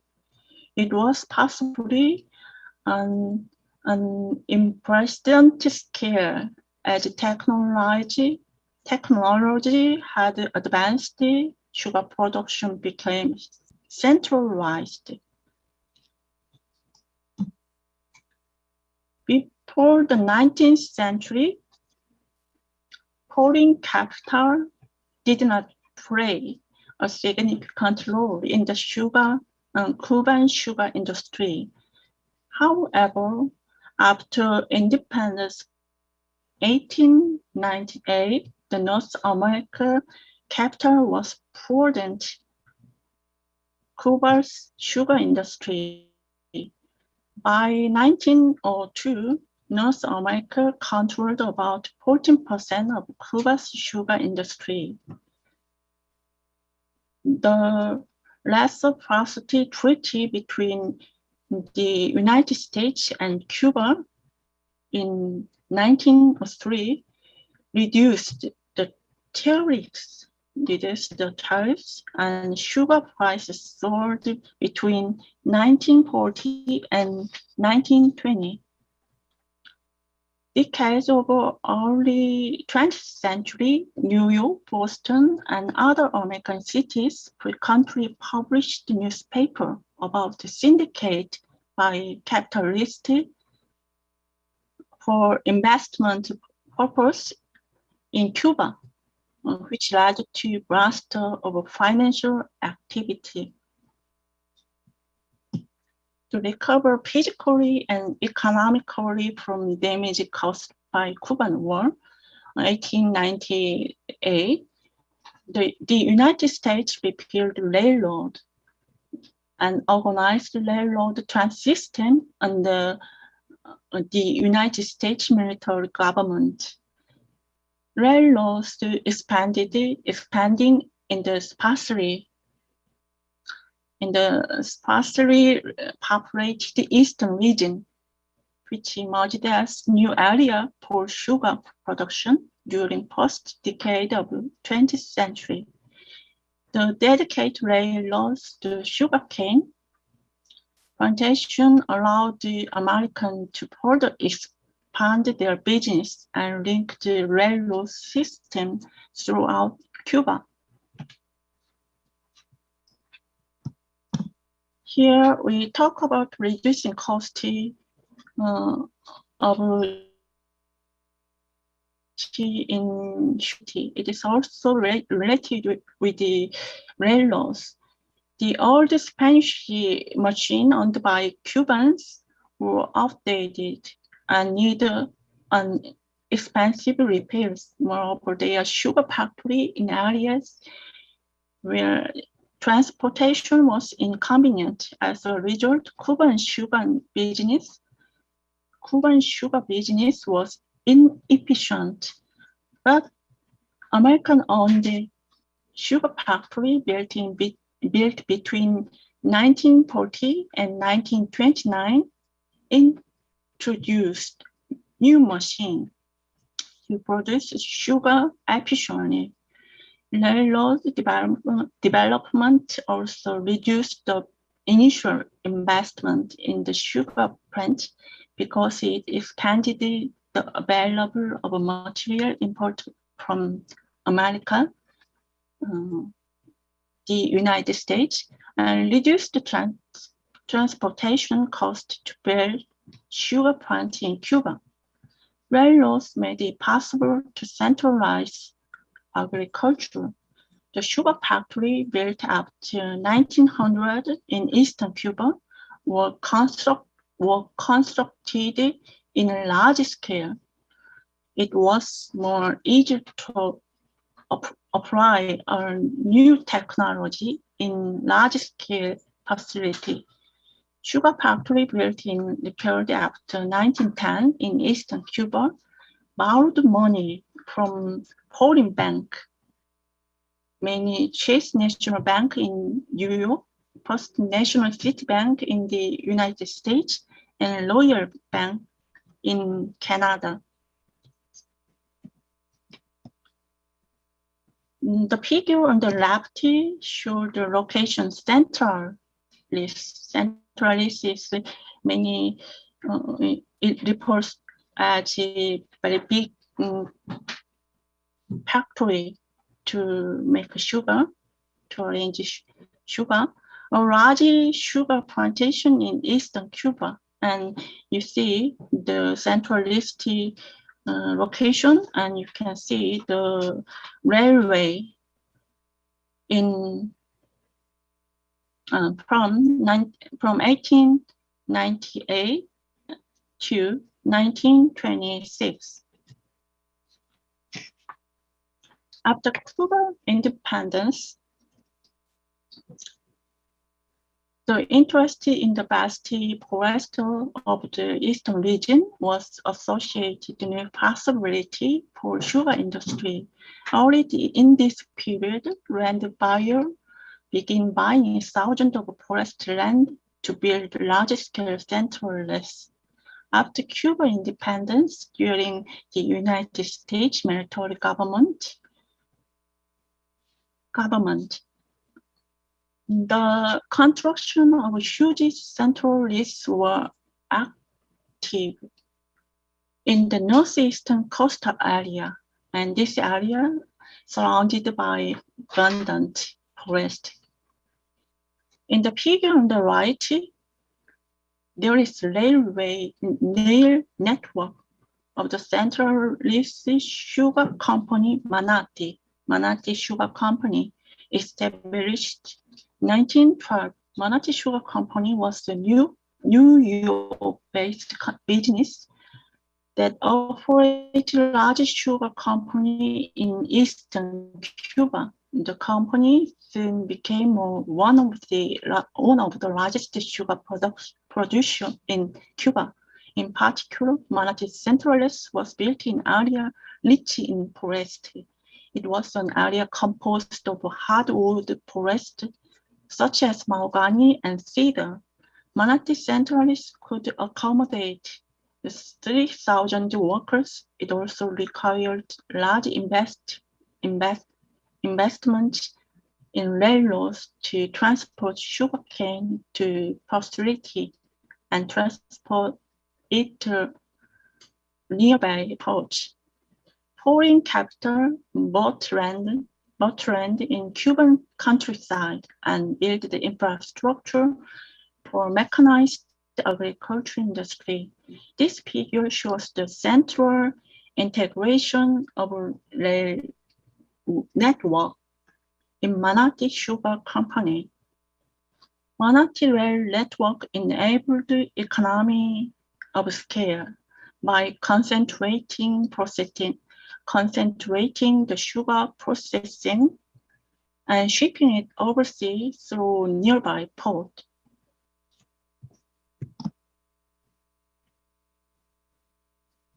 Until the early 20th century, there was still dense forest distribution in eastern part of Cuba. Self-sufficient livestock economy is common in that region, and the development of sugar industry only based on small sugarcane mills. According to 1899 statistics, both Puerto Príncipe and Santiago de Cuba covered 70% of their total area with hardwood forest. The figure or map was drawn by the United States in 1908 and shows the forest distribution in Camagüey and Oriente. Until then, this area was in dense forest. In the right, you see representative tree species near the coast of in Camagüey. Mahogany, cedar,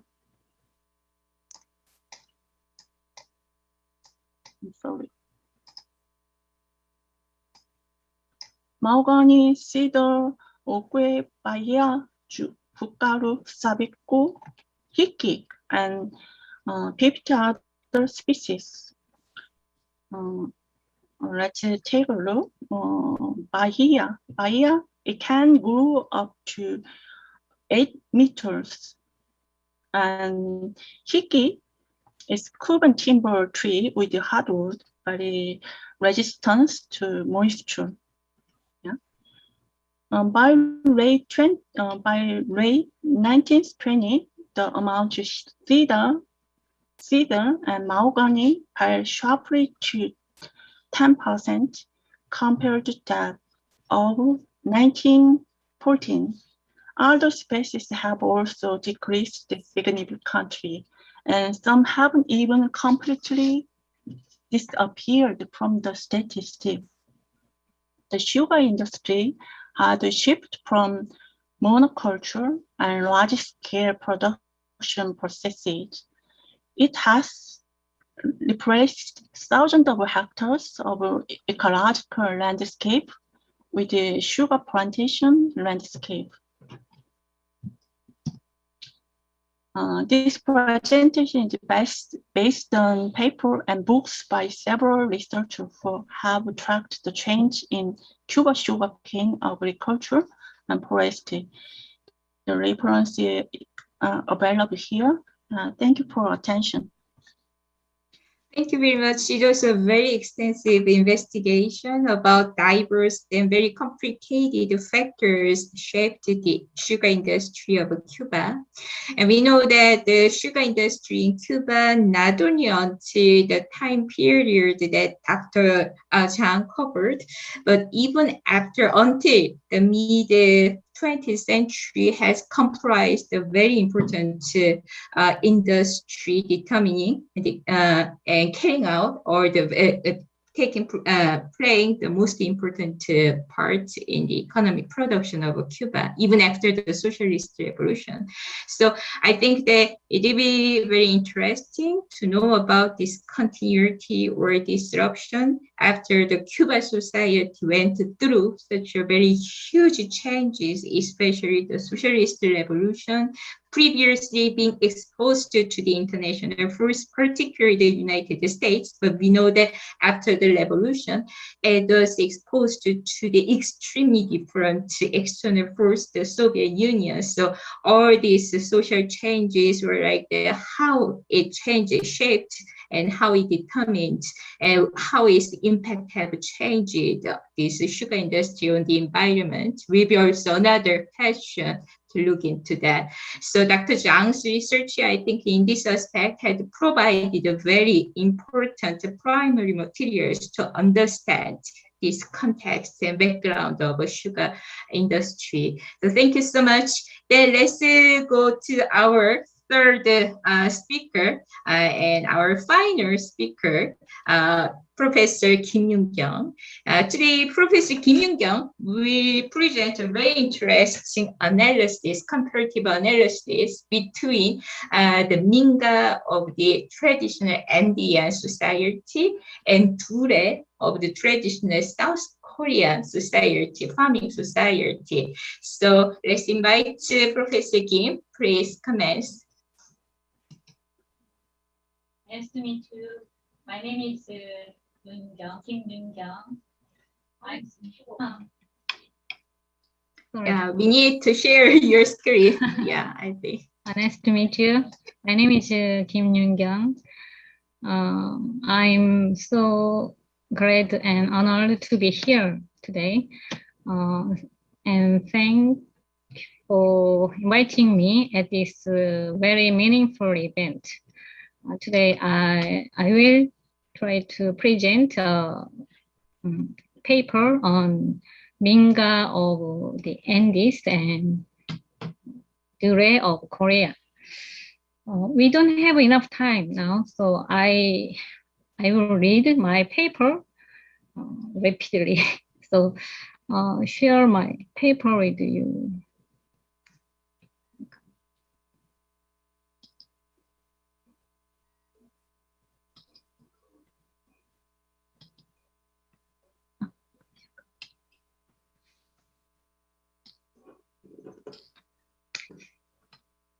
Okay. This is the title of my paper is a comparative analysis of the collective labor system between the Andes and Korea. focusing on Minga and Dure. Introduction. As the poster phrase of an exhibition, Climate Crisis, Act Now, suggests the climate crisis caused by global warming is one of the most serious problems humankind faces today. Therefore, all human beings now recognize the search for an alternative to the capitalist civilization that has destroyed nature and humanity. There is the transformation of civilization as the most important task. For this reason, the transition to an ecological civilization is more urgently required than ever for humankind. Unlike modern civilizations that allow humans to dominate and exploit nature, ecological civilization refers to a life and culture of mutual growth and circulation in which humans could harmonize with natural environment. In such a civilization, it is premised that humans, non-humans, and nature all have equal rights and coexist. One of the important things in the process of seeking for a transition to an ecological civilization is the communal culture. It is necessary to find alternative values and cultures in agricultural communities.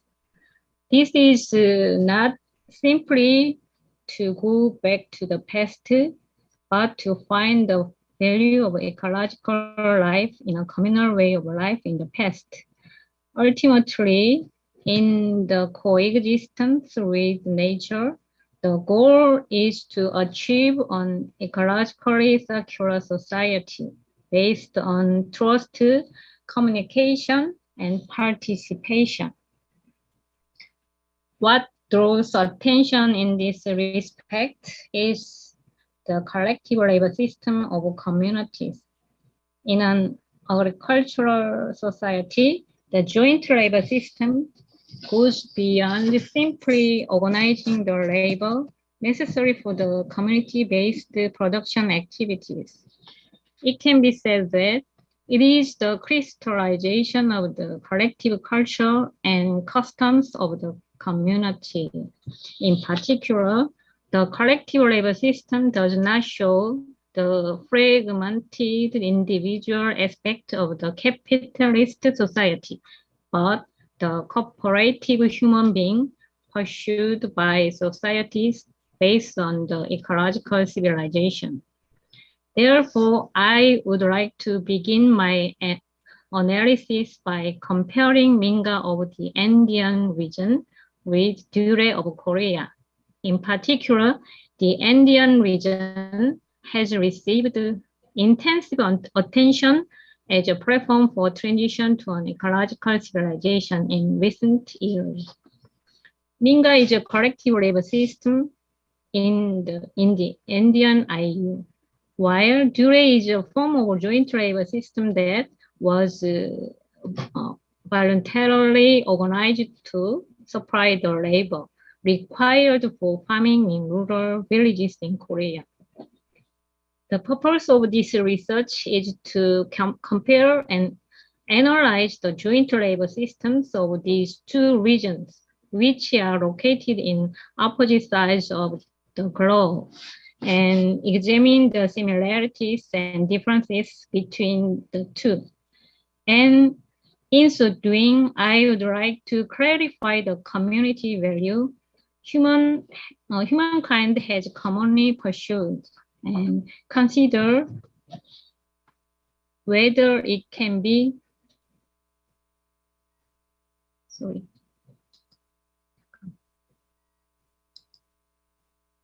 wait for a moment.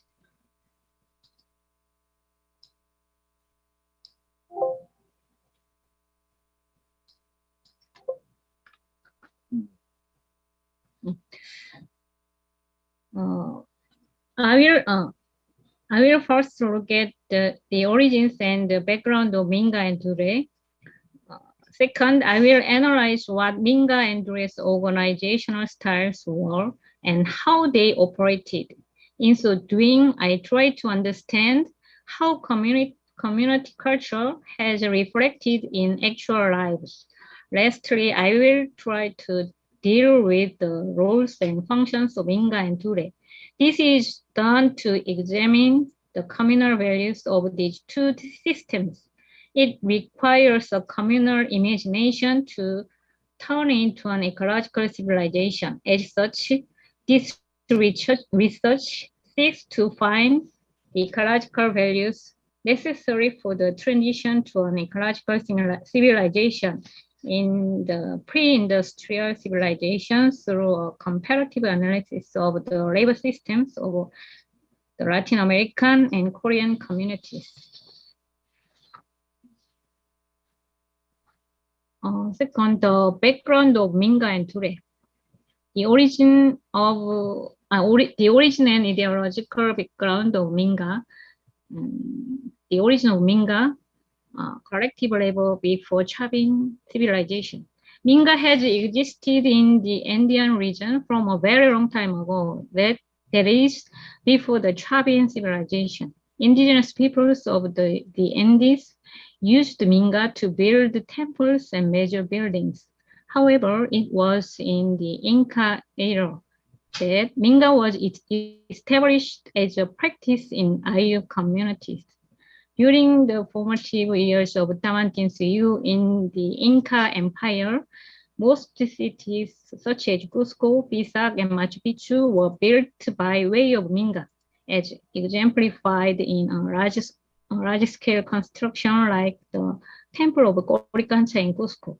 However, the reason why Minga was survived for such a long time was mainly due to the long-standing community called Ayu and the world view of the indigenous peoples.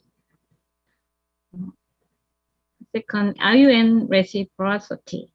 Ayu is the basic unit of Andean societies. It was a kin community in which the concept of kinship includes not only humans but also nature. The Andean perception that all beings such as humans, non-humans, and the supernatural are interconnected made Ayu a living community.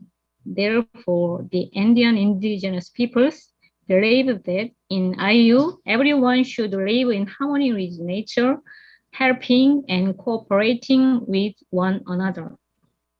This perception was originated from the cosmovision of the Andean people.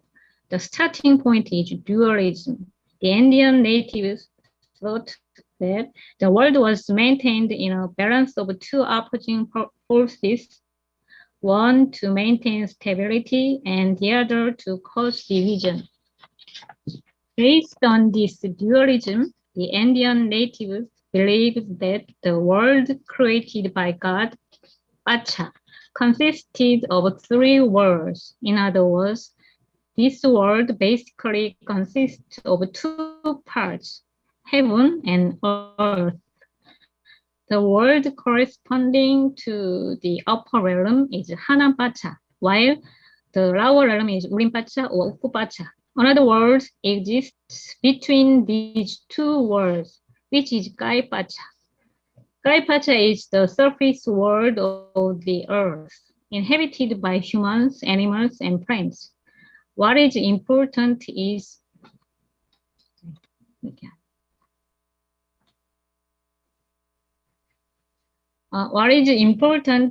here is their interconnected relationship. Each world cannot exist alone, but is connected to each other while opposing each other. The Indians believed that all beings, including gods, were imperfect and could not exist alone. So they had to build a relationship and coexist. In sum, they recognized all beings as beings of a relationship. Reciprocity is central to the Andean worldview. which is based on this relationship. The word for Andean reciprocity is Aini in Quechua. The Andeans thought that through Aini, they could exist more lively and live in harmony. What is paired with reciprocity is complementarity. The term for complementarity in the Andean worldview is Yanantin in Quechua.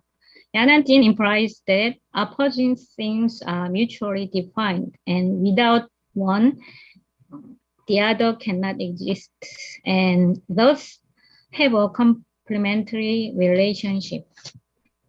In this way, the Andeans believed that humans could not exist in isolation, but exist in relationship of numerous networks. Therefore, they thought that human beings should help and depend on each other to live.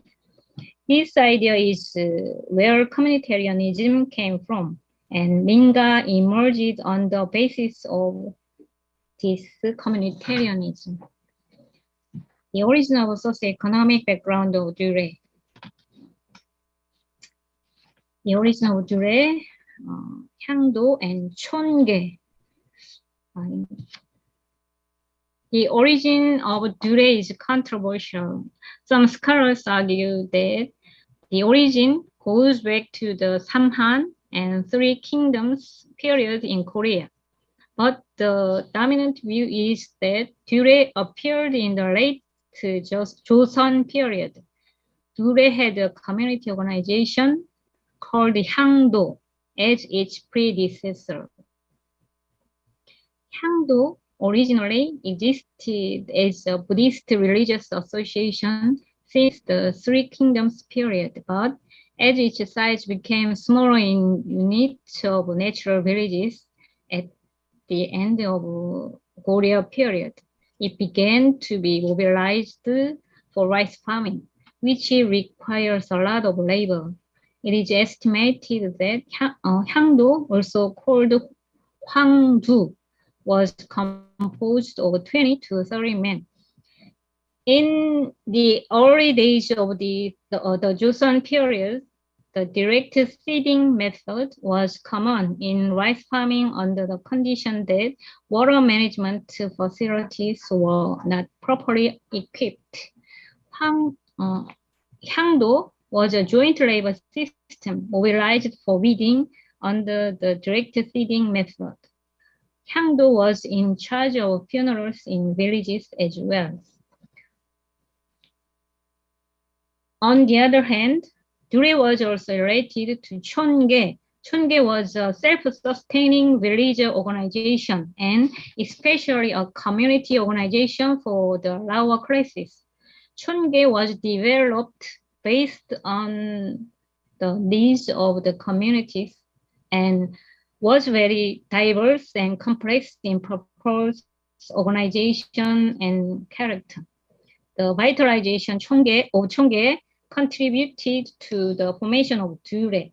Strictly speaking, it can be said that Dure is a function of Chonge. Socioeconomic change, the emergence of rice transplantation method. Unlike Minga in the Andes, where field farming was predominant, Dure was related to rice farming.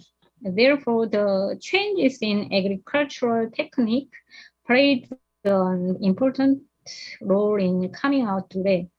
The tradition of mobilizing labor forces to restore farmland devastated by the Imjin War and the Byungja-Horan, the pressure of natural disasters caused by the Little Ice Age and the subsequent overcoming efforts are also pointed out as factors for the rise of Dure. However, the most direct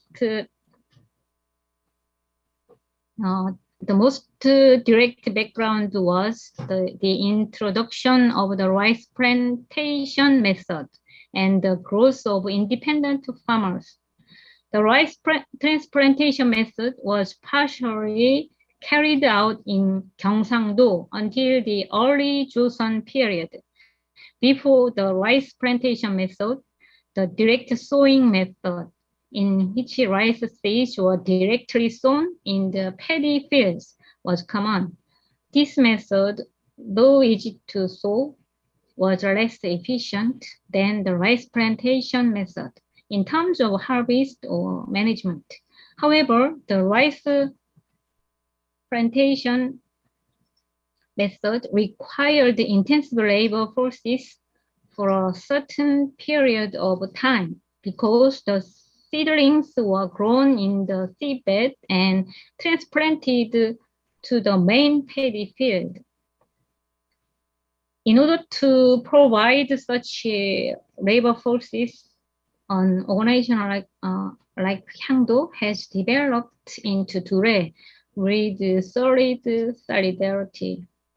With the advent of Dure with strong autonomy, the traditional Hyangdo-like organization based on natural villages could no longer be supported. The importance of Dure increased as the double crops became popular. Another thing to note about the background of the emergence of Dure is the growth of independent farmers as a result of the analysis of the agricultural diary, which shows the agricultural management patterns of landowners in the 17th and 18th centuries. It can be seen that while the number of subordinate farmers decreased, the number of not only yangban but ordinary people who became tenant farmers on the land of the landlord class gradually increased, as the majority of the subordinate became yangin, a status between yangban and cheonmin. The number of sangmin peasants increased. It can be said that they formed and operated Dure autonomously. So the organization and operation of Minga and Dure. The organization and operation of Minga. Minga was organized and operated at two levels, one at the community level and the other at the individual level. First, let's take a look at Minga that took place at the level of IU. IUSCA and Minga. Minga was a joint labor system based on reciprocity for IU, which was basically a kinship community. In order to solve the socioeconomic problems of IU members participated in labor as a group. The members provided a collective labor for the work necessary to maintain IU. For example, when constructing waterways, buildings, temples, or houses for newlyweds, community residents went to work together. Sometimes they provided their labor for the needy, such as the poor, the sick, with children, orphans, and the elderly, without any expectation of compensation. Organizing Minga was presided over by the head of IU, that is, IUSCA or Kamachi. This was an aristocratic Kuraka responsible for organizing and distributing work gains. When IU members took part in the labor field with their tools. While working, those who participated in Minga were provided with food and drinks. Kuraka and Minga. Minga was also organized for Kuraka. As supreme head of IU community, Kuraka played a variety of roles, including managing properties, presiding over ceremonies, resolving disputes, and leading wars. In return, he enjoyed tax exemptions, succession of positions and privileges of access to properties and resources. In particular, Kuraka enjoyed the privilege of receiving workings necessary for land cultivation and daily life from Hatun Luna, a commoner group of IU. Accordingly, Kuraka could request labor from Hatun Lunas if necessary.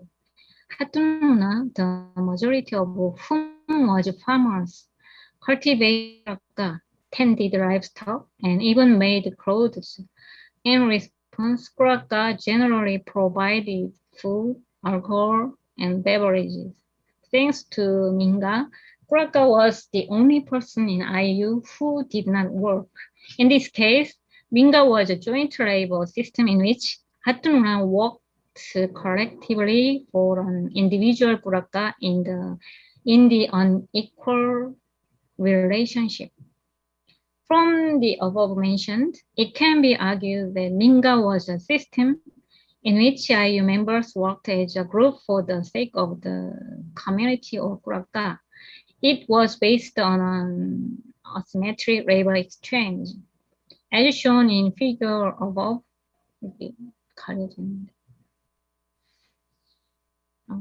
if A provides labor to B, then B does not have to provide labor to A on an equal basis.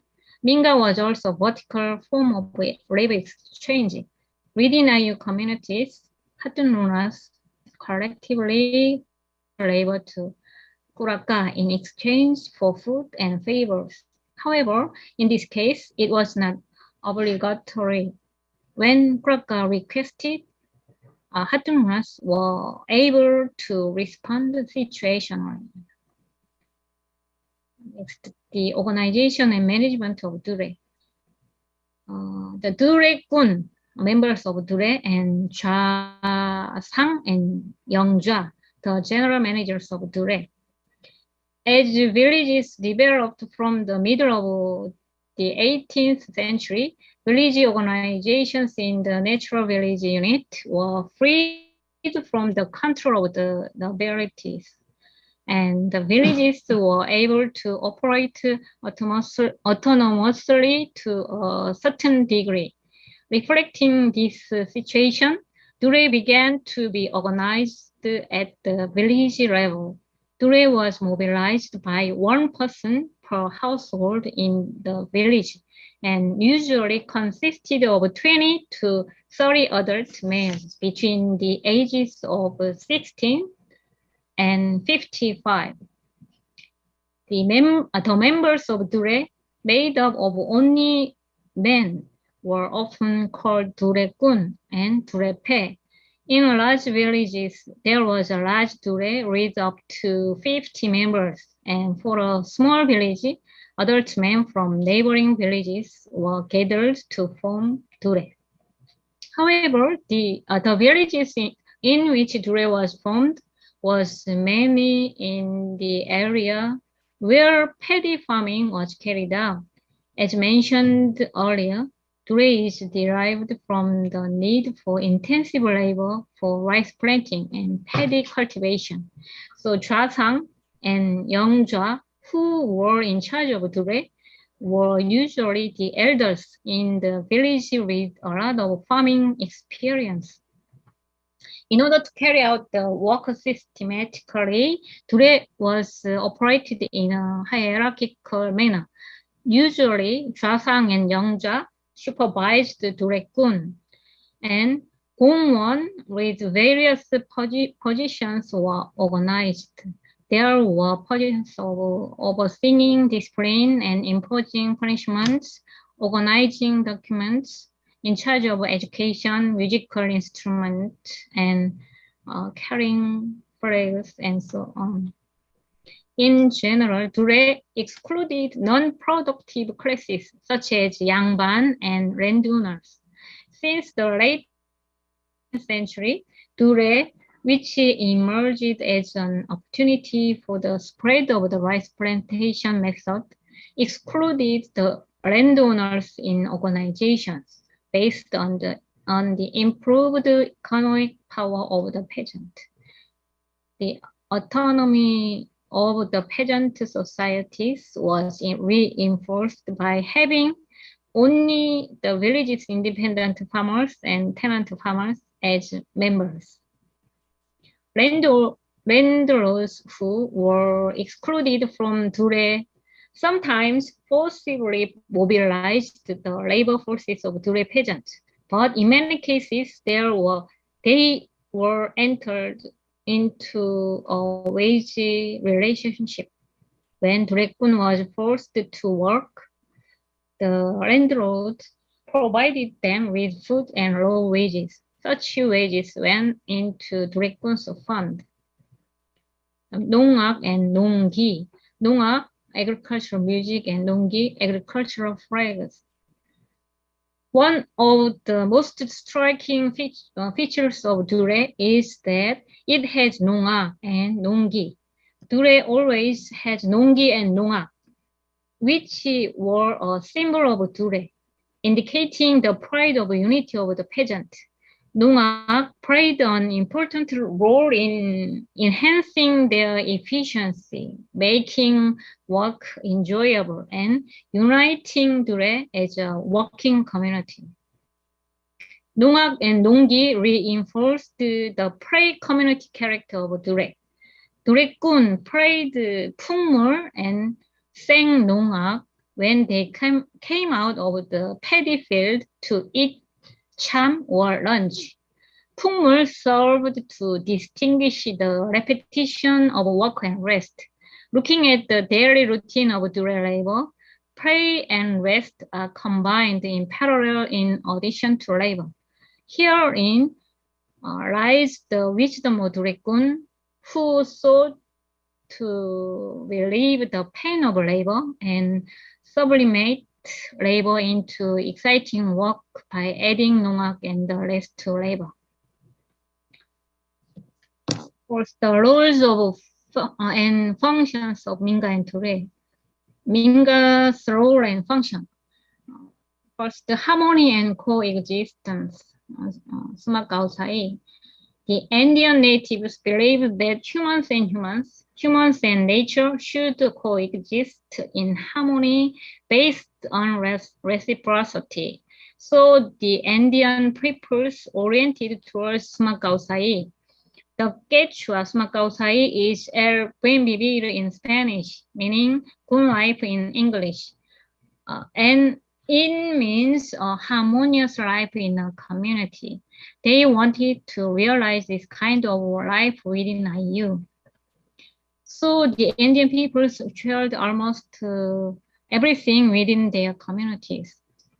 They considered even land to be a tool for forming a bond with nature and jointly owned it.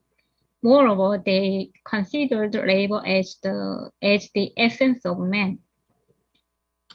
In this situation, Minga was an important means for the Andean indigenous people to achieve harmony and coexistence among members within IU. In order to achieve harmony and coexistence within the communities, it was fundamental to cooperate and help each other through labor. Moreover, Minga was an indispensable means for survival in a barren environment where it was impossible to carry out all the producing activities alone. Control and redistribution. Minga also performed the function of control over members. Members of communities could not refuse to work in Minga. And when Minga was called, they were obliged to participate in a collective labor. However, exceptions were made in case that IU member was sick, the elderly, or had other justifiable reasons. In this way, Minga was coercive, and if someone did not perform Minga labor several times, he was given appropriate punishments, such as deprivation of land use rights, or in severe cases, he was completely expelled from his community. Minga also played a redistributing role within the communities. When community members provided labor for the communities, the head of IU provided them with food and alcohol. As shown in the figure, when BCD and E provide labor to A collect a portion of the profits from it as community funds. BCD and E did not receive the labor they had provided, but they were able to receive what they needed to some extent, as they were recognized for their participation in Minga later. Uraka asked Hatun Lunas for help in the form of Minga labor, and Hatun Lunas received what was appropriate in the form of a gift. In any case, in this way, the wealth of Uraka could be redistributed to some extent among Hatun Lunas. The role of... Excuse me, I am so sorry to interrupt. I wanted to let you know that we are running over time and we have to close this session in 2 minutes. So I'll be able to give only 1 minute, please, to finish the session, the presentation. Yeah. I'll just read the conclusion. Yeah. Yeah.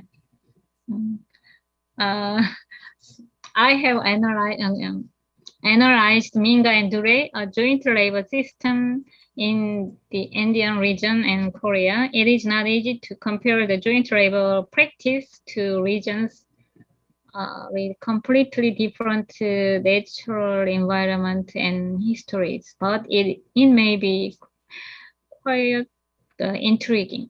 As a result of comparative analysis, similarities and differences between the two systems can be found.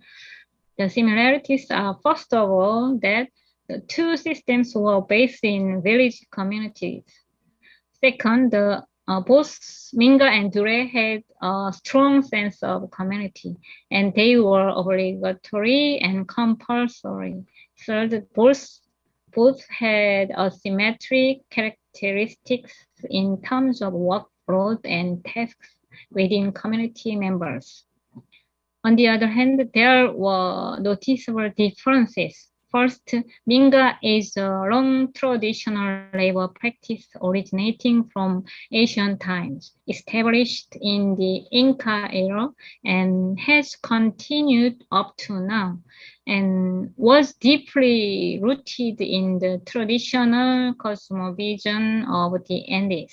However, Dure was a labor system that emerged as the need for large-scale labor mobilization increased with socio-economic changes after the late 17th century, especially when the rice transplantation method appeared in paddy farming. It appeared later than Minga in terms of timing, and socioeconomic factors played a bigger role than ideological one. Second, in terms of labor organization, in the case of Minga, community members provided labor as a group for various works for the community and Kuraka. On the other hand, Dure was a labor system with a strong purpose of mobilizing labor forces for rice farming and the autonomous nature of independent farmers and smallholders. Finally, while Minga still survives in the Andean region to this day, Dure almost disappeared from the Korean rural areas during the Japanese colonial occupation, when most of the peasants were reduced to tenant farmers and independent farmers disappeared. Still, it is fortunate that the community value of Dure is still being used as a symbol of community in schools and societies to this day. Yeah. Thank you. Okay, thank you so much. In fact, Dr. Kim has devoted her life diving into the indigenous movement, indigenous communities in Zapatista and the Andes.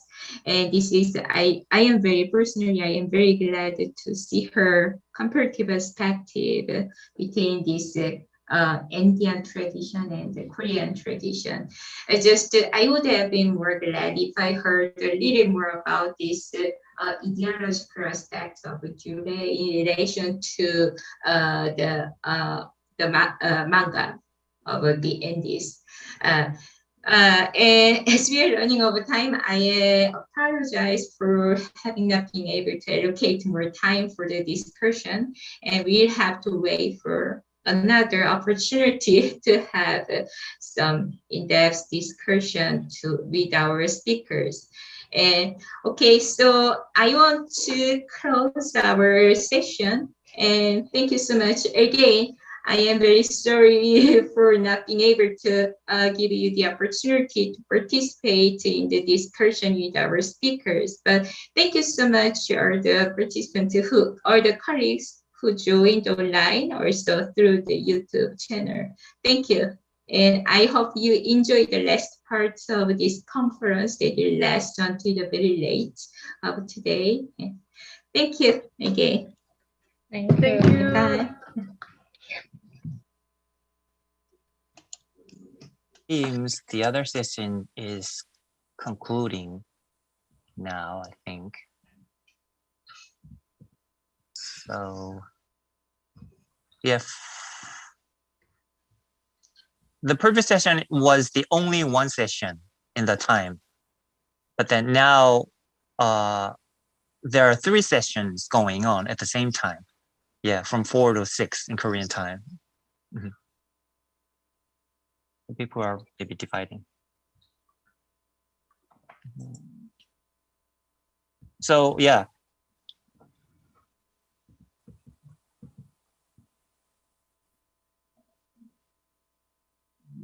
Once Doreen Van Noren, I'm seeing Paula is there. I'm seeing, yeah.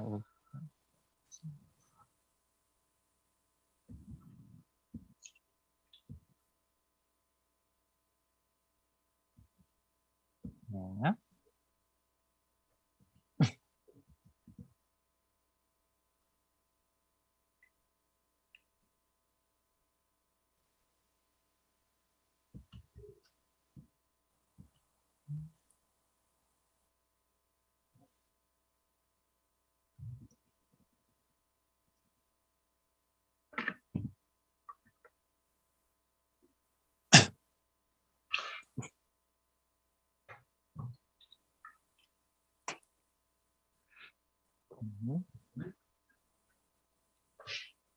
Paula Galbiati Silveira.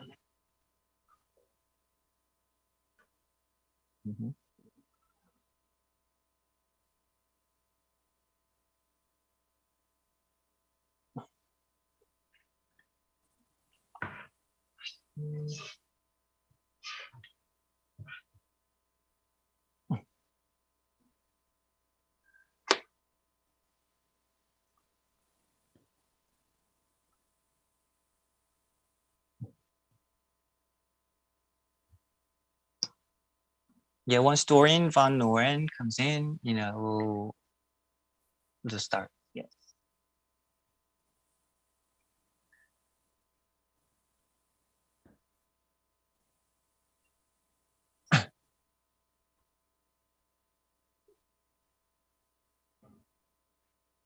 She has problems with the. Oh, she has problem with the Zoom.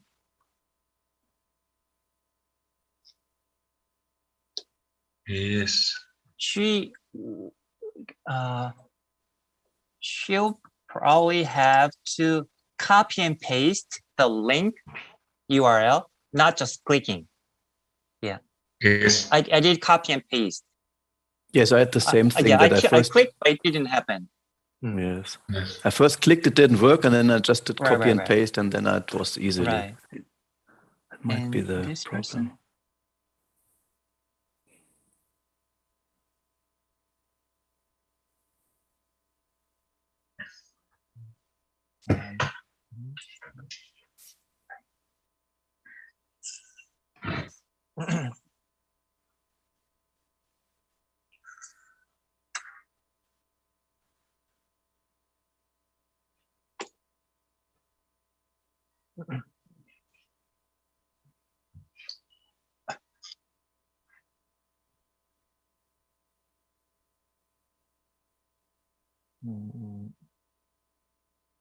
So you, Dorn, Van Noren, and Hank John Lutz, Matthias Kram, you three are in different regions in Netherlands?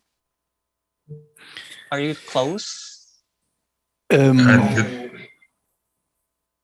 Netherlands is very little, so we are close, but we are living in 3 different cities. I think, Matthias, you're living in Wageningen?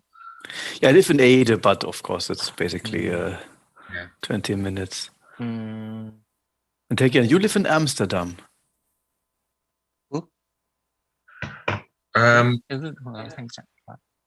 Yes, I live in Amsterdam. Yeah.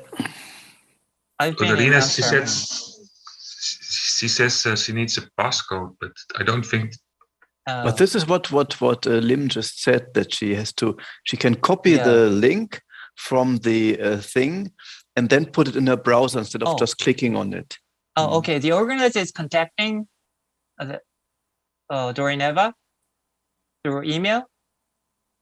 So we can probably just start now with another presenter.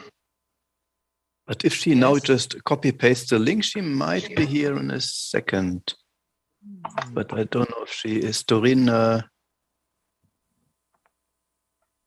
WhatsApp. It seems like the organizer is concerning. Yeah. Yeah, she's the dream from the WhatsApp. So maybe you also can, if you can send it by WhatsApp, and I'll send it by email. I don't know. It says the organizer is contacting Eva through email. So okay, then he might suggest that we just start with other presenters. That's fine. Or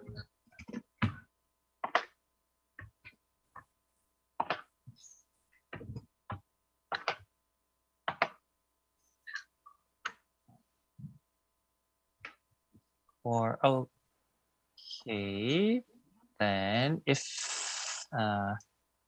Hank-chan, if you don't mind, can we just start with you? Yeah, after I introduce the session briefly. Yeah. Okay. Yeah. Okay. I'm Taekyun Lim.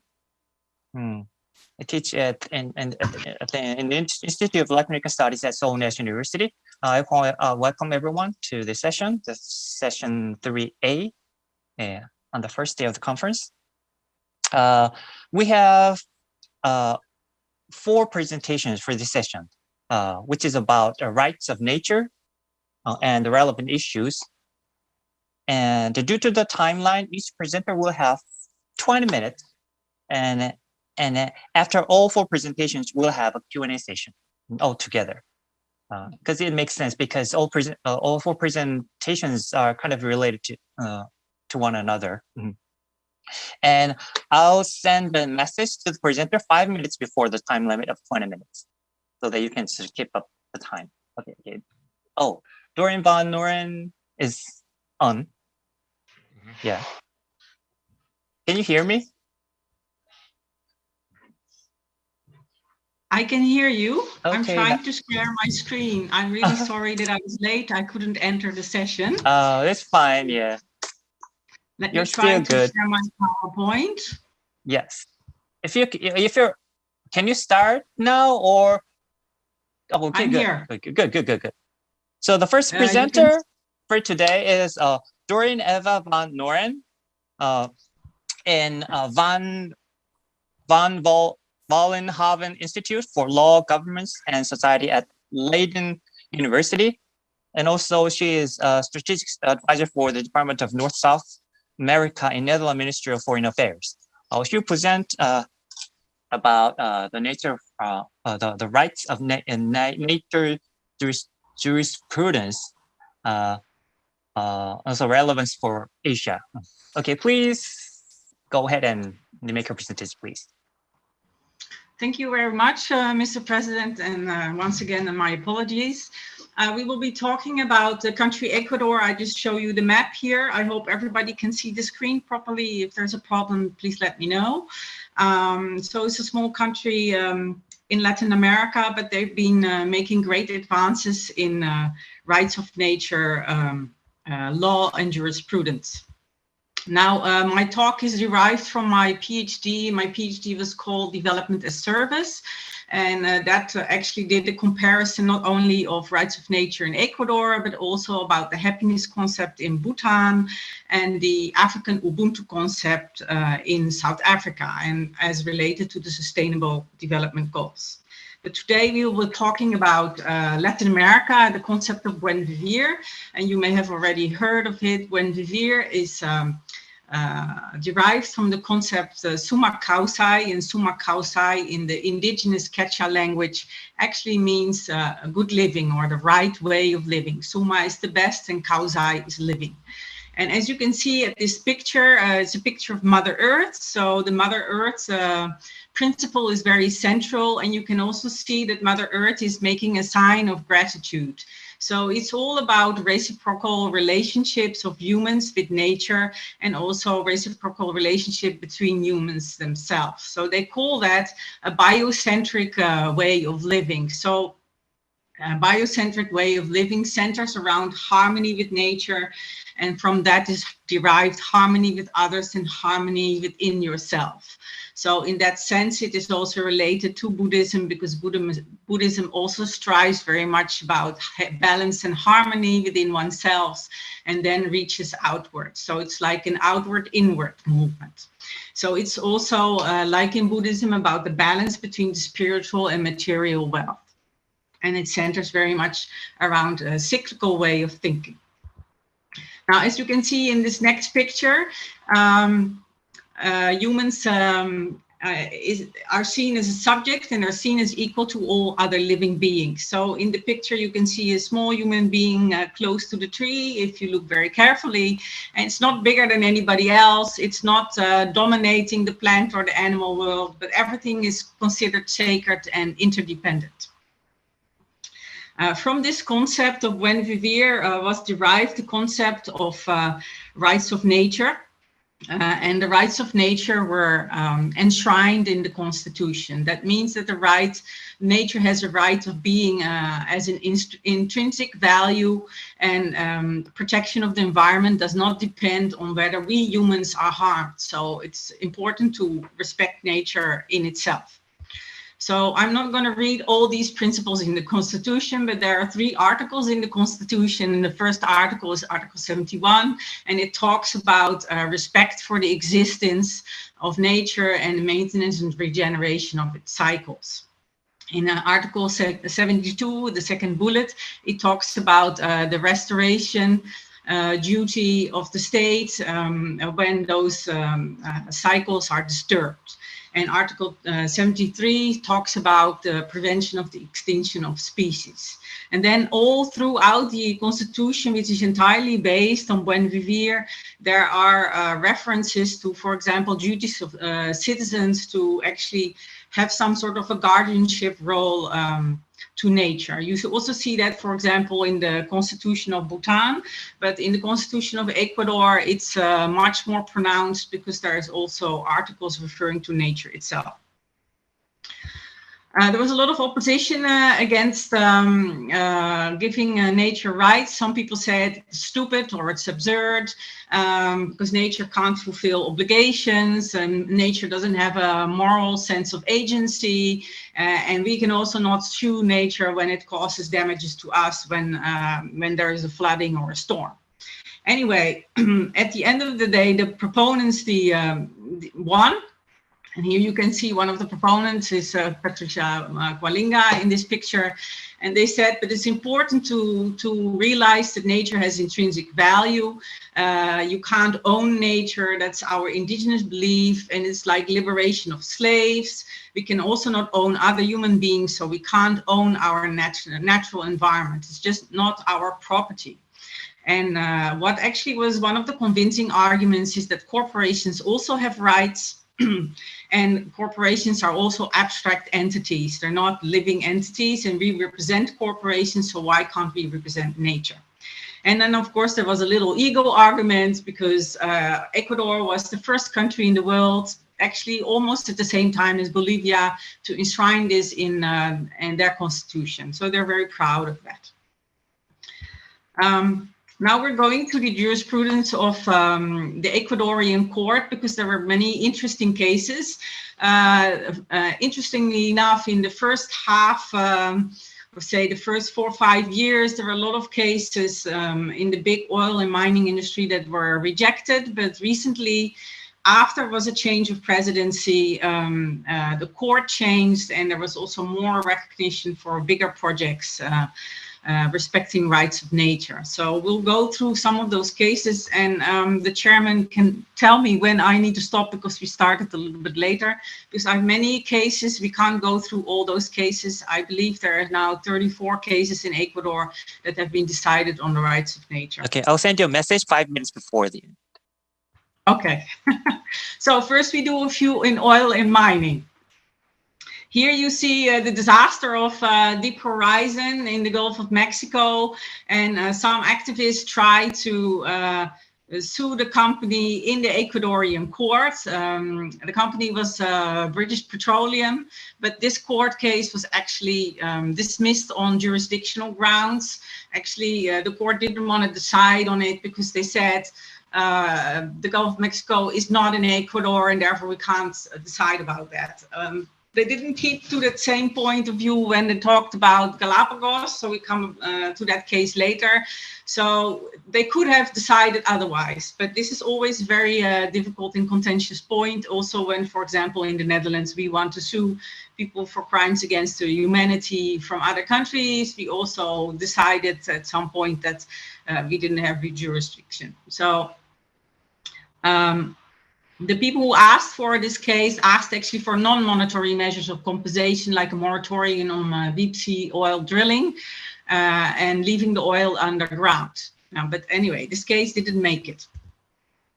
Then secondly, we have here the case of Chevron, which is also a very old case that was done on normal environmental law, so the regular, harm to humans. But the defense also brought in rights of nature after 20 years of proceedings. But unfortunately, it also didn't really go anywhere. There was no decision on this point made by the victims on the rule of rights of nature. And then there was a big case launched against the Condor Mirador mining. As you can see, the mine really destroys the landscape. So the whole hill is gone. And so the Condor Mirador open pit mining, it was also a very contentious case in the very early case, and it was rejected by the court because it said the state issued an environmental license and therefore nature has been protected. But that license or only contended with the protected areas, and activists said, nature also has rights outside of protected areas, because this is the whole point of putting rights of nature in the Constitution. So it's now in the Inter-American Court. So it's also not an example of where rights of nature actually stood any ground. And there is an activist people's tribunal who also retried it, a civil society tribunal, in which they argued how it could have been decided otherwise. So that's what I wrote on the bottom of the slide, that you could have also asked for restoration of the area and suspension of the mining. So, and then there's a small mining case which Rights of Nature won, but it was a little bit sad because that is really poor people who are doing artisanal mining. and they were actually forbidden to do so because they were contaminating the water sources. And then the state destructed all the equipment of these small mining small miners. But why it's an interesting case, despite the fact it was sad for the people, is because actually the rights of nature overruled the right to property. So the right to property in this philosophy is not holy, because it needs to be weighed to the rights of nature, because the right to property of the equipment of the small miners which were destroyed. But in a sense, you could say it's a little bit political, not to tackle the big mining companies, but to tackle the small miners. Let me see. This is another case which is related to the Mirador mining. And actually, this case, the stakeholders requested a constitutional precautionary measure because they're afraid of the dams which hold, say, the dirty waters. And they said that those dams could break because they have low seismic resistance, and that therefore the rivers were seriously threatened by collapse of the dams in case of an earthquake.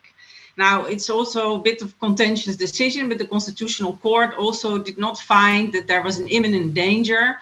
And activists actually argued, but there's a long-term danger of the breaking of the dams. And there's other countries like Brazil and Chile where they forbid this, but the court did not follow this decision. I'm sorry, I have some positive cases, but we start with some more disappointing cases.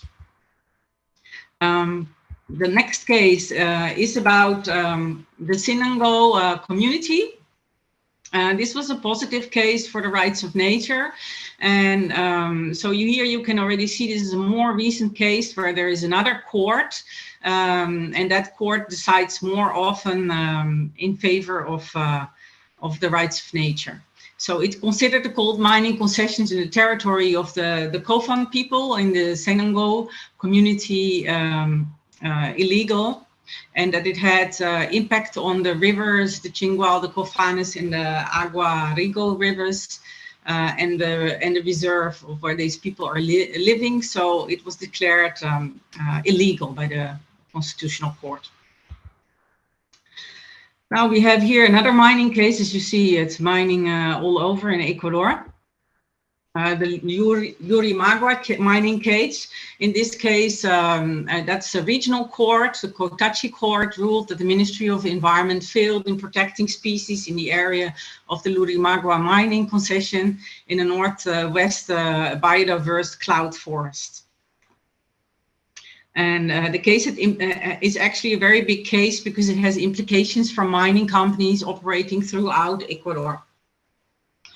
So the interesting thing is that the rights of nature were basically instituted under President Correa, who was very much in favor of Buen Vivir, but at the same time he politicized courts so much that they dismissed all the court cases on the basis of the rights of nature. And then when there was a presidential turnover to actually a more right-wing president, Lasso, he restored the independence of the court, and therefore he is now having problems in instituting mining projects because of the rights of nature in the constitution. Then we have the Piñas La Chuva case. There was a suspension of mining and also a moratorium on new concessions in the La Chuva Hill in the Piñas region in the El Oro province. So here again, the rights of nature are being upheld. It's also a recent case. And it also upheld the rights of the communities of La Mesa and El Portete to good living. So, as I said, Buen Vivir or Summa Causa, the principle in the Constitution, their right to water and their right to a healthy environment were all recognized. Okay, then we go to another very recent case. This is only a few months ago, which was about the Los Cedros protected forest. And here also the Constitutional Court upheld the rights of nature for the ecosystem and the species of the forest. And again, it forbade mining and mining permits to be issued, as it would harm biodiversity and the ecosystem. And it was referring to the Article 73 that I read to you, which is about extinction of species and having to uphold precautionary measures to avoid extinction of the biodiversity. It also referred to human rights to water and a healthy environment. So those are more conventional environmental rights. So now we go to a few cases concerning agriculture. So we first talk about a pig farm. So this pig farm in Amparo, it had a big biodigester machine, which you can see on the picture, and it was really contaminating the environment, and people are living around, they were complaining about that. And that was also a positive ruling for the rights of nature. And interestingly, this is also an early case from under the Korea regime, and then the judges brought in the rights of nature themselves. So you see that in the early days, the big oil and mining cases all lost, but the smaller cases, there were more positive decisions for the rights of nature. So it was mostly about the guarantee for clean water for the inhabitants, and also the company had to pay a remedy and ensure that all its productive activities were tuned towards the integral respect for Pachamama, or nature. So Pachamama actually is another word for Mother Earth. Pacha means earth and Mama means mother. And there is the Alpayacu River case. Here the Constitutional Court recognized the rights of the Alpayacu River to be protected against the contamination of poultry, pig, and agricultural companies. So again, an agricultural case. And it relied on Article 14, the right to a healthy environment, but also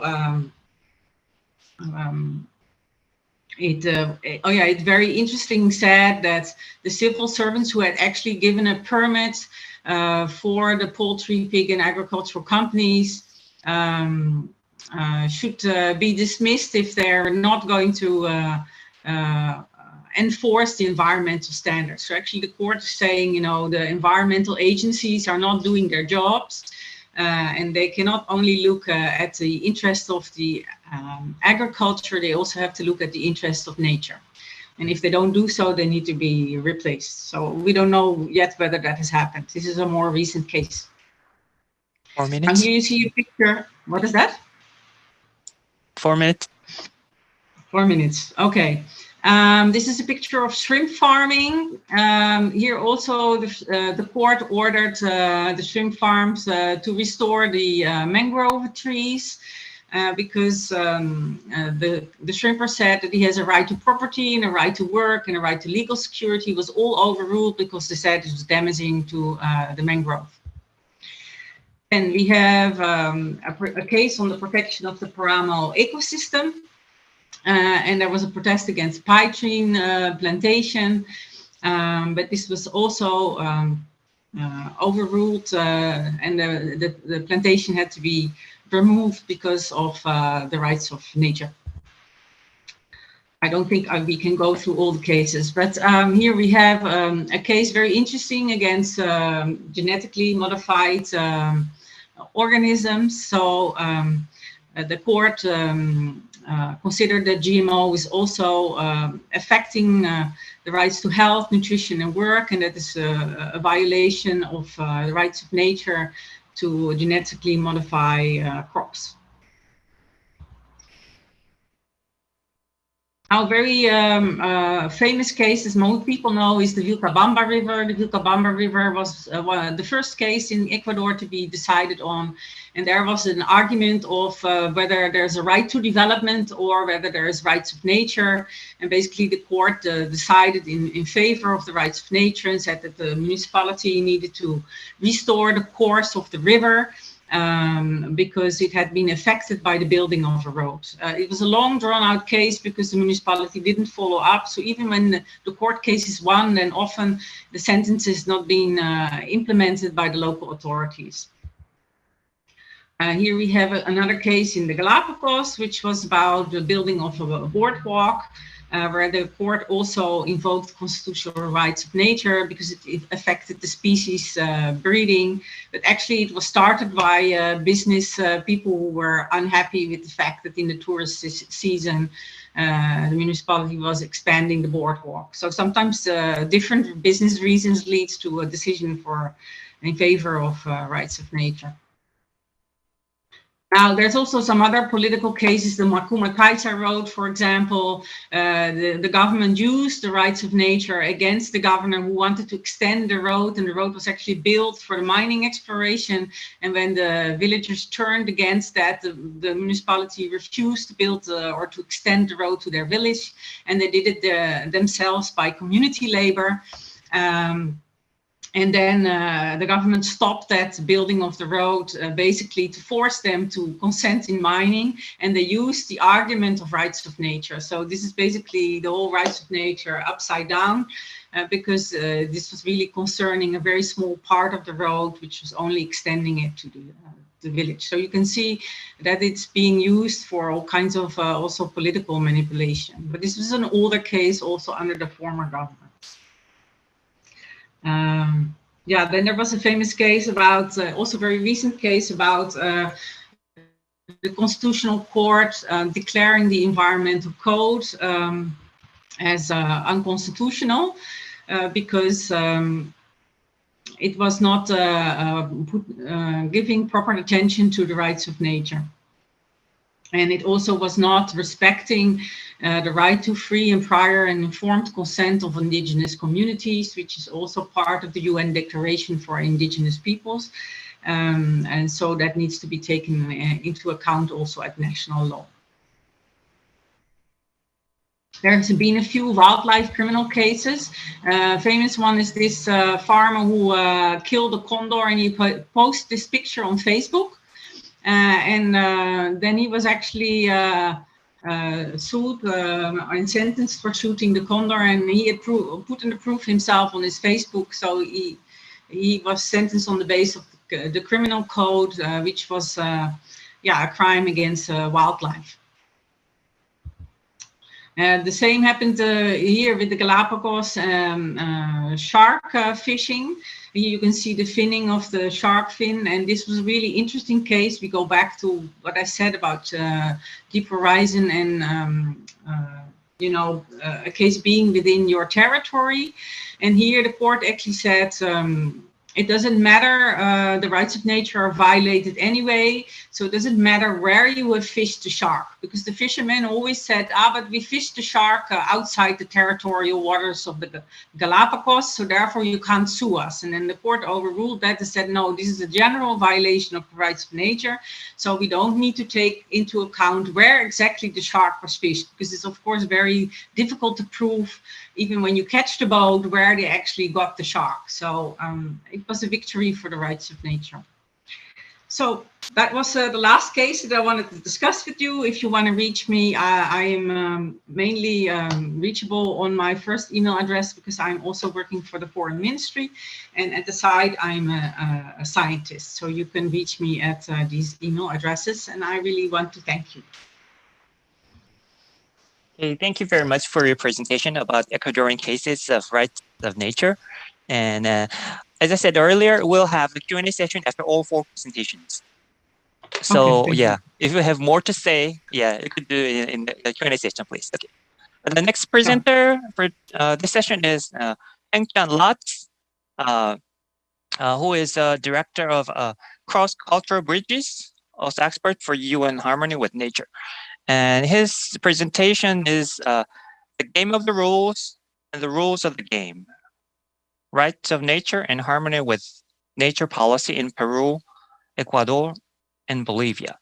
And yes.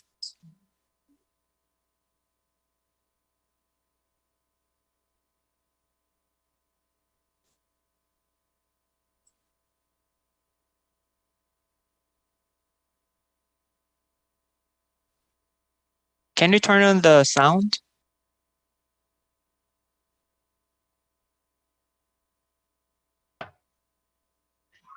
Yes, good morning and good afternoon, everybody. I will start the presentation.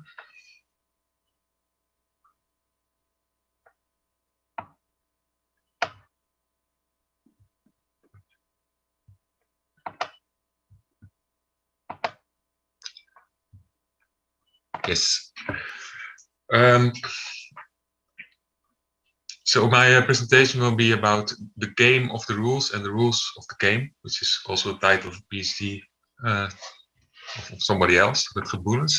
And I will focus on rights of nature and harmony of nature in Peru, Ecuador, and Bolivia. So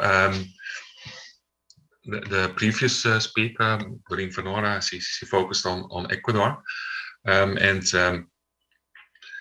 I've lived in the three countries, Ecuador, Peru, and Bolivia, and the three experiences are quite different. In that sense, also knowing about Peru, Ecuador, and Bolivia might be an interesting input for interpreting how the concept of rights of nature and how the concept of Wemby beer also might be applied in other countries. So yeah, the first.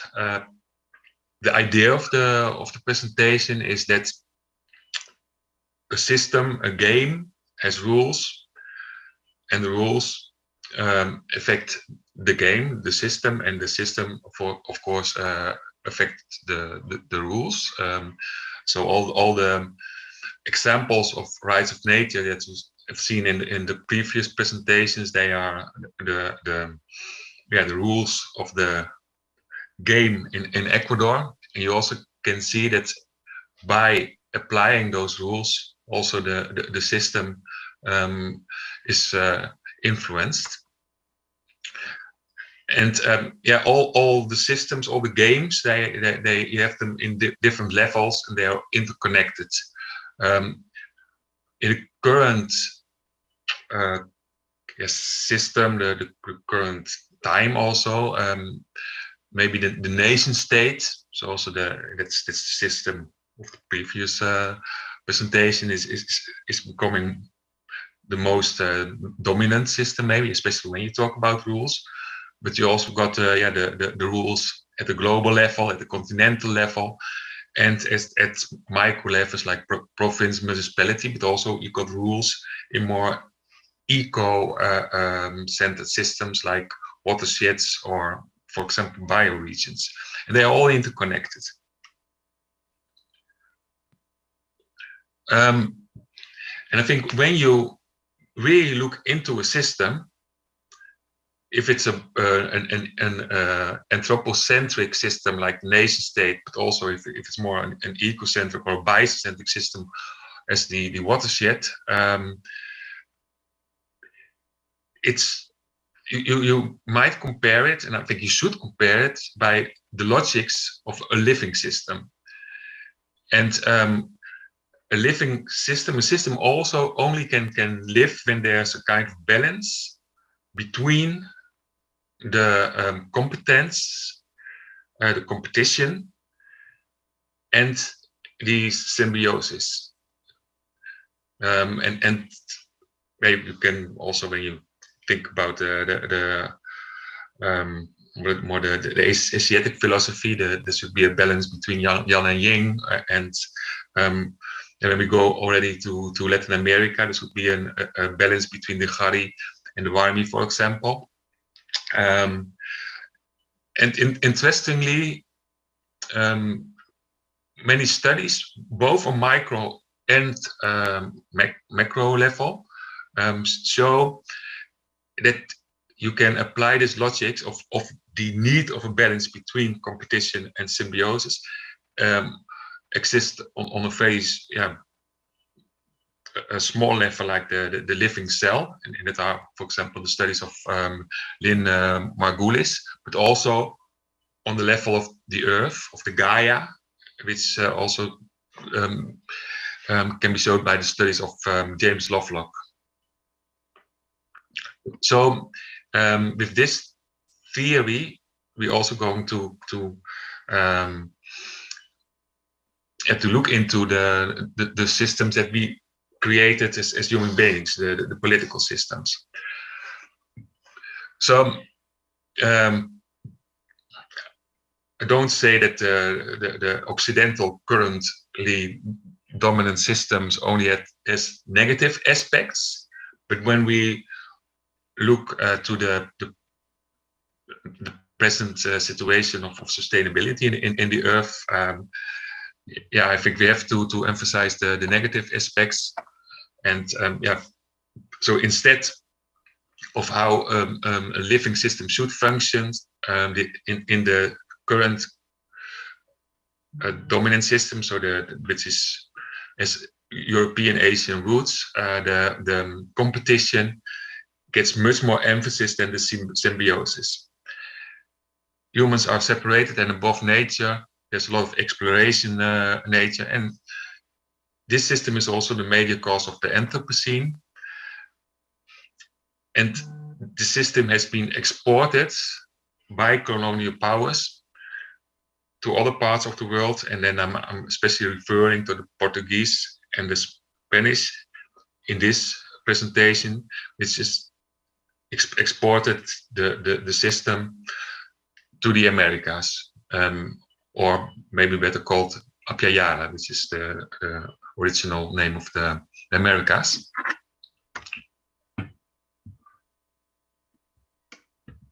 And then the next slide. So, yeah, Doreen and Van Nora already explained on the system that existed in Apia-Yala in Americas before the European powers entered. And it's not one system; it's a wide range of systems which you the combination of the systems who search from the Amazon region, from the Andean region, they can call as a collection Wembibeer. Excuse me. For the Quechua is Sumarcausai, for the Guaranis is Yandareco, etc. Excuse me. We still see the first slide. Hey, that's for some reason. Yeah, and it's not on presentation mode. Because it's. Then I'll share it again. Did you stop sharing, Doreen?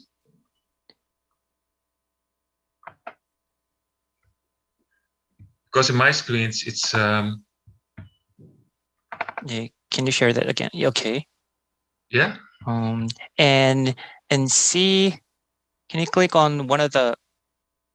Do you see now the pictures on the lower right slide? Side for full screen? Which slide do you see? The first one, the first page. It's very strange. Yes.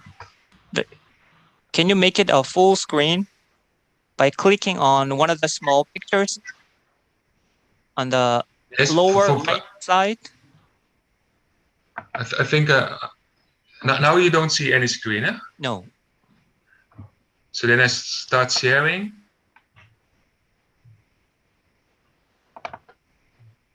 What do you see now? Yes, I see the screen, but I see the first slide. Now? Now second. And now? Still the second. It's not. And now? It's not full screen. It's still second. Still second? Yes. Oh, it's strange because I see it well. Yeah, the fourth one. Yes. So then, you want to see the full screen? I think the presentation mode is not working, Henk-Jan. Yeah, so it's then working on the slides, so we can't have full screen. Yeah. Yeah, you can just use your I cursor. think you can use. Yeah, just go down by one. Yeah. I leave it like this, eh? Yeah. That's fine. Okay, so this is the already. Right. It works. Yeah. And now we are here. Mm-hmm. So this is the Bumble beer slide. So a collection of systems that already existed before the Europeans came to the Americas, and so it's this system which was much more biocentric, and there are a lot of interpretations from it. Also, the Emerson Bumble beer systems and the Enders Bumble beer systems, they're quite different, but they're all looking to this for this complementarity between competition and symbiosis. It's also a non-polarized thinking, and we are part of nature. We are part of the Pachamama, and there are many aspects which were and still are part of daily life in Ecuador, Bolivia, and Peru. And now not only with the indigenous people, but also a lot of mestizo and European descendants practice these logics. So in that sense, there's also already a kind of hybridization of systems within the Americas. For example, components like the paying to the earth when you drink a glass in Peru and Bolivia and also Ecuador. First, you always give a little bit of the drink to the earth, the Pachamama. There are many concepts of interrelationship and reciprocity, like the cariño, the padrinos, the trueque, and the concept of Hariwarmi, that there should be a balance between the female and the male, not only like the sun and the moon. The moon, for example, the sun is male and the moon is female, but also you've got like the Hariwarmi leaderships in the ILAS in Bolivia, etc. Raimi, the importance of festivals connected with nature, like the Inti Raimi, not only thinking in growth and linear time, but also much more in cycles and loops, that it's repeating, so that the idea of economic growth also doesn't go with the Bambi beer kind of thinking, and also thinking in generations, about the future generations, but also the previous one and the ancestors. For example, during the Los Santos in November.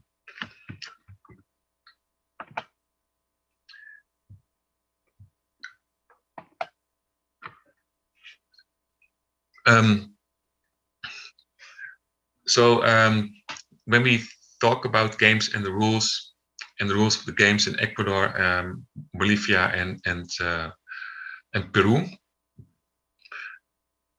we see that although the European culture is maybe dominant in these countries, that a lot of elements of previous cultures are remaining, and then especially within the indigenous communities. So this one is hybridization, and the other one is the remaining of games and rules in some parts of the micro parts of these countries. And what I want to show is that it's rather different in these three countries. So the countries which have included the concept of Bambi beer in the constitutions and laws very clearly are Ecuador and Bolivia. And we can see that also on a global level, they've been quite influential.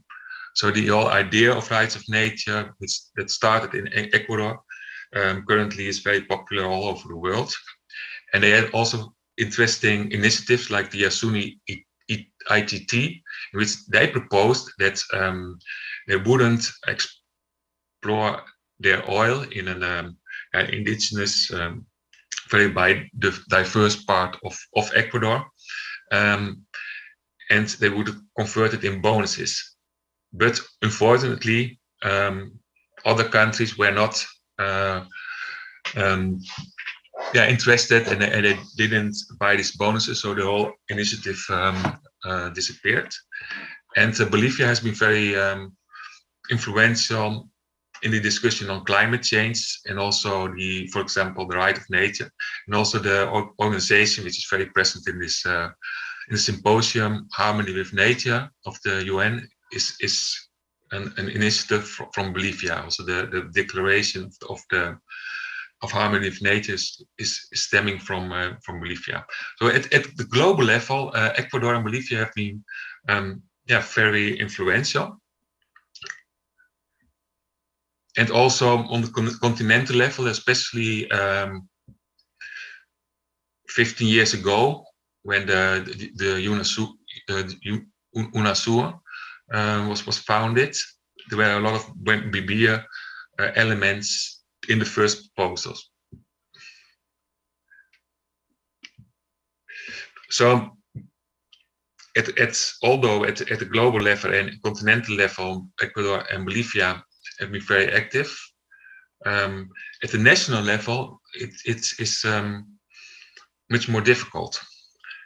And that also might be because the economies of Bolivia and Ecuador are still extremely extractivist, depending on mining and other exploration of natural resources. Doreen and Vanora also already showed some parts of the constitution of Ecuador. And so there are, in Ecuador, Buenvivir is detailed in a much more detailed form compared with Bolivia. But it also means that it's not like a very pure, let's say, Buenvivir, but it's a kind of mix between sustainable development principles and Buenvivir principles. So it's a hybrid form between European thinking and indigenous thinking in that sense. 5 minutes, please.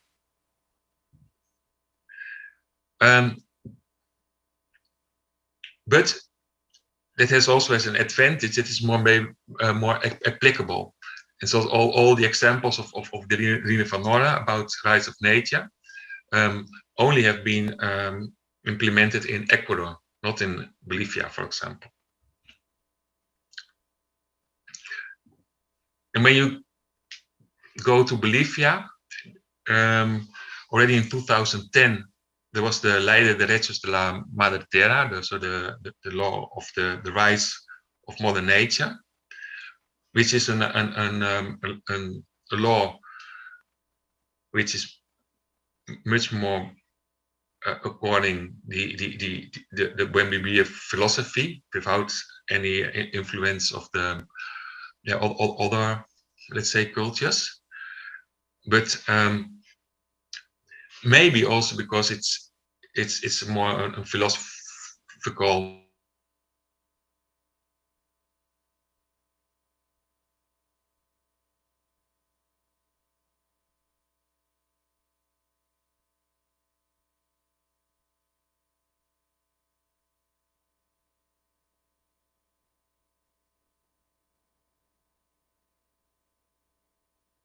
this hybrid form or the more pure form.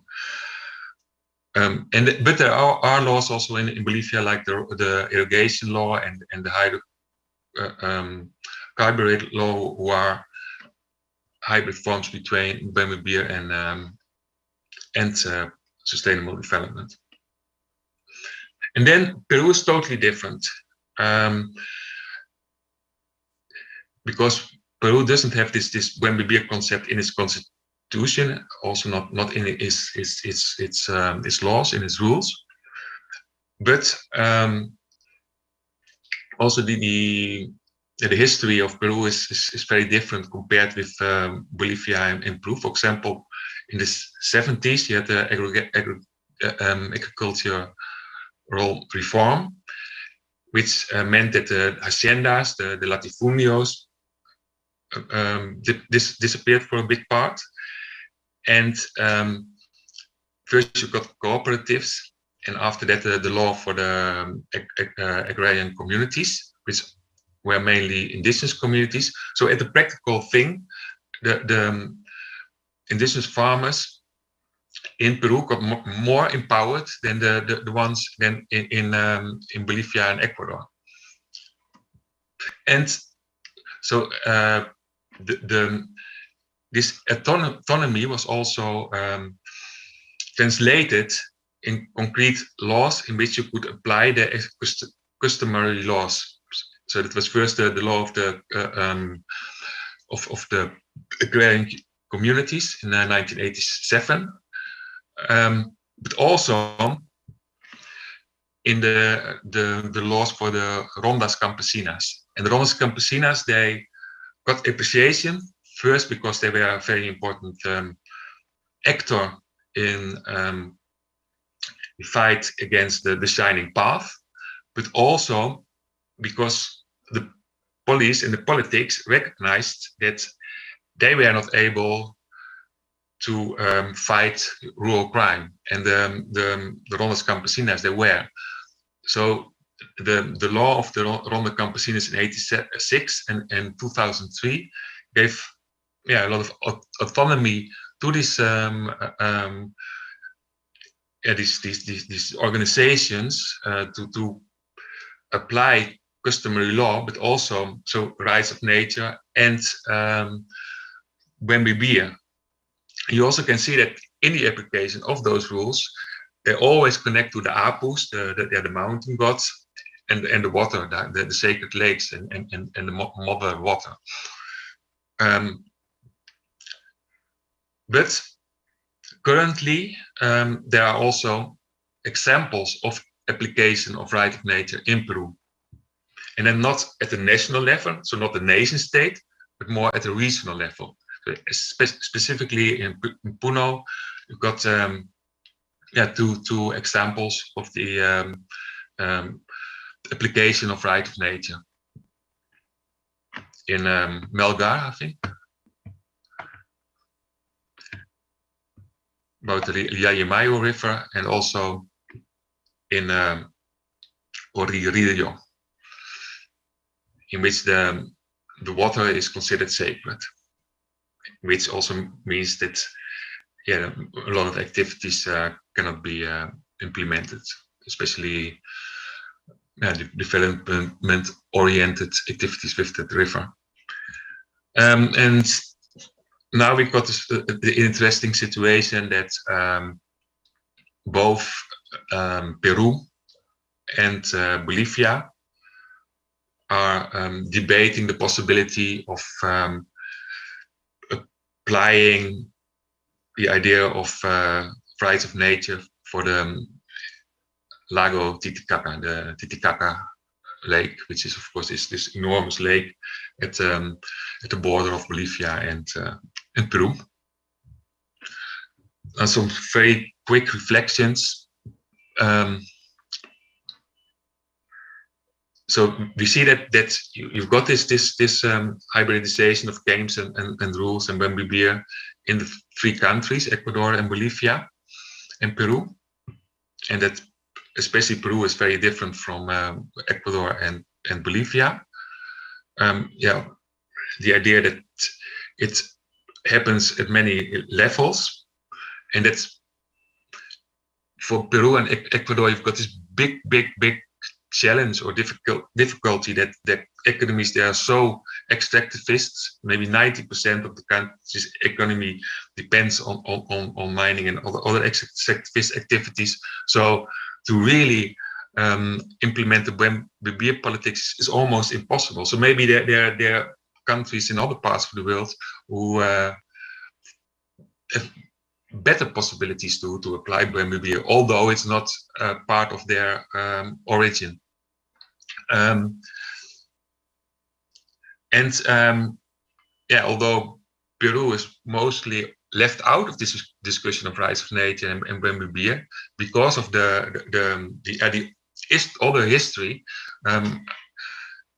Peru might be a rather interesting case to learn more about the possibilities of buen vivir and rights of nature.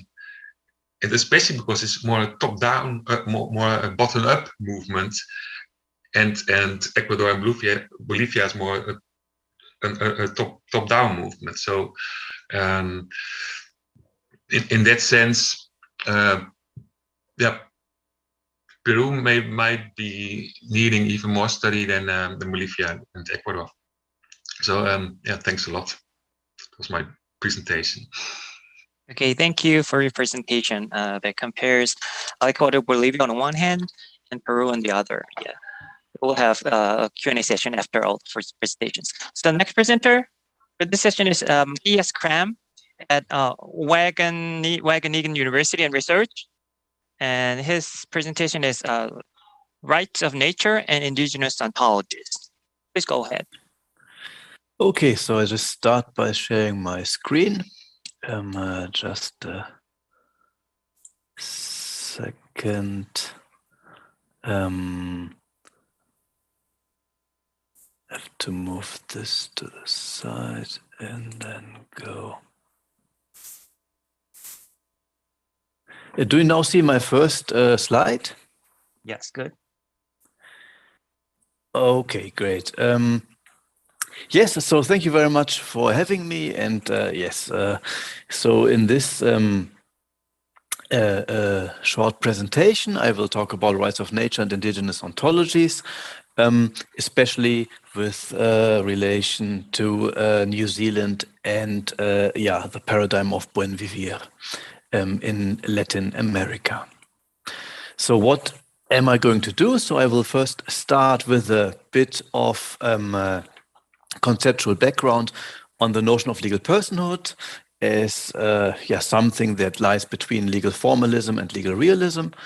I will then delve briefly into yeah, different indigenous ontologies. First, Maori ontology, where nature is seen as a community of ancestors, and then in Andean ontologies, so it's more like a plural, where nature is seen as mother, as Pachamama.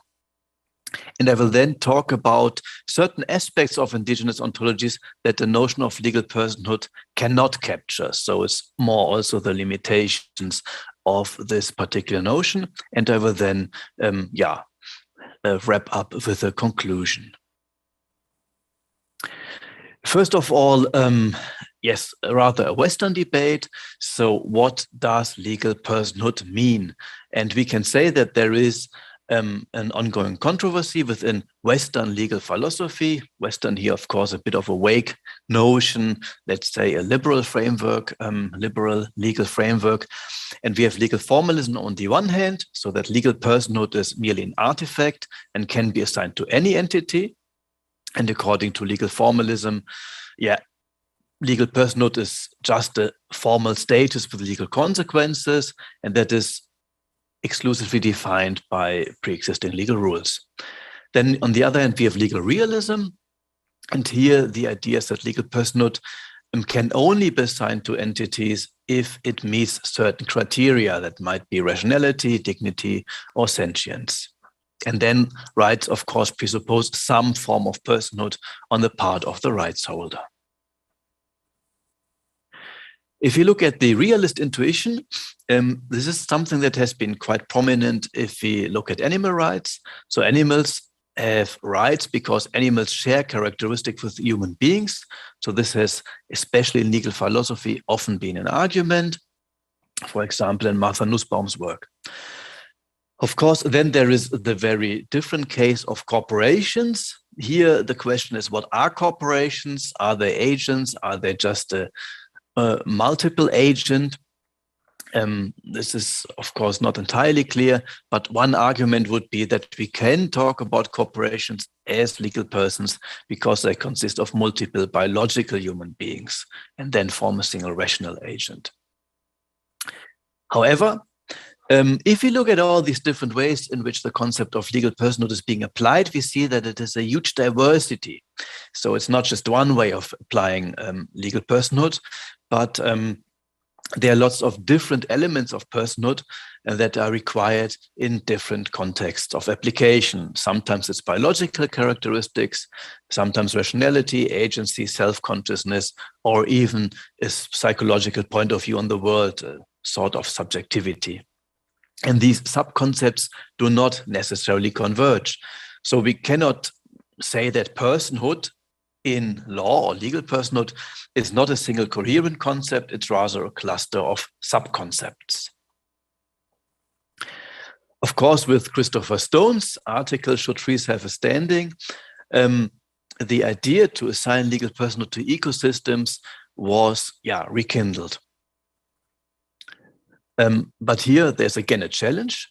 Assigning legal personhood to nature or ecosystems is tricky and remains tricky because first, it is unclear how nature or a specific ecosystem could be delimited.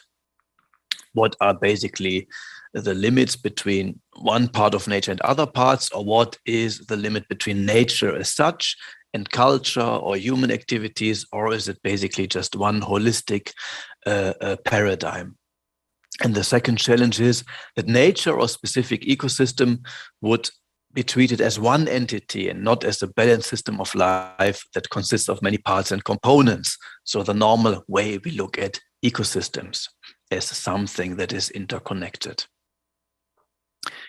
So these two problems of delimiting nature or a specific ecosystem, or of treating nature or a specific ecosystem as one entity, are also challenges that a legal realist and a legal formalist have to face. And for a legal realist, she would have to address both challenges. The legal formalist could at least solve problem B, because a legal formalist can assign legal rights to all sorts of collectivities, don't have to be basically persons or even human persons, but problem A also remains a challenge. If we now look at indigenous ontologies, and this is of course what this conference is about, Buen Vivir and let's say a Maori ontology in New Zealand, we see that they offer an alternative. They do not provide a set of criteria as demanded by the legal realist. So this is the first advantage. And the second one is that some indigenous ontologies, and the ones I will speak about today, are relational ontologies, so focusing on relationships. And therefore, they identify nature via its position within a relational framework. Now, a quick look at Maori ontology. So this is the ontology of the indigenous people of New Zealand. And here, nature is seen as a community of ancestors. So first of all, the Maori notion of ancestry presupposes a relational framework. And this relational framework can be expressed by the notion of whakapapa, which can be translated as genealogy or also to layer, or putting layers upon layers. And according to this notion of whakapapa, human beings are only a small part of the interrelationship of beings in the world. However, these relationships are not just descriptive, they are also normative and have a moral significance. So human beings and nature, who are basically related to each other, have reciprocal obligations. So human beings have to protect, enhance, and conserve nature. And nature is then not a substitutable resource with a specific set of functions that can possibly be replaced by another resource and with the same set of functions. So this would be rather the, what we could say, the instrumentalist view that has been very prominent also in, let's say, Western societies. Of course, Western always within inverted commas, because it's not a very precise concept. But here, according to Maori ontology, as partner within a relationship, nature cannot be substituted in that way. It is valuable for its own sake.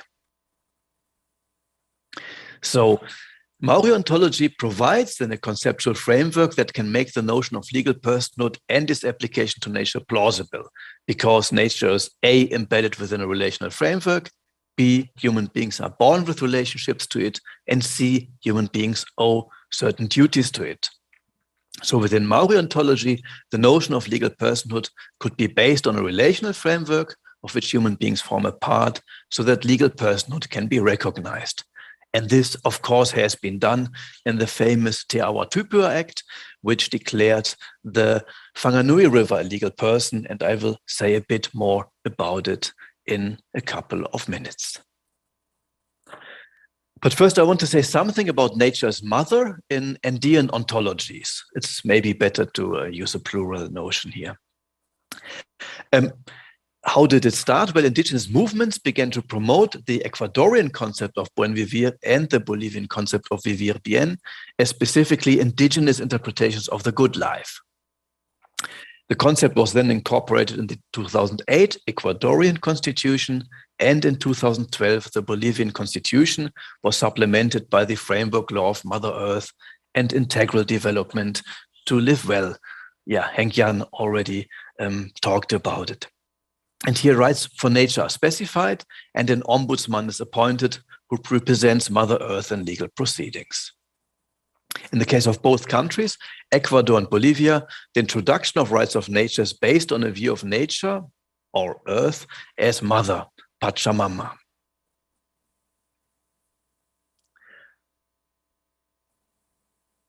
So we can say that rather than considering the Ecuadorian constitution and the Bolivian framework law of Mother Earth and integral development to live well, direct expressions of Andean ontologies, it is more adequate to see them as political constructions that have been strongly influenced by Andean ontologies.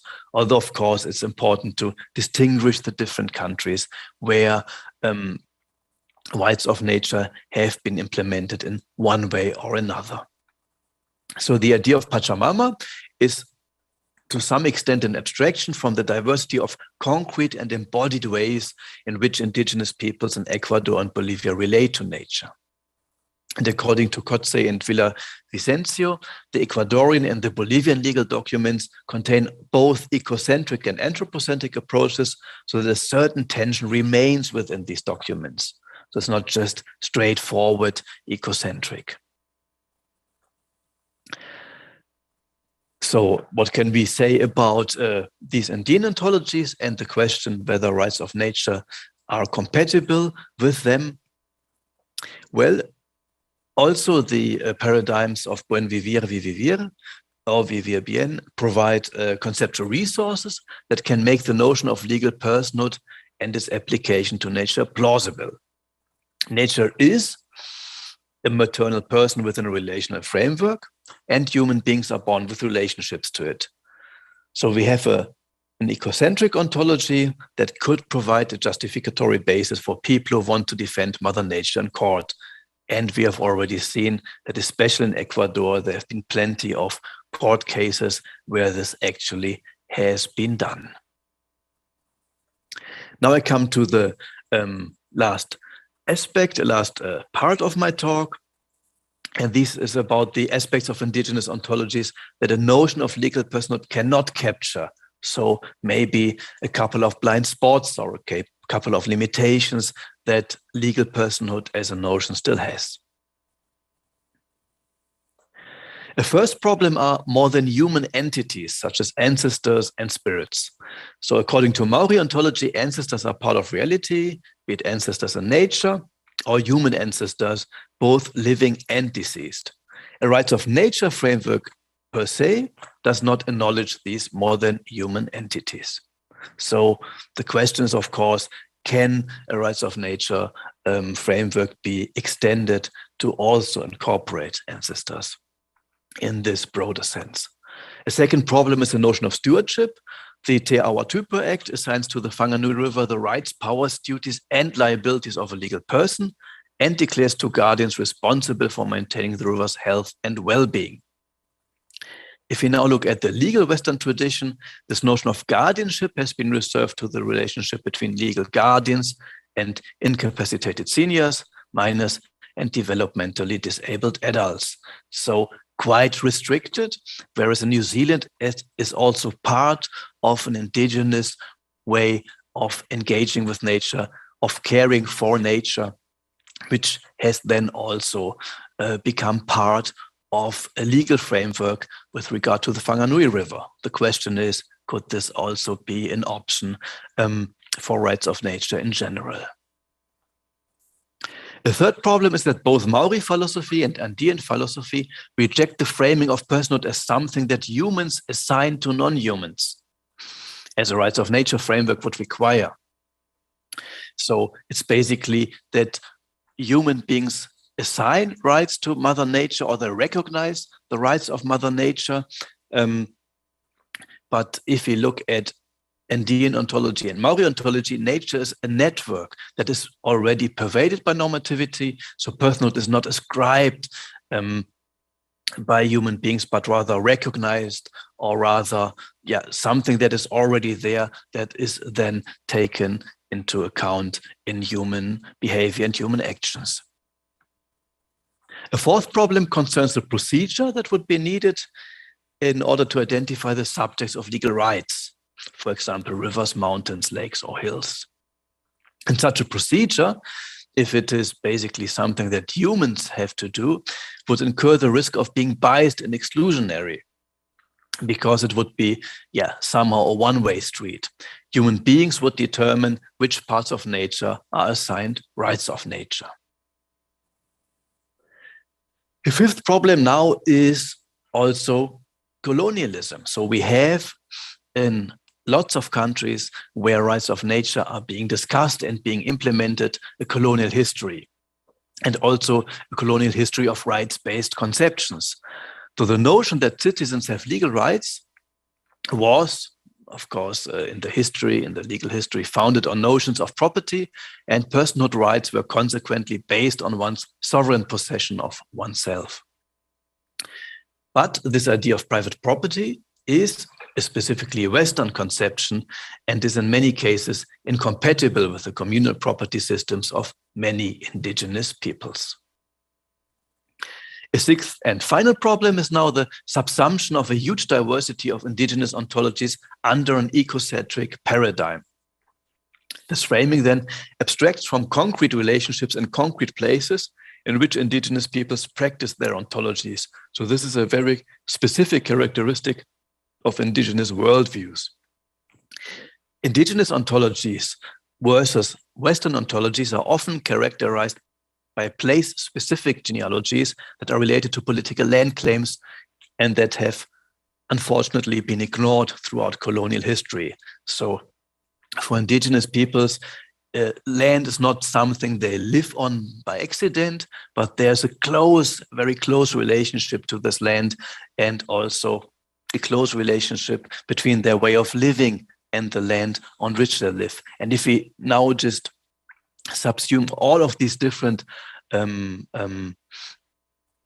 ways of living under one specific paradigm, we might lose the connection to very, very concrete land claims that also have to be discussed in this context.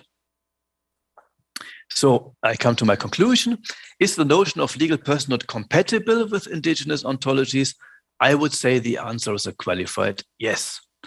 Indigenous ontologies such as Andean ontology and Maori ontology can render the notion of legal personhood plausible to the extent that they provide a relational framework in which nature is embedded, they explain that human beings are born with relationships to nature, and they provide normative resources that can help to conceptualize duties that human beings owe to nature.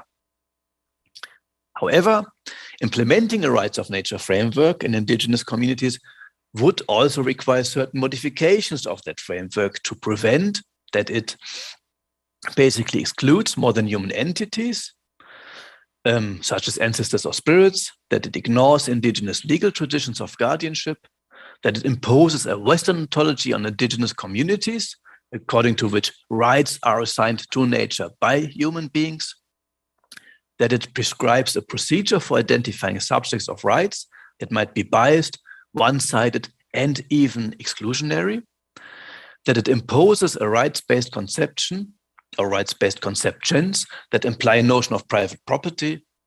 And finally, that it ignores indigenous place-specific genealogies and the corresponding land claims. Thank you very much for your attention.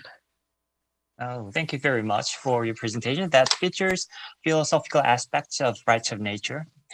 And now we moving on to the final presentation by Paula Galbiati Silveira, who works for INHESA, a global consulting firm in environmental health services. And please go ahead and make your presentation, please. Hello, good morning, everyone. Good afternoon. I will share my screen now.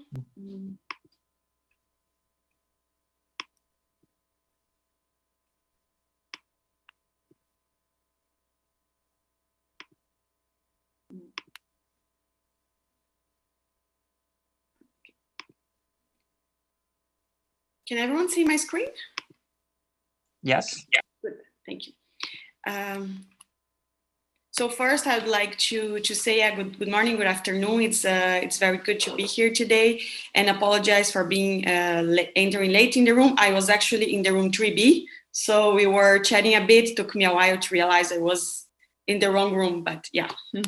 So today I will talk to you a little bit about, it's one part of my doctorate dissertation that I presented 2 years ago. And here I am speaking not as part of course, the company I work for, but as an independent researcher. I am also a member of the UN Harmony with Nature and of a research group in the Federal University of Santa Catarina in Brazil. And in this presentation, I'd like to discuss a little bit about the compatibilization between the climate protection and other environmental interests in the Brazilian renewable energy law.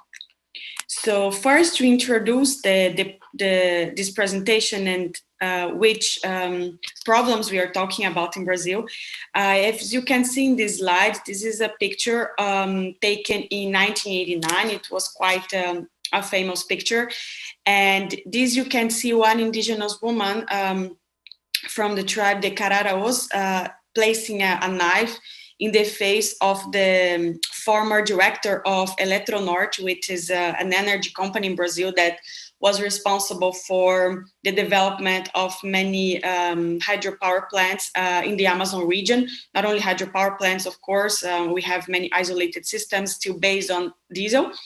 In this case, this was an audience discussing the construction of Belo Monte hydropower plant, which back then was named Cararaô. That has they named the hydropower plant with an indigenous name to try to gather more acceptance. But of course, this hydropower plant was planned in the middle of the Amazon region in the Xingu River, which is one of the main affluents of the Amazon region. And this was planned as a huge hydropower plant, of course, bringing many environmental impacts and also social impacts to the communities around, which would displace many indigenous communities as well. So back then in 1989, the movement, especially led by the indigenous people, was so strong that they could dismiss the project. So back then, the government just gave up on the project. However, in 2011, the government brought back the project of Cararaô hydropower plant, now Belo Monte hydropower plant, within a program of the government named Program for the Acceleration of Growth. What was the mode? The reason of this program is that Brazil needs to develop, Brazil needs to economic develop, and by that we need energy and we need big scale hydropower plants. So this hydropower plant is actually was constructed. It is now operating, not in full capacity, but is operating already, and it's currently the second biggest hydropower plant in Brazil. The first is Itaipu, that I will talk a little bit about that later, and is the third hydropower plant in the world. So this very controversial project that was discussed, we have many legal cases in the jurisprudence about this hydropower plant. This was also taken to the Inter-American Court of Human Rights, then dismissed, then brought again. So this was a very controversial case that led me to my, back then, some years ago, research question in how nowadays we always talk about renewable energies, and I'm not saying that we need energy and we need renewable energy, but is this renewable energy that we have this model of hydropower plants in Brazil sustainable?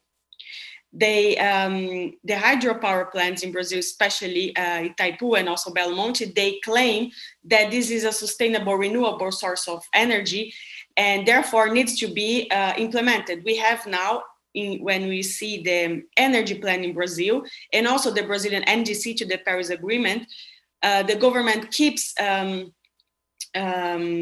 encouraging and planning a big amount of electricity from hydropower plants. So my question is, can we have renewable sources of energy? And these, I don't mean only hydropower plants, of course, solar, wind, hydropower, biomass, in a way that we can also protect nature, that we can also protect biodiversity, and that we can also protect the rights of nature. So in this case, in this presentation today, I want to make an introduction, just setting the context and the combination between renewable energies and climate protection. And second, I want to present the impacts of renewable energies in Brazil. I will focus in the Brazilian situation and how the law, environmental law, sees these internal conflicts of renewable energy law. And then I will present some results, how to compatibilize this interest. And when I present the results, I will also explain a little bit about the Brazilian renewable energy law in relation to environmental license. And finally, some summary and final thoughts on how we can integrate this to the rights of nature. First of all, I want to make just as well a short introduction just to differentiate a little bit from what the other colleagues were presenting before, because the Brazilian context and also law and also culture is, of course, not the same as what we see in Bolivia, Peru, and Ecuador.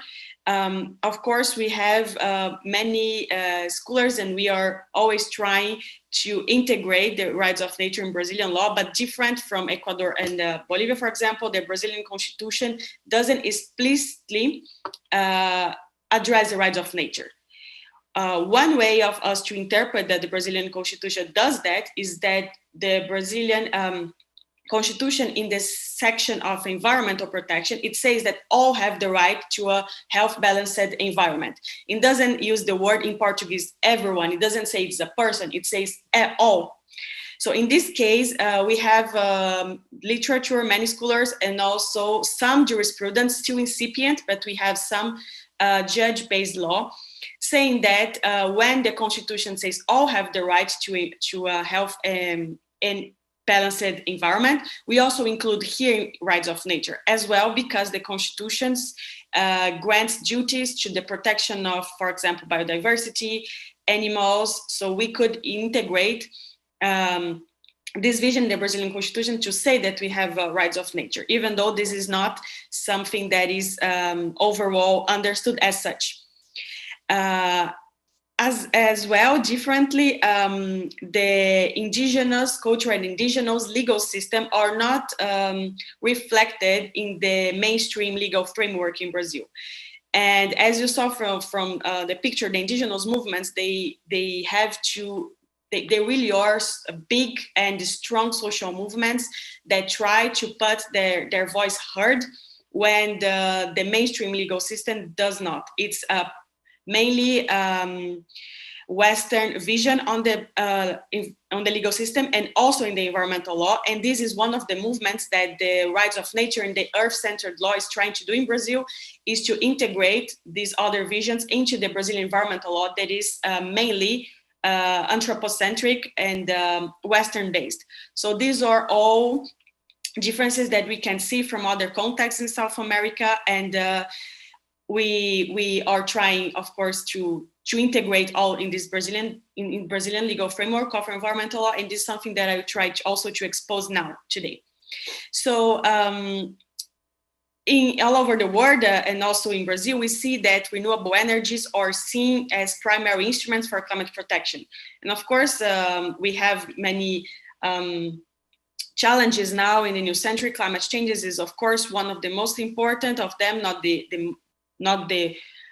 only challenge, but one of the biggest ones that we have that also integrate all of these topics.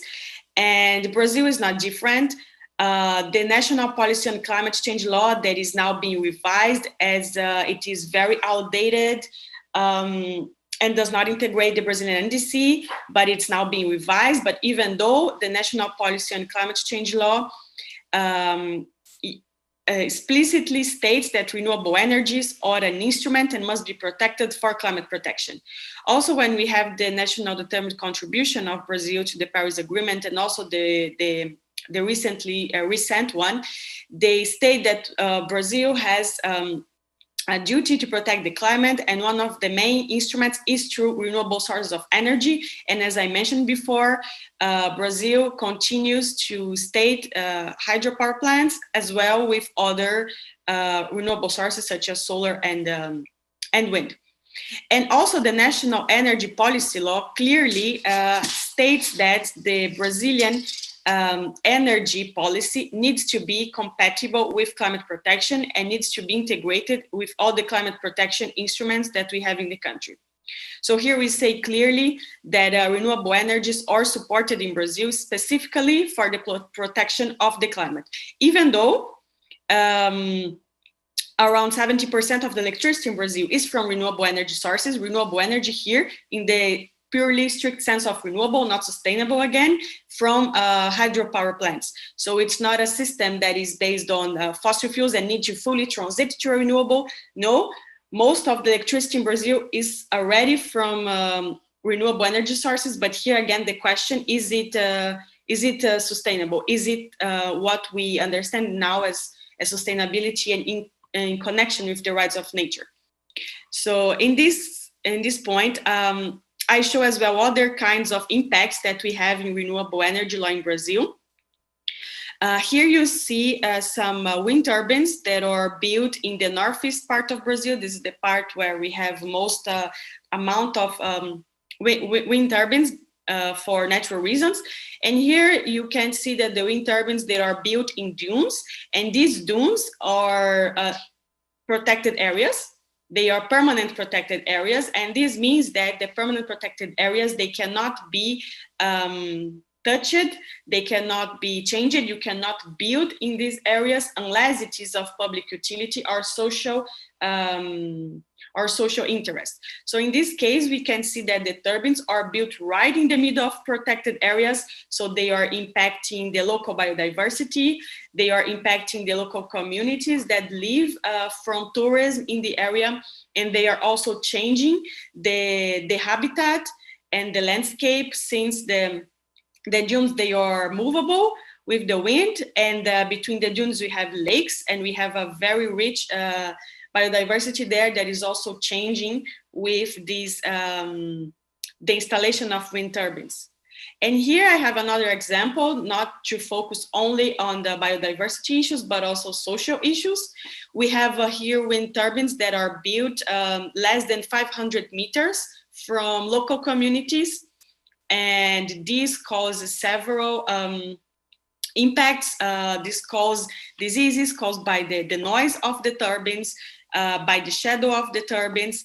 And here we see that the turbines are also still based on the model of large-scale centralized installations that are owned by energy corporations and not decentralized, owned by community owning projects. So this, we can see that the wind turbines that are built in a private area, and the local communities that are around are not that are impacted, they don't have any power to remove or before the installation, to participate in the planning part of the wind turbines project. And I'm sorry. Okay. And we could also use this talk about impacts of renewable energies in Brazil for a long part. We can discuss some impacts caused by solar energy when we are built solar parks in the land.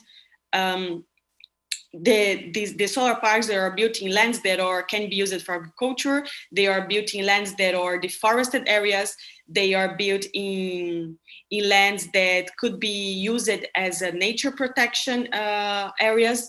We can also talk about some impacts caused by biomass, mainly because in Brazil, biomass production is mostly related to first degree sources, which means raw materials.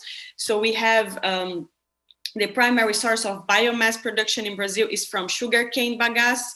And the sugarcane, we have huge monoculture plantations of sugarcane, and of course, brings many impacts from the biodiversity of small properties, of small agriculture properties, of also indigenous lands, deforestation. And this sugarcane goes first to biofuels, and then second, burned to produce electricity. So here we have all sources of renewable energies are also causing several environmental and social impacts in the local community, and also especially in biodiversity. And here, as I mentioned, renewable energy laws are promoted, and they are considered a priority project that needs to be constructed in order to protect the climate. But when we think about climate protection, we think that this is integrated with environment. And of course, one part of environment, one part of nature is also climate. But here we see that we have a conflict within the environmental law, because environmental law wishes to protect the environment as a whole. And here we can call this conflict as an environment against environment, because the nature itself, environmental interests, other environmental interests, such as, for example, biodiversity protection, is conflicting with the climate protection that is achieved through renewable energies. And this, we see this internal conflict in environmental law very clearly stated in the national climate change policy, and also in the national energy policy, because both use the same argument as renewable energies are promoted for climate protection, but they also need to be coincide and compatibilized and balanced with other environmental interests, such as biodiversity. So here we have a clear conflict in environmental law. And my question is how we can make this compatible, how we can compatibilize the climate protection through renewable energies with other environmental interests. And here, just a figure to summarize. 5 minutes remaining. Sorry? 5 minutes remaining. Okay. So here you can see the conflicts that I was mentioning. And now I'll just briefly discuss some of the ways how we can compatibilize these interests. First, we have, when we are deciding about licensing or not a renewable energy project, we have the question of discretionary. So the environmental licensing authorities in Brazil, they follow the discretionary decision. The decision of the authority to grant a license or not is discretionary, is not a bound decision. And this is a very broad, big margin of discretion. So of course, this discretion does not mean that decision is arbitrary, does not mean that it can take whatever decision it wants. No, of course, the decision is limited by legal criteria and discretion. And these criteria, they are strongly based on nature protection law. First, as I mentioned before, protected areas. So we have some protected areas. Specifically, we have a license ordinance on wind turbines that when the wind turbines are located in protected areas, they cannot be licensed. So these we have a discretion of the environmental law. However, they can be licensed even if they are in a protected area, if it's considered a public utility installation. So here, again, we have a broad discretion of the authority and the law, even though creating some criteria to limit this discretion, it also opens up in the other side if we consider the project as a social utility one. The second second way of how we can compatibilize this interest is through the environment impact assessments. The environment impact assessments, we have, for example, the traditional EIA, which is the more complex impact assessment that is used for complex projects, for example, for a large hydropower plant or for a large scale wind installations. But we also have the simplified ones for projects that don't cause so much impacts. And here, this is very important because when we are evaluating the impacts, we are evaluating the positive impacts, which means the climate protection goals of the renewable energy, and also the negative impacts, which means the impacts on society, on the communities around, on the indigenous territories, and on the biodiversity. Here, the environmental impact assessment is also very important because it identifies the alternatives. So with the alternatives to the project, combine it with the zero alternative, that means the project cannot be licensed at all. And here is also very important because we define the mitigation measures. If we have a project that causes impacts and it still needs to be licensed, we need to have mitigation impacts to mitigate as much as possible the impacts that is being caused. The third is connected the consideration of alternatives.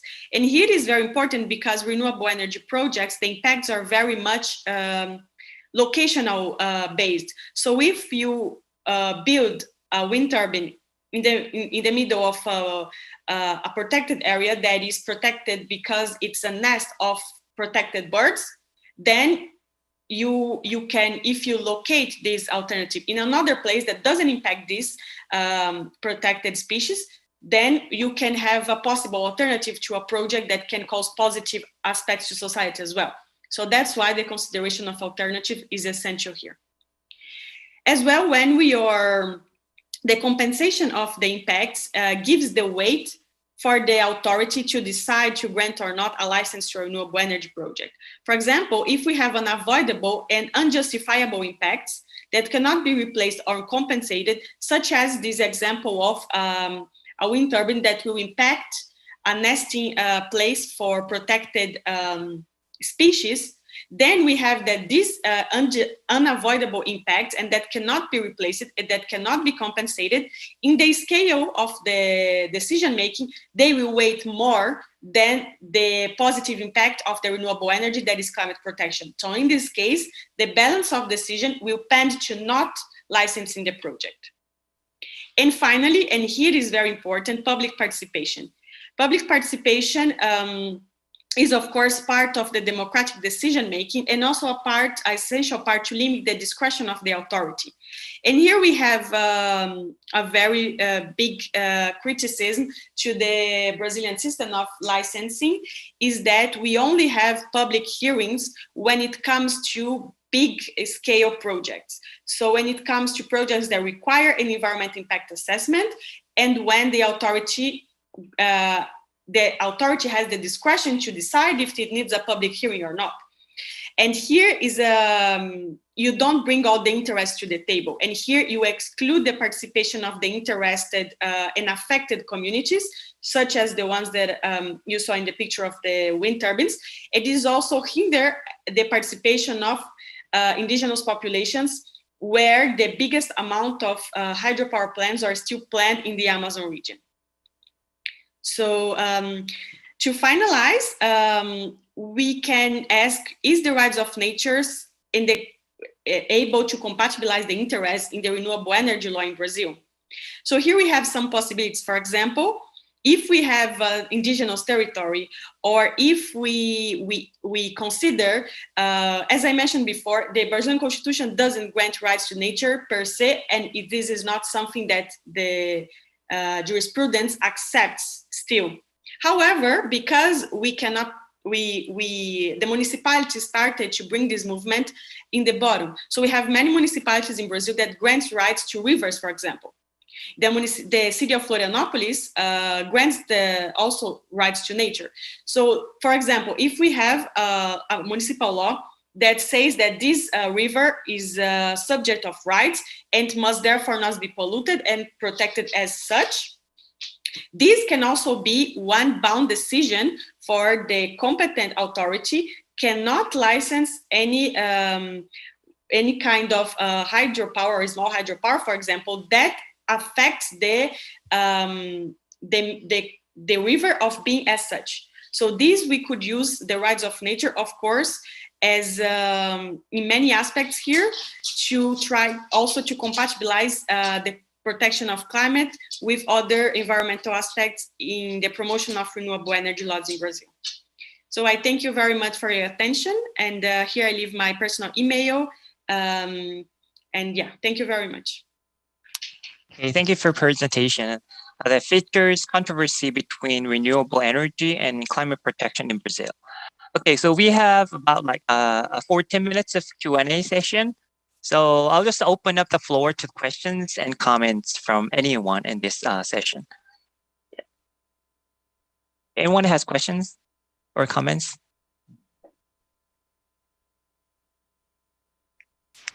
I have a question to Paula, if I may. Can you hear me? Yes, go ahead, please. Yeah, Paula, you said that you went a little bit fast for me. So you said that some of the provisions in the Constitution of Brazil are about protection of biodiversity and guardianship, and you combine that with all have the right to a healthy and balanced environment, and then say that can be read as rights of nature. But my question is, with the rights of nature, you don't have to demonstrate personal interest or personal damage. So can you also read that into the Constitution of Brazil? Here,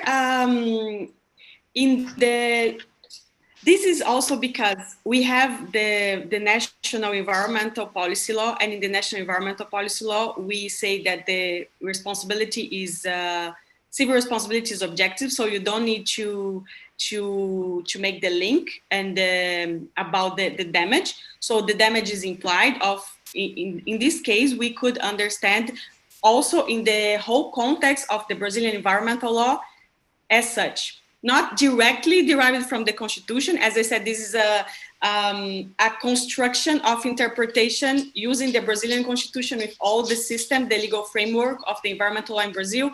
Also, the National Environmental Policy, of course, is the base environmental law, but we have the Forest Code, which has the protected areas that are permanent protected areas. You also have the National Conservation Unit System, which has two types of conservation units: the sustainable development units, that are ones that are compatible with human use, and the others that you cannot even enter if you don't have permission.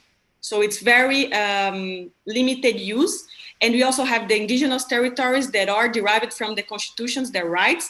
So when we combine all the protective legal framework of Brazil and also some jurisprudence that I can mention one case for you, then we can interpret in this way. I was saying we have the Superior Court of Justice. It's they understand that we have in the interpretation of law the indubio pro natura principle, which is of course only in this court. It is not overall accepted, but this court says that this is a principle of interpretation. So if we have a legal norm that we have doubts in the interpretation of which sense, we should interpret in the way that protect nature as most. So using all this legal framework, then we could interpret in this way. Yeah, even though it's not explicit as in the Ecuador and Bolivia, for example. Thank you very much. Thank you. Next, Paulo Villavicencio, please go ahead and ask. Thank you very much. Well, good morning and good afternoon, everyone. Just to say, Doreen, Henjan, Matthias, and Paula, congratulations for the very interesting presentations. I am from Bolivia. I will be in another session talking about the rights of nature in Bolivia. So thank Doreen and Henjan for providing us this overview about the developments of rights of nature in Bolivia and the current situation that is with a huge health challenges, no? And Paula, maybe we can also discuss about the similar situations going on, because in Bolivia we also have an energy policy. I will explain later better, that basically promotes the development of large-scale centralized projects, especially hydropower. So, and to be connected with Brazil, et cetera, et cetera. So this is something that we really need to consider in the discussions of rights of nature, no? And to be concrete, Matthias, I was wondering, after listening to you about these indigenous ontologies and the relationship with rights of nature, I wonder how we can, for example, Bolivia, how we can integrate the different perspectives of these indigenous ontologies. I mean, when I hear, probably some other people hear about indigenous ontologies, it seems that there is one kind of ontologies, but actually it is not, no? And we have, for example, the example in Bolivia, we have indigenous peoples from the lowlands area and also the highlands or the mountain areas that have different ontologies, different principles, different concepts that at the end of the day, they are or seems contradictory. And for us in Bolivia, it's a challenge to integrate both or the different kind of ontologies. So maybe you can illuminate about us. Thank you. And congrats again. Yeah, go ahead, please. Yeah. Thank you very much for the question, and yeah, it's a super interesting topic, of course. So from my point of view and how I see the situation, we have these two models. One where basically rights of nature are adopted at a constitutional level and nature as such. And then the case that I like to contrast and where I also did some research is the New Zealand case of the Te Awa Tupert, where one part of nature, a river, was basically assigned legal personhood. And in this particular case, it was possible to really integrate to a very large extent Maori ontology. So even the legal document uses a lot of Maori language. The name Te Awa Tupert is the indigenous name for the river. They even adopt the definition of what the river is. So from the mountains to the sea. So basically the way how it is also somehow poetically with lots of images framed by the Whanganui iwi that's living along the river. So I think there is a particular case where indigenous ontology really enters a legal document. And of course, the question still is how effective will this be in terms of litigation, in terms of cases to come. There is very limited experience, whereas, of course, Ecuador, especially in the recent years, has been quite successful with this very let's say, broad concept of nature. But of course, having it at the constitutional level is also very powerful. Whereas in New Zealand, you still have the problem that the Te Awa Tupert Act, which assigns rights to the river, is then contrasted to British common law, where, for example, water is not included. There's still private ownership. So I see the advantage of the New Zealand case in really being, let's say, better at adopting indigenous ontologies, but of course with maybe a question mark, how effective will it be in terms of rights of nature and earth jurisprudence. So it's more like I also still have some question marks, but I like to refer to this Whanganui River case, which I see as a paradigm case where this has succeeded to a large degree, although there are still some blind spots. Okay. Any other questions? And I actually have a few questions, but I'll just raise one question that is for all four of you presenters.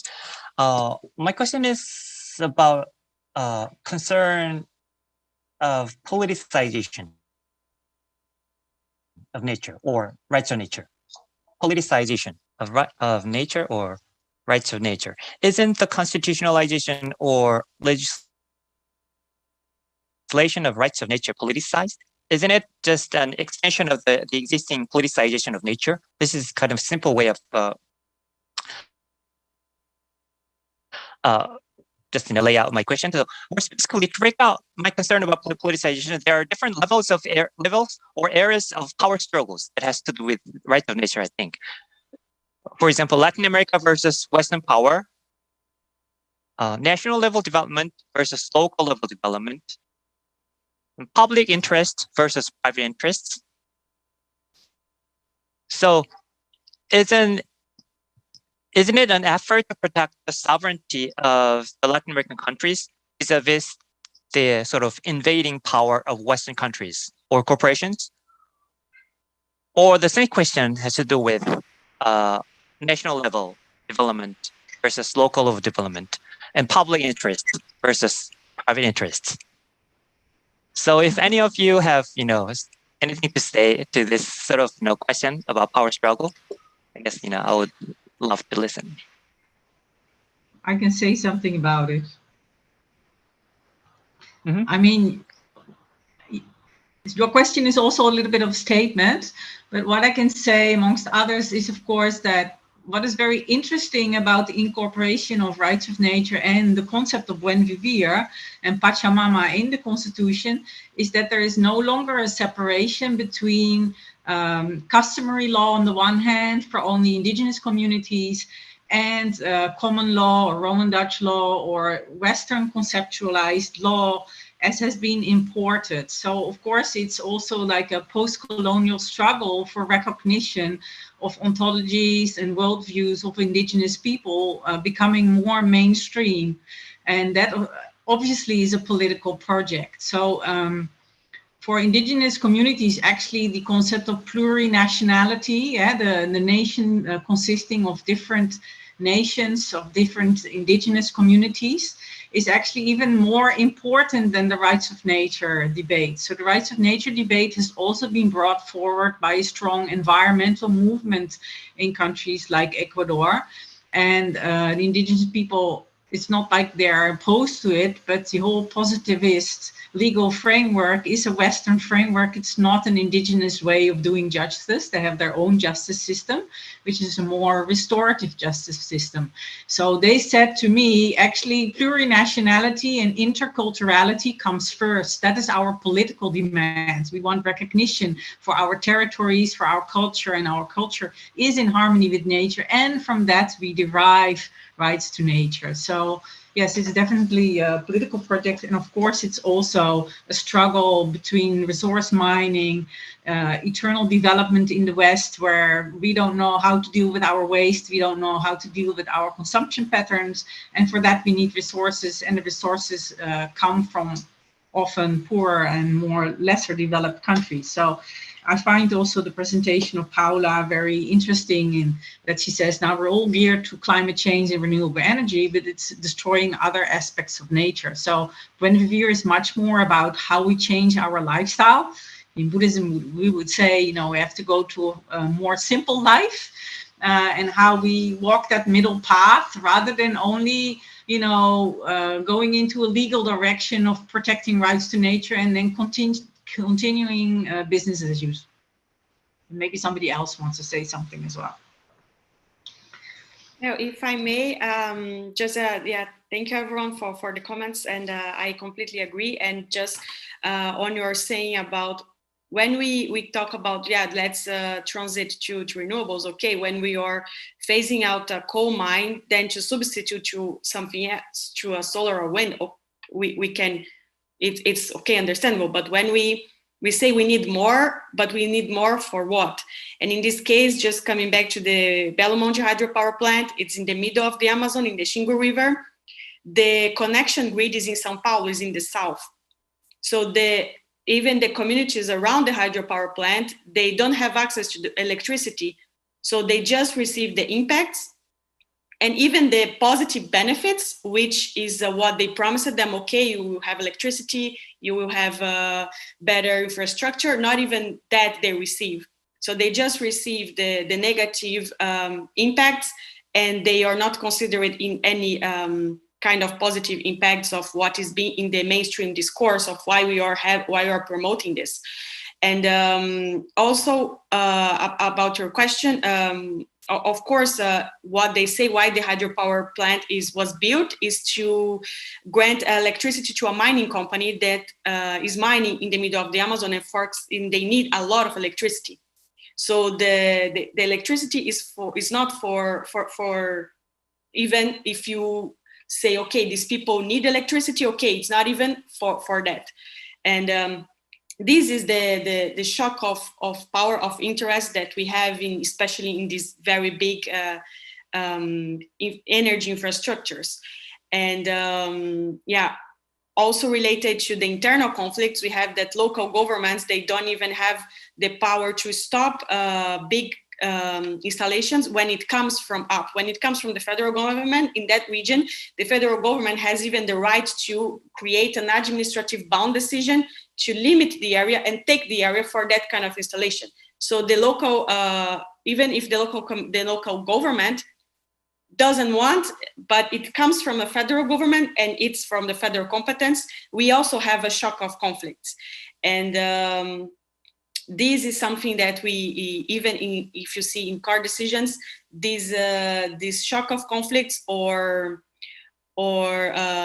decided in any way using the same argument.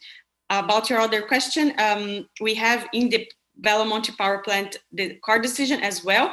They are using the rights, not the rights of nature per se, but aspects of rights of nature to grant the license, because they're saying we already started the process. We already spent a lot of public money. We already start, let's say, clearing the area. So now if we don't continue, we will create even more impacts to nature and social that if we stop it. So it's an argument that is used in the contrary of what it really means. So it's a discourse that is used in either way, to grant the license or to not grant the license. They use the same base and revert its meaning to just justify any kind of discretionary decision.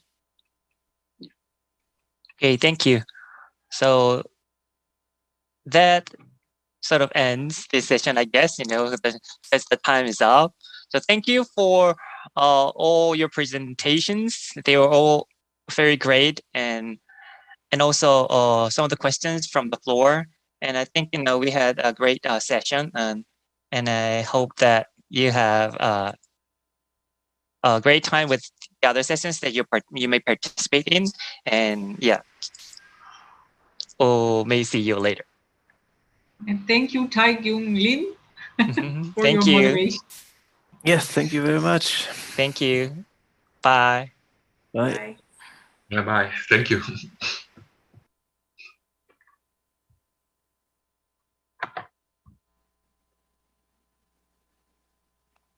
Bueno, en primera instancia, muy buenos días, buenas tardes y buenas noches a los que nos acompañan en esta reunión. Quiero dar el agradecimiento en primera instancia a los organizadores de este magno evento por invitarme a participar y a las instituciones que yo represento, en este caso al Biomedicine Institute y a la Red Internacional de Estudios de Biomimesis, de varias instituciones que trabajan en red.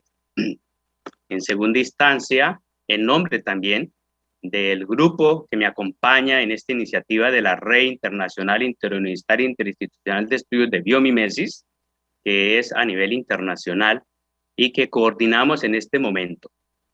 ¿Sí? ¿Me escuchan? Sí, bueno. Continúo. Y mi ponencia o mi conferencia, mi charla o el diálogo que tengo que hacer en este momento tiene que ver con la biomimesis como una ciencia holística y en armonía con la naturaleza. Y la charla la tengo organizada en esta estructura: antecedentes, insostenibilidad, biomimesis y qué es la Red Internacional de Biomimesis. Los antecedentes es que en este momento vivimos un momento espectacular o esplendoroso en lo que tiene que ver con el desarrollo técnico-científico de vanguardia, donde se está haciendo unas investigaciones que de alguna manera pueden abrir un horizonte infinito para la humanidad, como también llevarnos al colapso. Un desarrollo técnico-científico en relación a las nuevas tecnologías o lo que llamamos la ciencia convergente. Una ciencia holística donde prima la parte de la inteligencia artificial, la robótica, la ingeniería genética, la nanotecnología, la medicina regenerativa, la parte de la programación aeroespacial, el conocimiento desde el mundo del microcosmos hasta el macrocosmos y el universo profundo. Pero aún así, con todos esos conocimientos que tenemos en este momento, no conocemos casi nada. Estamos explorando, estamos conociendo, y nos dará elementos para ir construir una mejor civilización, ¿o no? Esa es la disyuntiva que tenemos en este momento como humanidad y como civilización. Aunado a ese desarrollo tan espectacular de técnico-científico, a nivel, tenemos algo que nos está limitando, que es los impactos medioambientales globales, que todos sabemos y que estamos sufriendo en este momento. Esos procesos se denominan de insostenibilidad. La insostenibilidad es diferentes manifestaciones, porque la insostenibilidad es multidimensional y además se ha venido acumulando, por lo tanto es un proceso histórico. Pero uno de los factores o vectores de ese proceso de insostenibilidad es el crecimiento demográfico que ha tenido la humanidad casi exponencial. Eso ha repercutido en los impactos a nivel de la cadena trófica y a nivel de la biodiversidad a nivel planetario. El último informe de la evaluación de los ecosistemas del milenio del año 2019 nos demuestran de cómo el 40% de los anfibios están casi en vía de extinción, con un 33% de los corales y arrecifes, un 30% de mamíferos, un 20% de especies de hábitat terrestre y el 10% de insectos. Para nuestro caso, como Red Internacional de Estudio de Biomimesis, escogimos como zona de estudio o zona de apoyo e interacción a la Amazonía, teniendo en cuenta de que es un ecosistema muy importante por lo que significa en términos medioambientales y socioculturales. De ahí que la Amazonía para nosotros es un núcleo de acción como red y es nuestra marca de identidad, ya que, de alguna manera, ese gran ecosistema a nivel planetario se conecta con otros grandes ecosistemas, como lo han demostrado las investigaciones, con los desiertos, con los glaciares y con la masa de los mares continentales. Entonces, por lo tanto, es un ecosistema estratégico para la vida tal como la conocemos a nivel de la biosfera, atmósfera terrestre, ya que la región amazónica alberga una de las grandes biodiversidad del planeta.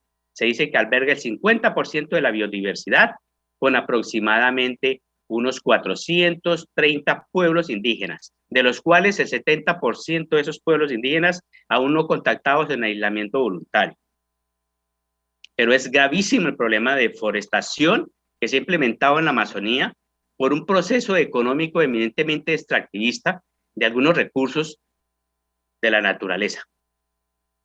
Generalmente es por la producción de algunos agrobuses o agroindustria o agricultura empresarial, agroexportadora, que ha generado unos impactos de carácter irreversible e inconmensurable a la gran masa de la biodiversidad y al bosque y a los suelos y a los recursos hídricos en nivel continental y que impacta a nivel del ciclo hídrico global, ya que la Amazonía alberga el 30% del agua dulce del planeta. Por lo tanto, al deforestarse totalmente, se impide ese ciclo hídrico global al no existir ese proceso de evapotranspiración y la condensación y la formación del sistema de nubes, que es la que irradia a nivel hídrico a nivel global. Y además impacta a nivel de los suelos. Ese impacto a nivel de los suelos significa una pérdida del manto Por lo tanto, se pierde ese universo que hay del microorganismo a nivel de los primeros 30 o 50 centímetros del suelo. Has de recordar, o tenemos que recordar, que los suelos de la Amazonía, entre comillas, son pobres.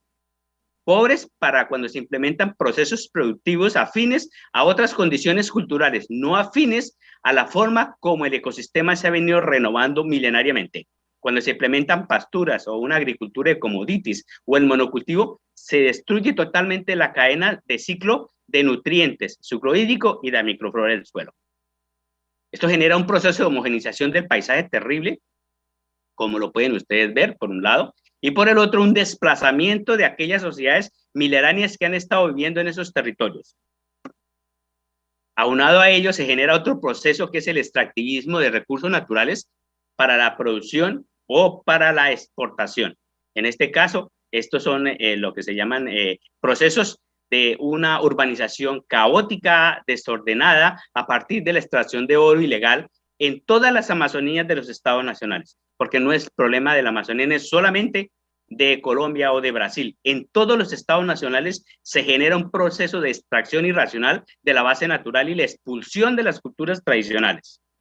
Aunado a ello, un proceso de urbanización impresionante que está dando en la Amazonía. Por lo tanto, la Amazonía, como un todo a entender, está poblada. Se está poblando de una manera impresionante. Esta es la ciudad de Manaos, donde tiene una población más de 1 millón de habitantes. Y otras 3 ciudades a nivel del contexto amazónico regional que superan el 1 millón de habitantes. Ciudades macro, en unos espacios que de alguna manera la biodiversidad se ve restringida y limitada y en procesos de vía de extinción. Con este panorama apocalíptico se puede decir a nivel planetario, porque esto ocurre en la Amazonía, ocurre en la plataforma de los polares en Australia, ocurre con el proceso de descongelación que hay de los casquetes polares, el problema de la destrucción del permafrost en Siberia, la destrucción de los bosques tropicales en Borneo, en Sumatra, en Indonesia. Entonces, vemos un problema que tiene en este momento la humanidad como un todo y la civilización. Pero al final de eso se ve una luz de esperanza que de alguna manera nosotros podemos percibir y visualizar. Tenemos que hacer un cambio de actitud y un cambio cultural en relación a cómo debemos relacionarnos con la base natural y con nuestros semejantes. Ese cambio cultural tiene que ser un cambio de nuestros compromisos y de nuestras conductas de consumir productos para el mercado. Y otra forma, si estamos en una democracia, saber elegir a nuestros líderes para que tomen las decisiones apropiadas en favor de la vida como la conocemos. Y ese panorama y esa forma de pensar, esa forma de actuar, nos las puede dar un nuevo paradigma, un paradigma emergente que es la biomimesis. La biomimesis como una ciencia emergente, una tecnociencia emergente que tiene una gran trayectoria histórica. No es nueva, ya viene de los griegos trabajando, y si vamos hacia otras culturas no occidentales, pues nos darán y nos enseñarán muchas prácticas biomiméticas. La biomimesis es una conjunción entre biovida y mimesis imitación. La biomimesis se puede decir que es una ciencia donde convergen las ciencias de la ingeniería y las ciencias de la vida. Esa conjunción entre esas 2 áreas del conocimiento nos permite una visión holística y transdisciplinar. Por eso la biomimesis se considera como una nueva ciencia transdisciplinar y holística que busca la armonía de la naturaleza, que haya una simbiosis entre el proceso de producción y de consumo de la especie humana con relación al sistema natural. ¿O qué quiere decir? Que el sistema económico de los humanos se compatibilice y viva en equilibrio dinámico con la economía de la naturaleza, entre comillas. Por eso es importante entender que la naturaleza en su proceso de coevolución con los humanos, desde hace 3.8 millones de años que se ha formado la vida, y ojo, todavía no sabemos exactamente en qué momento comenzó la vida y cuál fue el efecto concaminante para producirse la vida. Por lo tanto, la biomimesis como ciencia transdisciplinar aún está en ese proceso de construcción de todo su bagaje cognoscitivo, su marco conceptual y epistemológico, pero va encaminado hacia eso, va hacia que debemos generar un marco teórico, político, cultural en relación a que la naturaleza como un todo es sujeto de derecho, y eso ya es una categoría muy importante. Si el siglo XX fue el siglo de los derechos humanos, el siglo XXI debe ser el derecho de la naturaleza.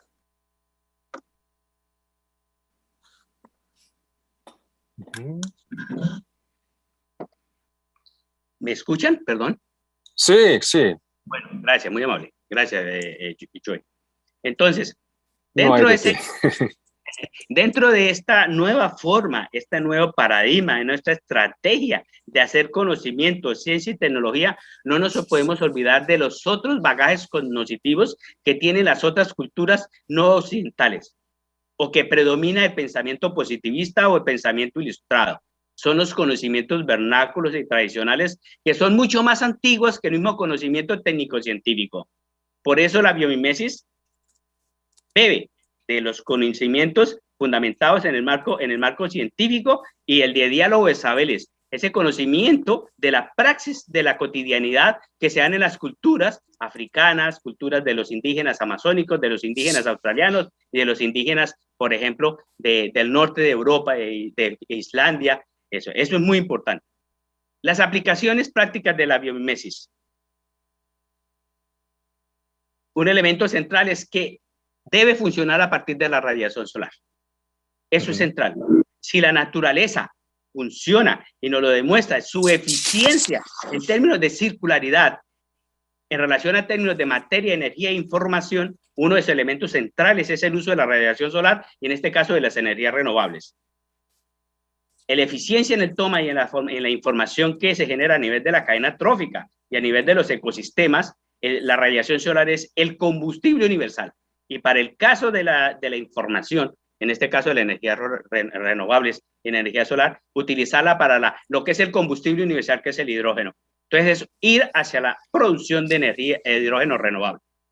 Utilizar solamente energía de lo imprescindible, sí. Eso hay dos perspectivas, el consumo endosomático que llevan los seres humanos y el consumo exosomático en el cual es desbordante en la cultura occidental, que es de consumo de suntuosidades. Y es un despilfarro de la energía y generadora de una serie de impactos medioambientales de carácter inconmensurable.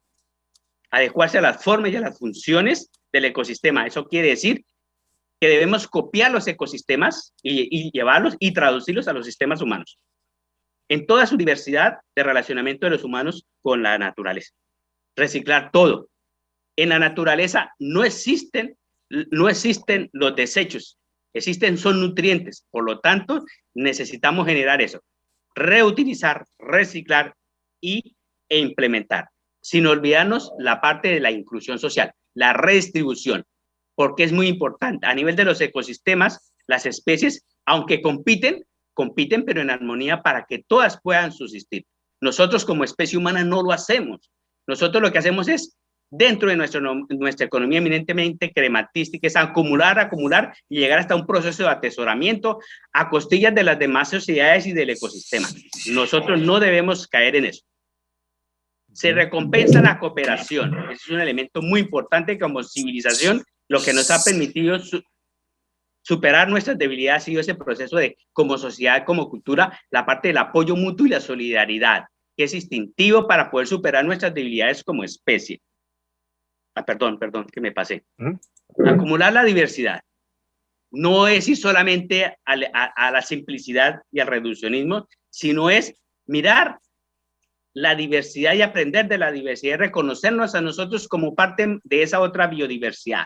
Y si hablamos en términos socioculturales, reconocer que existen otras culturas con otras cosmovisiones totalmente diferentes a la cosmovisión occidental. Unas cosmovisiones, a lo último, más adecuadas al medio natural, mucho más humanizadas en términos de respeto a la naturaleza, y no como nosotros, la cultura occidental, de alguna manera, la visión judío-cristiana, en el cual la naturaleza nos la dieron para dominarla, someterla porque era salvaje, para el dominio y para nuestro libre albedrío. No, señores, es todo lo contrario. Es vivir en armonía para convivir con ella y respetarla. Contrarrestar los excesos, utilizar los límites, aprender del contexto y cuidar de las generaciones futuras. Cuando se habla de generaciones futuras, es importante este cambio de chip o de paradigma, y es recoger un poco esa visión de la cosmovisión de los pueblos indígenas amazónicos y de otras culturas en el cual ellos dicen, ojo, la naturaleza, todo es vida, no existen seres, todos son personas, una roca, un árbol, un ave, porque somos parte de ellas, porque coevolucionamos con ellas. Dentro de esta nueva forma de concebir nuestras formas de relacionarnos con la naturaleza dentro de la biomimesis, existen tres grandes, digamos, premisas, principios activos que son fundamentales.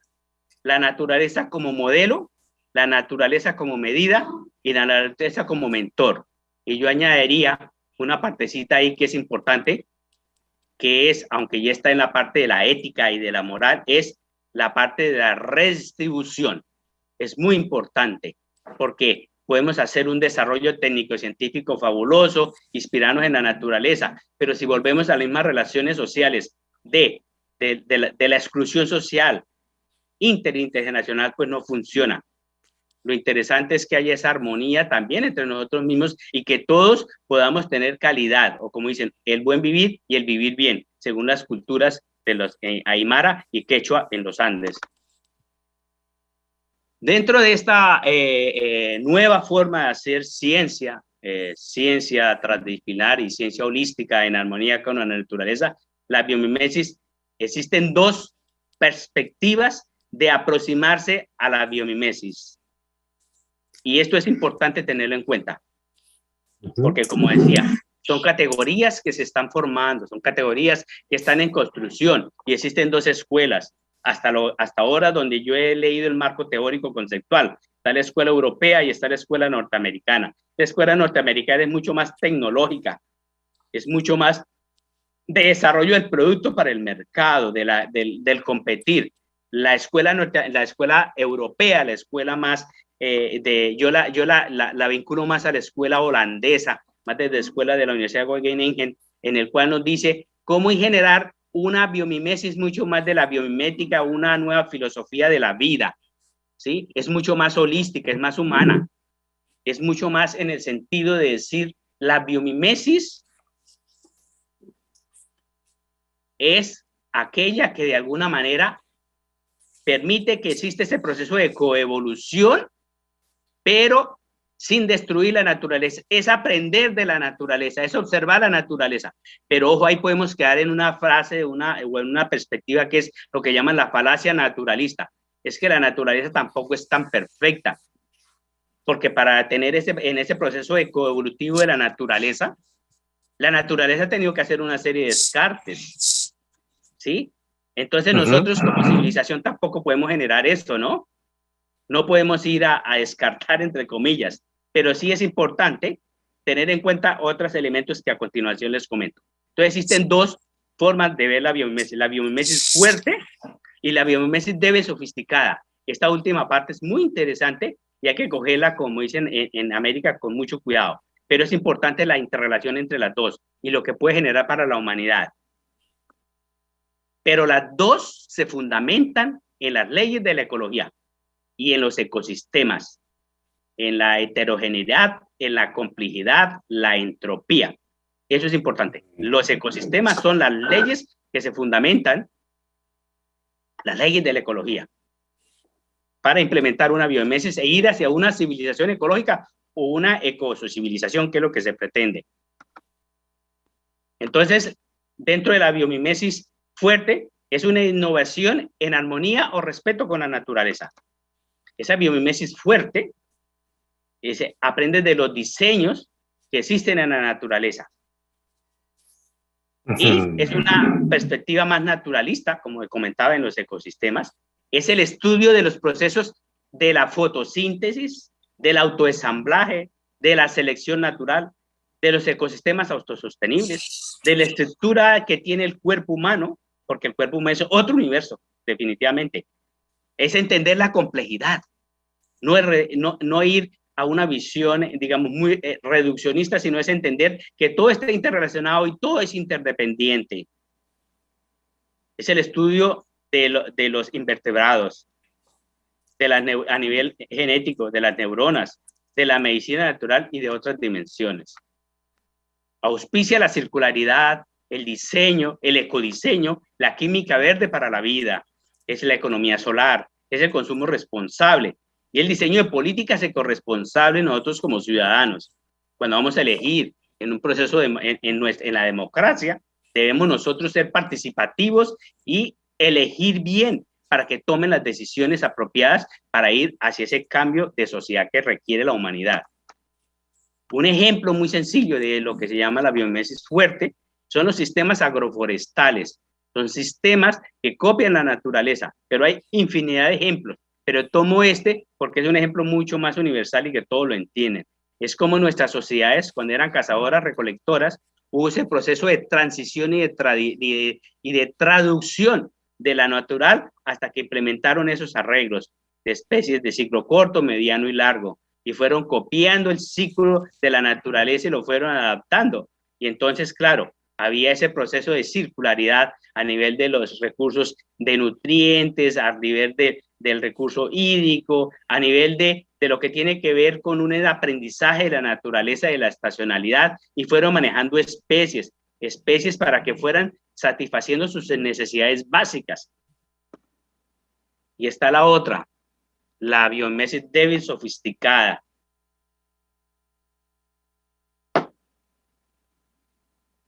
La biomimesis débil sofisticada obedece a ese desarrollo técnico-científico tan impresionante que tiene actualmente la humanidad, a nivel de ingeniería genética, a nivel de las energías de la telecomunicación y la información, de la inteligencia artificial, de la computación, de la biomedicina, de la medicina regenerativa. Entonces, la categoría como tal de biomimesis débil sofisticada fue propuesta desde la Universidad de Harvard por la investigadora Joanna Heisenberg, quien ella generó allí un instituto del Instituto de Ciencias de Tecnología de la Bionano, y ella propuso esa categoría. Es que la naturaleza no es que sea ineficiente o imperfecta, lo que ocurre, como decían los presocráticos, es que la naturaleza nos esconde y nos va dando a cuentagotas sus secretos. En este proceso de poiesis, de autorreproducción, ella nos va dando esa información, pero nosotros la vamos extrayendo con nuestra observación y nuestra traducción.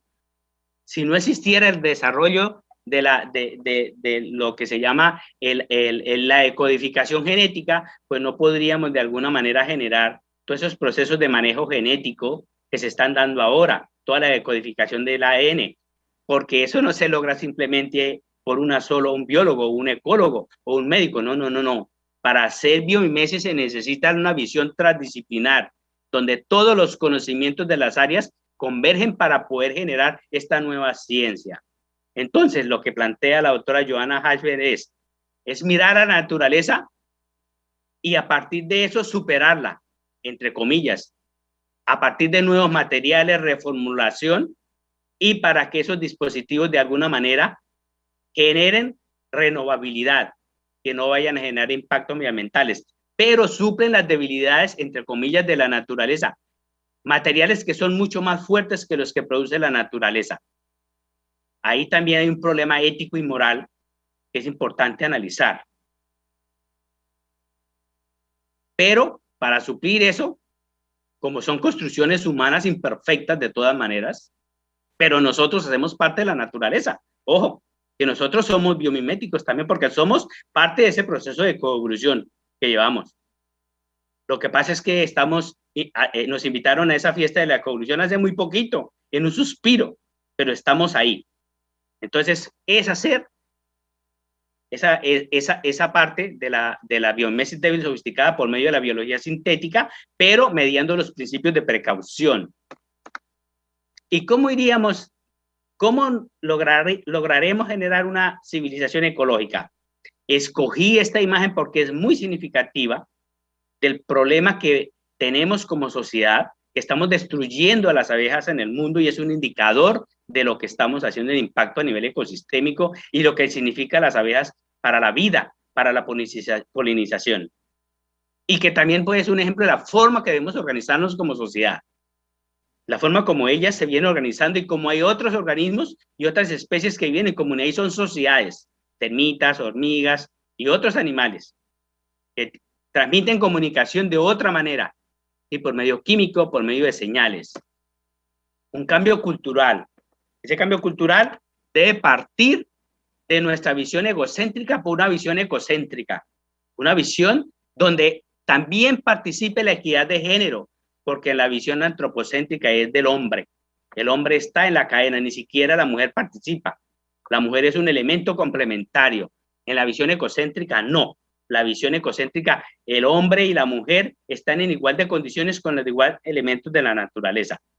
Viven en eso. Es un elemento de complementariedad para lograr eso. Estamos en este momento en lo que se denominan los aspectos de los que estudian la filosofía y la ciencia, que estamos en la cuarta revolución industrial. La primera revolución industrial fue cuando el ser humano pudo dominar el fuego. Y después, las máquinas de vapor, electricidad y la computación, y estamos en la última, en la inteligencia artificial. Y en lo que tiene que ver con las nuevas formas de vida que está generando el ser humano, que no estaban en la naturaleza y que el hombre las ha ido mejorando. El ser humano, para también incluir a la mujer. Ojo, porque también en el vocabulario y en la forma de expresarnos podemos dar, no ser inclusivos. Yo creo que es importante, los seres humanos.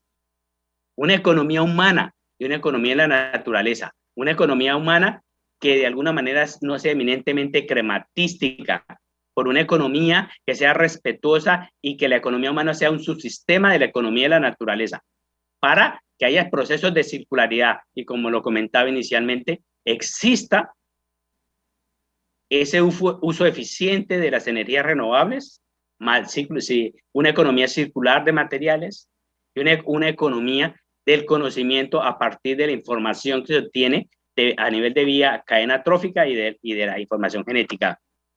Una economía solar, una economía circular de materiales. Y paso a comentarles la experiencia que venimos trabajando ya hace aproximadamente 6 años. ¿Sí, señor?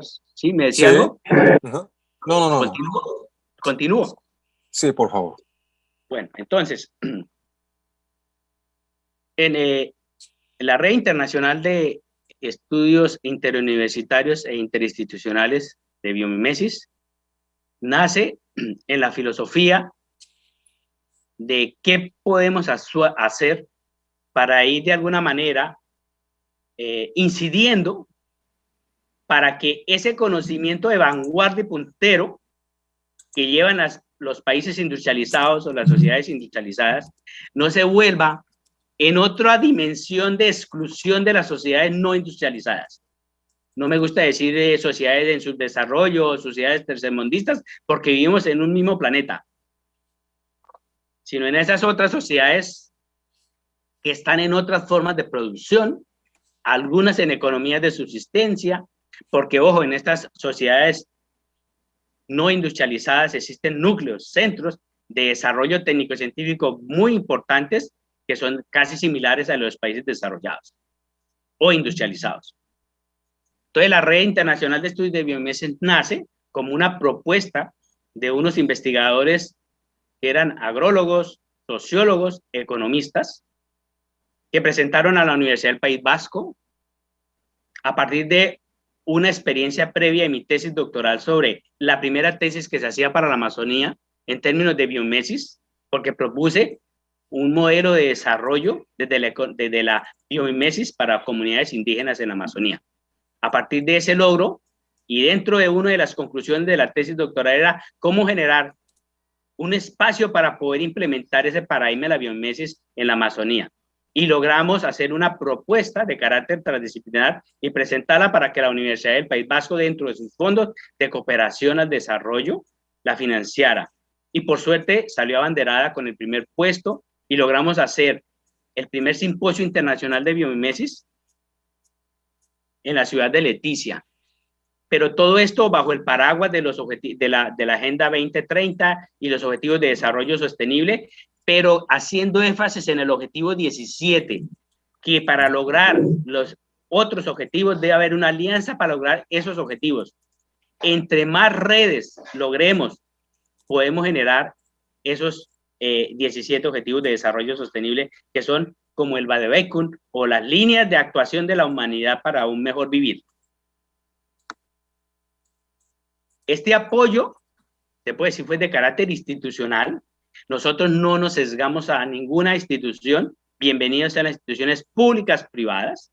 Inicialmente el proyecto fue presentado por el Instituto de Economía Aplicada a la Empresa de la Facultad de Economía y Empresa de la Universidad del País Vasco, la Cátedra UNESCO de Desarrollo Sostenible y Educación Ambiental de la Universidad del País Vasco y una asociación que es la Asociación Amazono para Impulso de la Interculturalidad y la Biomédica. En su momento eran estudiantes y profesores, en el cual yo lidero también.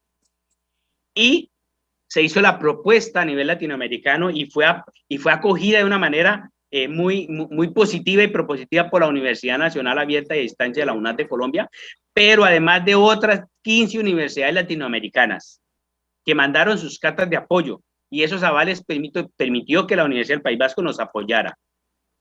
Nuestras propuestas o nuestra identidad como red es trabajar en la Amazonía y otros ecosistemas parecidos, democratización del conocimiento, una ciencia holística y transdisciplinar, reconocimiento del saber tradicional, la naturaleza como sujeto de derecho, una civilización ecológica y el desarrollo sostenible biomimético, que no existe, que es una categoría que hemos generado, el desarrollo humano sostenible biomimético, por lo que significa la biomimesis.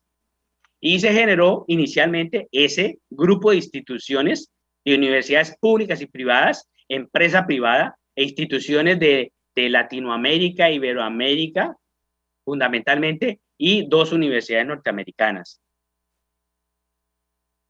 Y ya posteriormente en ese desarrollo, en esa dinámica, se ha venido liderando con la nueva administración, que es el Biomedes Institute, la coordinación, la Universidad Externada de Colombia y la Universidad del País Vasco. Y esta nueva coordinación, por un año más, la llevamos y les voy a contar lo que hemos venido desarrollando de forma puntual y en experiencia alrededor de la biomimesis. Hemos desarrollado 3 simposios internacionales. El primero fue en la ciudad de Leticia, departamento del Amazonas, Colombia, en el cual llevamos 15 investigadores a nivel internacional y con sabedores tradicionales, de los cuales los 2 que inauguraron la red han fallecido por COVID. Por eso, muy apropiado el título del evento con esta ponencia por lo del COVID, porque fallecieron 2 de los sabedores tradicionales de la lengua del pueblo Huitoto en el Amazonas y otro de otra comunidad indígena amazónica, que fueron socios fundadores. El año pasado murieron por COVID. El segundo evento, que llama Una Ciencia con Conciencia, fue apoyado fuertemente por la doctora Erika Llanos Rizos de la Universidad Amazónica del Pando, en Bolivia, y en su momento con la viceministra de Ciencia y Tecnología, la doctora Jenny Carrasco. Ellas apoyaron, y el rector en su momento también, y que ahora es rector de la universidad, que se me fue el nombre del rector. Ellos apoyaron ese evento allí, y también fuimos aproximadamente unos 15 investigadores a nivel internacional a ese evento, pero el toque allí era más socializar con la comunidad universitaria, era más hacia difundir el paradigma de la biomimesis entre estudiantes de pregrado y de posgrado, y yo creo que lo logramos. Y el tercer evento fue realizado en la ciudad de forma virtual por lo del COVID, y quien es el responsable del Instituto de Ecología en México, en la ciudad de Jalapa, México. Y allí fue liderado por Armando Contreras, un investigador del Instituto, el INECOL de México. Estos fueron los investigadores que estuvieron en Leticia. Él, un cacique, Bolívar, falleció. Aquí están investigadores de Bolivia, de Ecuador, de Guyana, de Estados Unidos, de California, Berkeley, empresarios. Ellos lideran líneas de investigación en biología molecular de plantas en los Estados Unidos, México, Universidad del País Vasco, de Perú, de la Universidad Nacional de la Amazonía Peruana. Lo que intentamos es que haya un crisol de varias profesiones e instituciones latinoamericanas, pero le damos un toquecito a las instituciones amazónicas. Este fue el temario, los exponentes. Esta fue la publicidad que se utilizó para el primer simposio. Y estos fueron los segundos en la ciudad de Cobija. Se puede decir que ese era el núcleo duro de trabajo allí. Está la representante de la Universidad de la Universidad Nacional de la Amazonía, de la UNAD de Colombia, que ahora es vicerrectora. Está aquí Manuel, profesores, investigadoras, mujeres indígenas, investigadoras de la Universidad de Antioquia, la Universidad del País Vasco. Y este fue el lema y el simposio. El segundo simposio de Biomesa Amazonía con ciencia y con tecnología. Este fue el logo para el tercer simposio vía online. Y dentro de la red tenemos 8 núcleos que venimos trabajando. El primero que iniciamos fue el núcleo de emprendimiento e innovación empresarial biomimético y bioinspirado.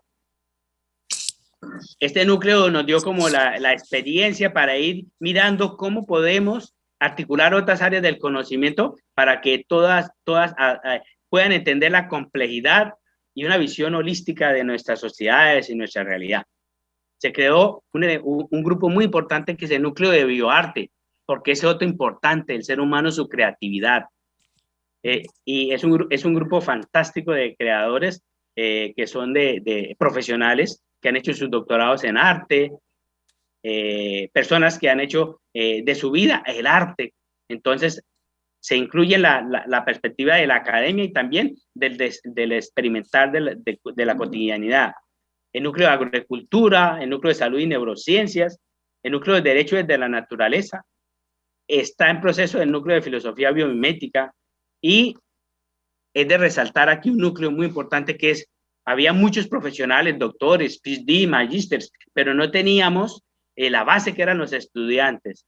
Entonces logramos proponer la creación del núcleo de la Plataforma Internacional Estudiantil Biomimesis, y que ellos fueran autónomos en sus tomas de decisiones, y se pudieron generar núcleos en Costa Rica, en Colombia, en Bolivia, Argentina, muy dinámico, Ecuador. Entonces ese núcleo es solamente de estudiantes de pregrado y de posgrado, ¿sí?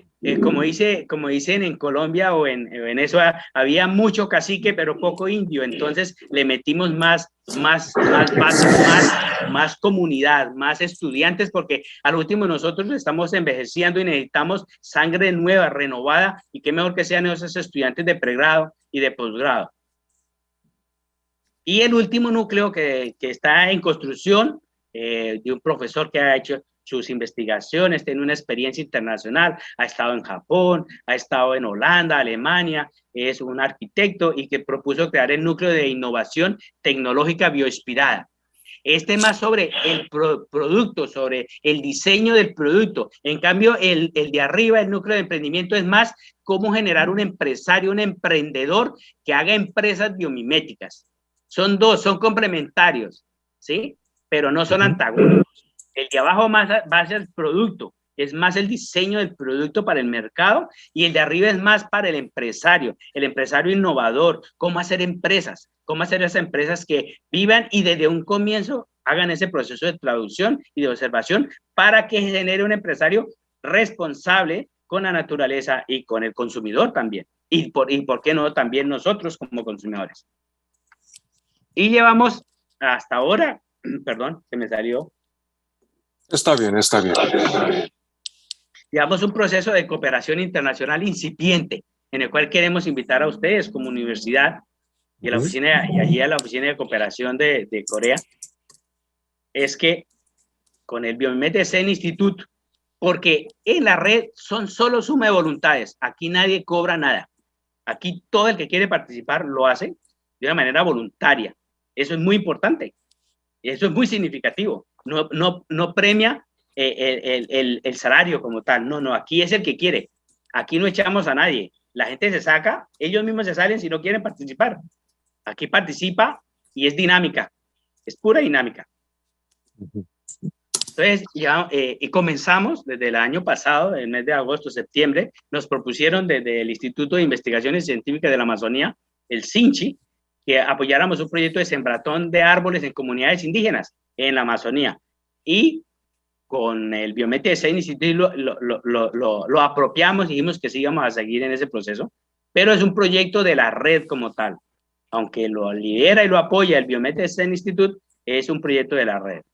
Entonces es como podemos sembrar árboles, especies que están en esas comunidades, que son fundamentales para su seguridad alimentaria y su seguridad espiritual, porque son especies que les permiten en su cosmovisión, lo que tiene que ver con procesos de medicina tradicional y de la cosmovisión de ellos mismos como sociedades diferenciadas de la sociedad colombiana, con otra perspectiva y bajo otros cánones de cosmovisión. Estas son sociedades animistas, son sociedades que viven ese relacionamiento mágico-religioso precioso con la naturaleza. Entonces son sociedades que viven allí se llaman las chagras, son espacios de cultivos y de rastrojos. Entonces eran especies que ellos utilizan tradicionalmente, pero que deben ser cultivadas e incorporadas al ecosistema. Lo que ocurre es que con el cambio climático también los ha impactado porque la estacionalidad ha roto esos ciclos de floración y de reproducción de las semillas. Entonces hay un problema también en ese sentido, que falta más investigar hacia esas comunidades. Y la otra propuesta, hace unos 3 años me invitaron a que apoyara a un proyecto para la UNESCO para convertir unos bailes que llaman bailes de maloca o del munilla, el aire del... Maloca. Sí, la maloca es como una sinagoga, como una iglesia, como una catedral. La maloca es el sitio sagrado de las comunidades indígenas amazónicas. Es la forma del universo. Es una historia muy bonita, muy interesante para ustedes, los antropólogos. Es fantástica lo de la maloca. Todo lo que significa en términos de energía es fantástico estudiarlo. Y hay trabajos muy interesantes alrededor de eso. Eso es bioarquitectura tropical también. Tengo un documental precioso alrededor de eso, un proyecto de cooperación que hicimos con otra institución que comenzó ahí y que lideró la Asociación Amazuno en ese sentido. Bueno, este proyecto es presentado también por el Instituto Amazónico de Investigaciones Científicas, la Universidad Nacional de Colombia, al Ministerio de Cultura, para que la UNESCO dé como patrimonio inmaterial estos bailes que se generan allí alrededor de los cultivos. Esto se hace en el predio Putumayo, en la Chorrera, la mitad de la selva. Y está apoyado desde Francia, desde París también, por antropólogos que han hecho ese proceso de apoyo a este proyecto, y hace 1 mes y medio me comentaron que ha sido avalado por el Ministerio de Cultura y ahora se va a presentar como propuesta formal a la UNESCO para que los declaren los bailes de Chorrera como patrimonio inmaterial de la humanidad. Eso es una cultura verdaderamente totalmente diferente a la nuestra. Está apoyado por la Facultad de Antropología de la Universidad Nacional de Colombia, el Ministerio de Cultura y el Instituto Amazónico de Investigaciones Científicas, y en este caso por nuestra red desde el área de cultura y la Plataforma Internacional Estudiantil. Ellos mismos hicieron el logo. Son muy dinámicos, la verdad. A mí me encanta ese grupo de trabajo de estudiantes. Aquí son bienvenidos de cualquier parte del mundo a esa red. Ellos hicimos una propuesta, yo les apoyé y creamos, en diciembre hicimos el primer curso internacional de introducción de biomimesis a nivel iberoamericano. Fue todo un éxito para nosotros. Y desde el núcleo de agrocultura se creó la Red Internacional de Ruralidades Ecológicas. Este fue nuestro fondo de las instituciones que nos apoyaron. Y desde ese núcleo se generaron 2, el día de inauguración y el Día de la Mujer.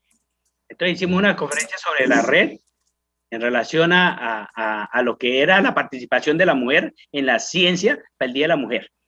Y otra sobre ruralidades ecológicas. Y la mujer en la vida rural. Dentro de la red internacional, los miembros de la red, tanto hombres como mujeres, los invitan a eventos académicos y participan. Entonces cada uno de ellos participa y procura dar la visión de la biomimesis, porque todos trabajan temas de biomimesis. Y los que no saben de biomimesis, nosotros con nuestros eventos les aportamos ese bagaje cognitivo para que tengan ese nuevo horizonte de la academia y de cómo poder adquirir esas nuevas habilidades.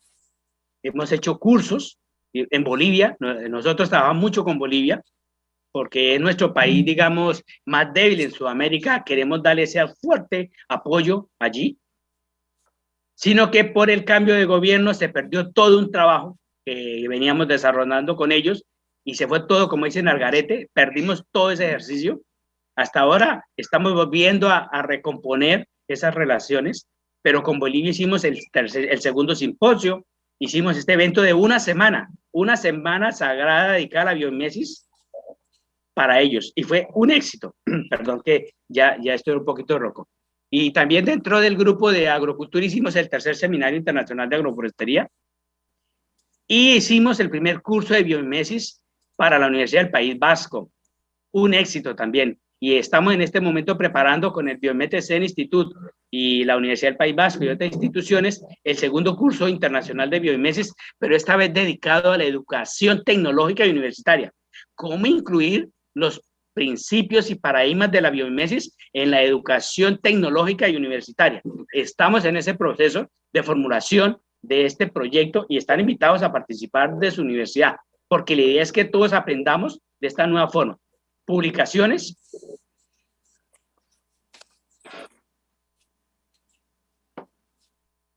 Dentro de las publicaciones es un énfasis en socializar ese conocimiento, porque la mayoría de las publicaciones están en lengua inglesa, están en inglés, y en lengua castellana y portuguesa es muy poco que hay en castellano. Entonces nosotros estamos haciendo y ese es un trabajo muy interesante de poder hacer información de biomimesis en lengua castellana, portugués para Brasil y para los países africanos y para China. Queremos nosotros ser un elemento de difusión de la biomimesis en esos idiomas. Hemos hecho ya 6 publicaciones que están en el portal web, que los pueden bajar, no cobramos nada, porque precisamente esa es nuestra marca de identidad, que es la socialización de la información. Aquí hay unos trabajos preciosos que los invito a leer sobre qué es la biomimesis en términos de experiencias concretas y en la parte filosófica también. Estos son los últimos 3 libros que hemos hecho sobre biomimesis. Hay uno, el de resúmenes, solamente este resumen en castellano e inglés, y en el otro está el desarrollo de todo. Y este último es un libro precioso de arte, de lo que es la creatividad del ser humano, desde la pintura, la escultura, la fotografía. Muy bonito. Los invito, y además hay capítulos lindos de entender de la biomimesis. Tenemos unas nuevas iniciativas que venimos trabajando para la red, pero del Biomimesis Institute y de la Universidad Externada de Colombia, de la Universidad Nacional del Nordeste de Argentina, es muy activos con nosotros, y la Universidad Estadual de Bahía. Entonces nosotros ubicamos instituciones que sean muy, como le digo, muy proactivas y que lideren procesos y que nos ayuden a nosotros. Entonces dentro de eso queremos que todas nuestras publicaciones, como comentaba, estén en castellano, portugués, inglés, obvio, eso es, y portugués, inglés, son como ¿Castellano? Y castellano, perdón. Y castellano. Bueno, okay. Y también sí coreano, si quieren, fantástico, para nosotros sería maravilloso. Bueno, entonces en este momento es inédito, no existe en el mundo el primer tesauro de biomimesis, que lo hemos llamado tesauro de biomimesis o un diccionario de biomimesis. Lo que pasa es que el concepto de diccionario en la Unión Europea es una cosa muy estricta. Sacar un diccionario, eso tiene todos unos criterios sistematizados y de pares que son muy complejos de cumplir, pero hay que hacerlo. Pero por el momento nosotros queremos hacer un abrebocas, contar con un tesauro de biomimesis que lo hemos llamado tesauro de biomimesis, ciencia holística en armonía con la naturaleza. Tenemos 30 artículos, ya está el libro por salir. Yo creo que en un mes, 2 meses, ha sido un trabajo arduo de todo, traducirlo a veces del inglés, pasarlo a castellano. Yo los invito, es palabras claves desarrolladas desde la letra A hasta la Z, de elementos muy interesantes que afines a la biomimesis y a la economía circular o a la bioeconomía. Y también es inédito. En lengua castellana no existe, en lengua inglesa sí, obvio, hay muchas revistas científicas de biomimesis. En lengua castellana y portuguesa no existe y es nuestra primera revista de biomimesis, estudios transdisciplinares en armonía con la naturaleza. ¿Quién lo lidera? El Biomimetic Institute, para la comunidad universitaria de la red y otras. Ese es un proyecto muy bonito. Tenemos ya nuestro primer número, está para salir también en unos 10, 15 días está. Son 10 textos hermosos de actualidad, de primera línea. Estamos trabajando un canal de YouTube de biomimesis, esperemos sacarlo este año. Ha sido complicado. Y un proyecto que lidera el Biomimetic Institute, que es también muy novedoso, que es estaciones científicas biomiméticas de biomimesis a nivel del mundo. Comenzamos con 3, esperemos que este año lo logremos. Una en Costa Rica, que va a ser toda sobre seguridad alimentaria, bosque, lo que es los alimentos por lo del COVID. Vimos que así pues tengamos oro, nos podemos tener lencería, pero la comida no. Entonces, el COVID nos abrió otro espacio. Esa para, y de arte también allí, bioarte en eso. En Colombia, en la Amazonía, toda la parte de la biomedicina y neurociencias. Y en Brasil, energías renovables. Ecuador está también. Entonces, queremos articular también estaciones en Guinea Ecuatorial, en Indonesia. Y estamos en ese proceso con el Biomimetic Institute. Bueno, yo creo que ya he terminado. San Iniva. No sé si gracias, obrigado, thank you. Estoy a su disposición. Espero haber sido muy concreto. No sé si me habré pasado demasiado de tiempo. Sí, está bien. Entonces, muchísimas gracias por su presentación como gran épica y más o menos 1 hora, ¿no? Y toma un poco de agua y entre oyentes más o menos hay 10 participantes de esta sesión, pero hay algunos comentarios y preguntas. Claro, con mucho gusto. Sí, por favor. Hay más o menos 10 participantes, pero... Voy a ¿cómo se llama? A dejar de compartir, ¿les parece? ¿Cómo? ¿Dejo de compartir la pantalla? Sí, por favor. Y entonces yo quiero preguntar a usted una pregunta muy simple. ¿Cómo? No escucho. No, que perfecto. Ok. Y entonces vivimos un mundo del capitalismo o neoliberalismo. Por lo tanto, el desarrollo es inevitable, ¿no? Y debemos desarrollar más que inflación. El caso de Estados Unidos, o 7.5%. Y por lo tanto, definir desarrollo me parece que sea muy importante en la teoría de biomimesis. Por lo tanto, se puede describir la imagen de desarrollo más concreto bajo de la teoría de biomimesis. Unas imágenes. Bueno, sí. Okay. Sí. Como comentaba, el desarrollo conceptual y el marco teórico está en construcción. Pero voy a dar mi opinión al respecto, ¿te parece? Sobre lo que tú comentas, sobre ese desarrollo, ¿no? Que es un desarrollismo, ¿sí? Ese es, ¿por qué? Porque el modelo económico imperante lo que busca es el crecimiento ilimitado en un planeta limitado y finito, donde los recursos están limitados, ¿sí? Entonces, en un país como tú comentabas, como Estados Unidos, donde tiene el 107.5% de inflación, aunque es una sociedad desarrollada impresionante, yo los admiro a ellos, por el desarrollo científico, las universidades, pero a nivel social hay un quiebre. Es triste que un país de primer mundo tenga gente aguantando hambre y en la miseria en las calles, donde no se les permite el acceso a una salud pública. Eso es inhumano por el dinero. Y no es así. Si una sociedad quiere avanzar, Además es que la humanidad lo ha demostrado. Cuando la humanidad hace esos saltos cuánticos de desarrollo, ha sido porque vive y pensando en su semejante. Cuando tú piensas solamente en el dinero a costa de todo, eso es antinhumano y antirracional. Eso es antiético. ¿Sí?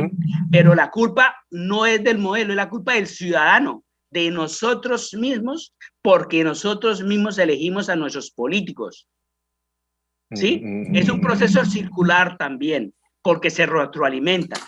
Ahora, en cuanto a desarrollo, el desarrollo debe ir en armonía con nuestra humanidad, ¿sí? Como lo promueven las comunidades indígenas, un desarrollo del vivir bien y del buen vivir, ¿sí? Yo no invento las categorías, pero ejemplos como este que ustedes están haciendo de una sociedad como la coreana tan desarrollada, que puedan impartir y apoyar eso es un ejemplo. Vamos rompiendo eso, porque el modelo liberal lo que busca es el aislamiento, es el individuo y la competencia, que no es mala la competencia, pero la competencia debe ser sana, en equilibrio y en apoyo con los demás, en los derechos humanos. No puede ser, por Dios, que coman mejor los perros y que hayan niños en Nigeria muriéndose de hambre, ¿sí? Entonces, el desarrollo y lo que promueve la biomimesis es vivir en armonía con la naturaleza y con nuestros semejantes. Y es mejor que vaya por ese lado, ¿sí? Entonces, no esperemos también de que nuestros políticos nos den la solución. No, el ciudadano, usted, Choi, mi rollo, puede hacer su red con su universidad, con la sociedad y ayudar a otras sociedades. Y ahí estamos generando un nuevo paradigma, estamos generando un desarrollo impresionante. Eso parte de la individualidad, pero como decía, está ligada a la política, a la economía.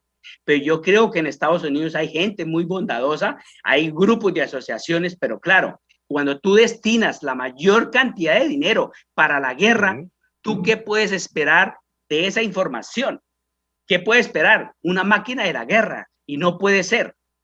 ¿Sí? Cuando tú inviertes para que la sociedad crezca, todos crecen y crece una sociedad. ¿Ya?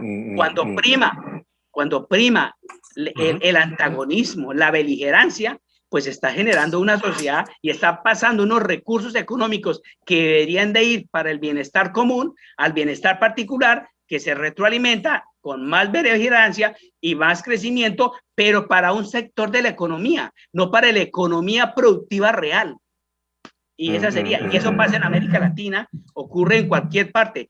La humanidad y la civilización es muy beligerante porque todo su aparato productivo va para la máquina de la guerra y no va para la máquina del desarrollo humano sostenible y equitativo y en equilibrio con la naturaleza.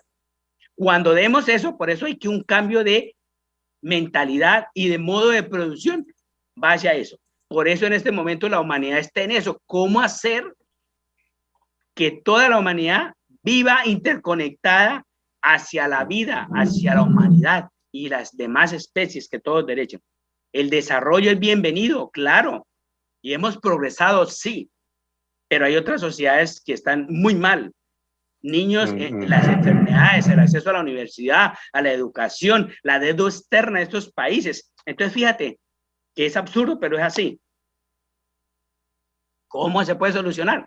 Pues aportando cada uno nuestro granito de arena. Ustedes con su universidad en su país, yo me imagino, no sé cómo habrá en las calles, no lo sé, me perdona ahí cómo será la sociedad coreana, si hay pobres o no, o todos viven en equilibrio, hay una tasa de ingreso igual para todos. Entonces, comenzar por lo local.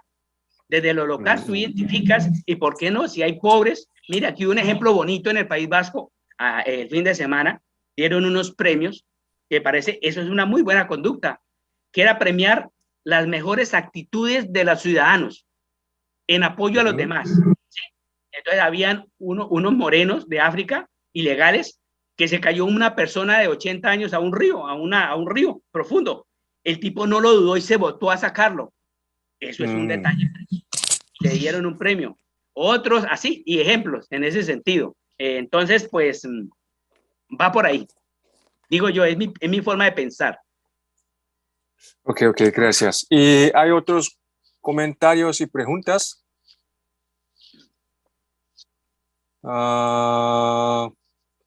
En nuestra sesión solo un ponente, doctor Armando. Por lo tanto, tenemos un poquito más tiempo, pero los oyentes no tienen preguntas, comentarios tampoco. Bueno, no hay problema. Yo quisiera saber por qué considerar ciencia.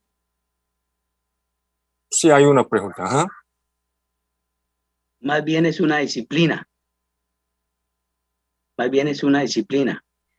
Bueno, sí, lo que pasa es que según nuestra formación que nos han enseñado, pues hay diferentes tipos de ciencias y dentro de la ciencia diferentes categorías y disciplinas, ¿no? Están las ciencias fácticas y las ciencias formales, entonces va por ahí, ¿no? Pero no le entendí muy bien la pregunta, pero sí era por ahí, ¿no? Y lo de la biomimesis, porque es una ciencia, porque es lo que de alguna manera es una ciencia emergente, pero es una ciencia transdisciplinar, porque trasciende a las disciplinas, ¿sí? Porque, por ejemplo, para estudiar el ADN, ¿sí? Se necesita de un matemático, de un biólogo, de un ingeniero, hasta de un psicólogo. Entonces, la nueva ciencia o la ciencia de vanguardia converge en todas esas disciplinas, ¿sí? Entonces, la ingeniería genética, un matemático, un filósofo, entonces va por ahí, es una ciencia y además la realidad es así, la realidad no es unidimensional, es multidimensional y hay unos procesos de interrelacionamiento e interdependencia como tal. Entonces va en ese sentido. Ciencia y claro, la ciencia como tal, pues son creaciones que ha hecho los seres humanos, por lo tanto son imperfectas también como somos nosotros, ¿no? Y precisamente en esa imperfección es lo que permite la poiesis, la creatividad, ¿no? E ir, entre comillas, perfeccionando. Pero en la naturaleza no es perfecto, es imposible.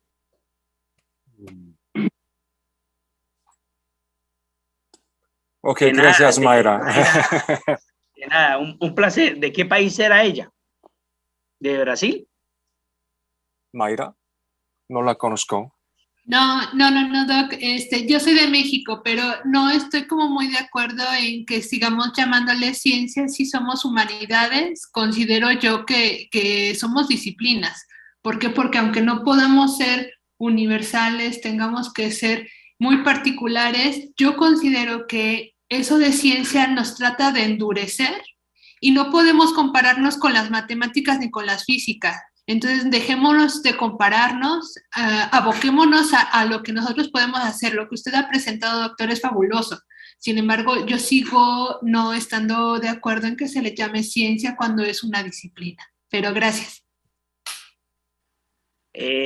Mayra, totalmente de acuerdo. Es muy bonita tu forma de reflexión y de pensar complejamente porque lo estás haciendo. Y eso es lo que se está haciendo los expertos, porque yo a veces me estoy metiendo en un campo que no es el mío, que es la epistemología. ¿Sí me entiendes, mi niña? Perdona que te diga mi niña, de confianza y de cariño. Esa forma de pensar es lo que están haciendo los que hacen pensamiento. Todos hacemos pensamiento, pero hay unas personas que se dedican a eso y son la escuela europea, la gente de estas universidades que van a generar o están haciendo y están proponiendo una nueva forma de ciencia o de conocimiento. Manejemos la categoría conocimiento biomimético, ¿te parece? Porque el conocimiento es más transversal, ¿no es cierto? Es más vinculante. Yo creo que sí, está bien. Sí, claro, eso, y también porque se rescata toda la parte de los pueblos originarios, de cómo está claro. Por eso, claro, sí, claro, doctor. Totalmente de acuerdo, mujer. Yo creo que esto va por ahí, por eso yo hacía énfasis. Y recordaba en mi ponencia, está esa ciencia de vanguardia, porque no hay que desconocerlo, Mayra, que está todo lo de ingeniería genética. Mire, acabo de leer que de pronto les comparto un documento hermoso que me acabó de llegar, que todavía no sabemos de dónde es el origen de la vida, ¿sí? ¿Cómo se formó la vida? Y hay unos investigadores del Max Planck de Alemania y otras instituciones a partir de los péptidos y del ADN. Entonces, que no necesitaba agua. Para formación de péptidos se necesita agua. Y resulta que en el cosmos profundo puede haber agua, no, pero hay otras condiciones. Entonces, ¿cómo se originó la vida? Eso es, claro, es que todavía, como te digo, nosotros no, como decía, yo solo sé que no sé nada. Todo está por aprender, todo está por hacer, ¿sí? Y aquel que diga que tiene la verdad absoluta te está mintiendo. Y va por ahí. Gracias, Mayra. Muy, muy bonita su aportación. Sí, gracias, doctor. Ok, gracias, Mayra. ¿Y algunos tienen comentarios y preguntas? Si no, ustedes no tienen pregunta, ahora vamos a cerrar la sesión. Bueno, perfecto. Entonces, muchísimas gracias, doctor Armando. No, para mí fue un placer haber estado con ustedes y renuevo la invitación a que hagan parte de nuestra red internacional de estudios de biomimesis. De Asia no tenemos participantes, bueno, de Australia sí, pero de Corea no. Yo creo que los invito a que hagan parte. Tenemos una próxima asamblea el otro mes, que se candidaticen a participar y serán bienvenidos porque queremos seguir polinizando a la humanidad con la biomimesis. Yo creo que es importante esta nueva forma de hacer conocimiento, ciencia y tecnología inspirada en la naturaleza y que dotemos a la naturaleza como sujeto de derecho. Ok. Y muchísimas gracias. Nos vemos luego. Entonces, nos vemos luego. Un placer a todos y gracias. Ok. Entonces nos retiramos, ¿no? Cerramos la sección. Le tiramos. Ok. Bueno, un placer. Bueno. Sí, igualmente. Bye, bye. Chao.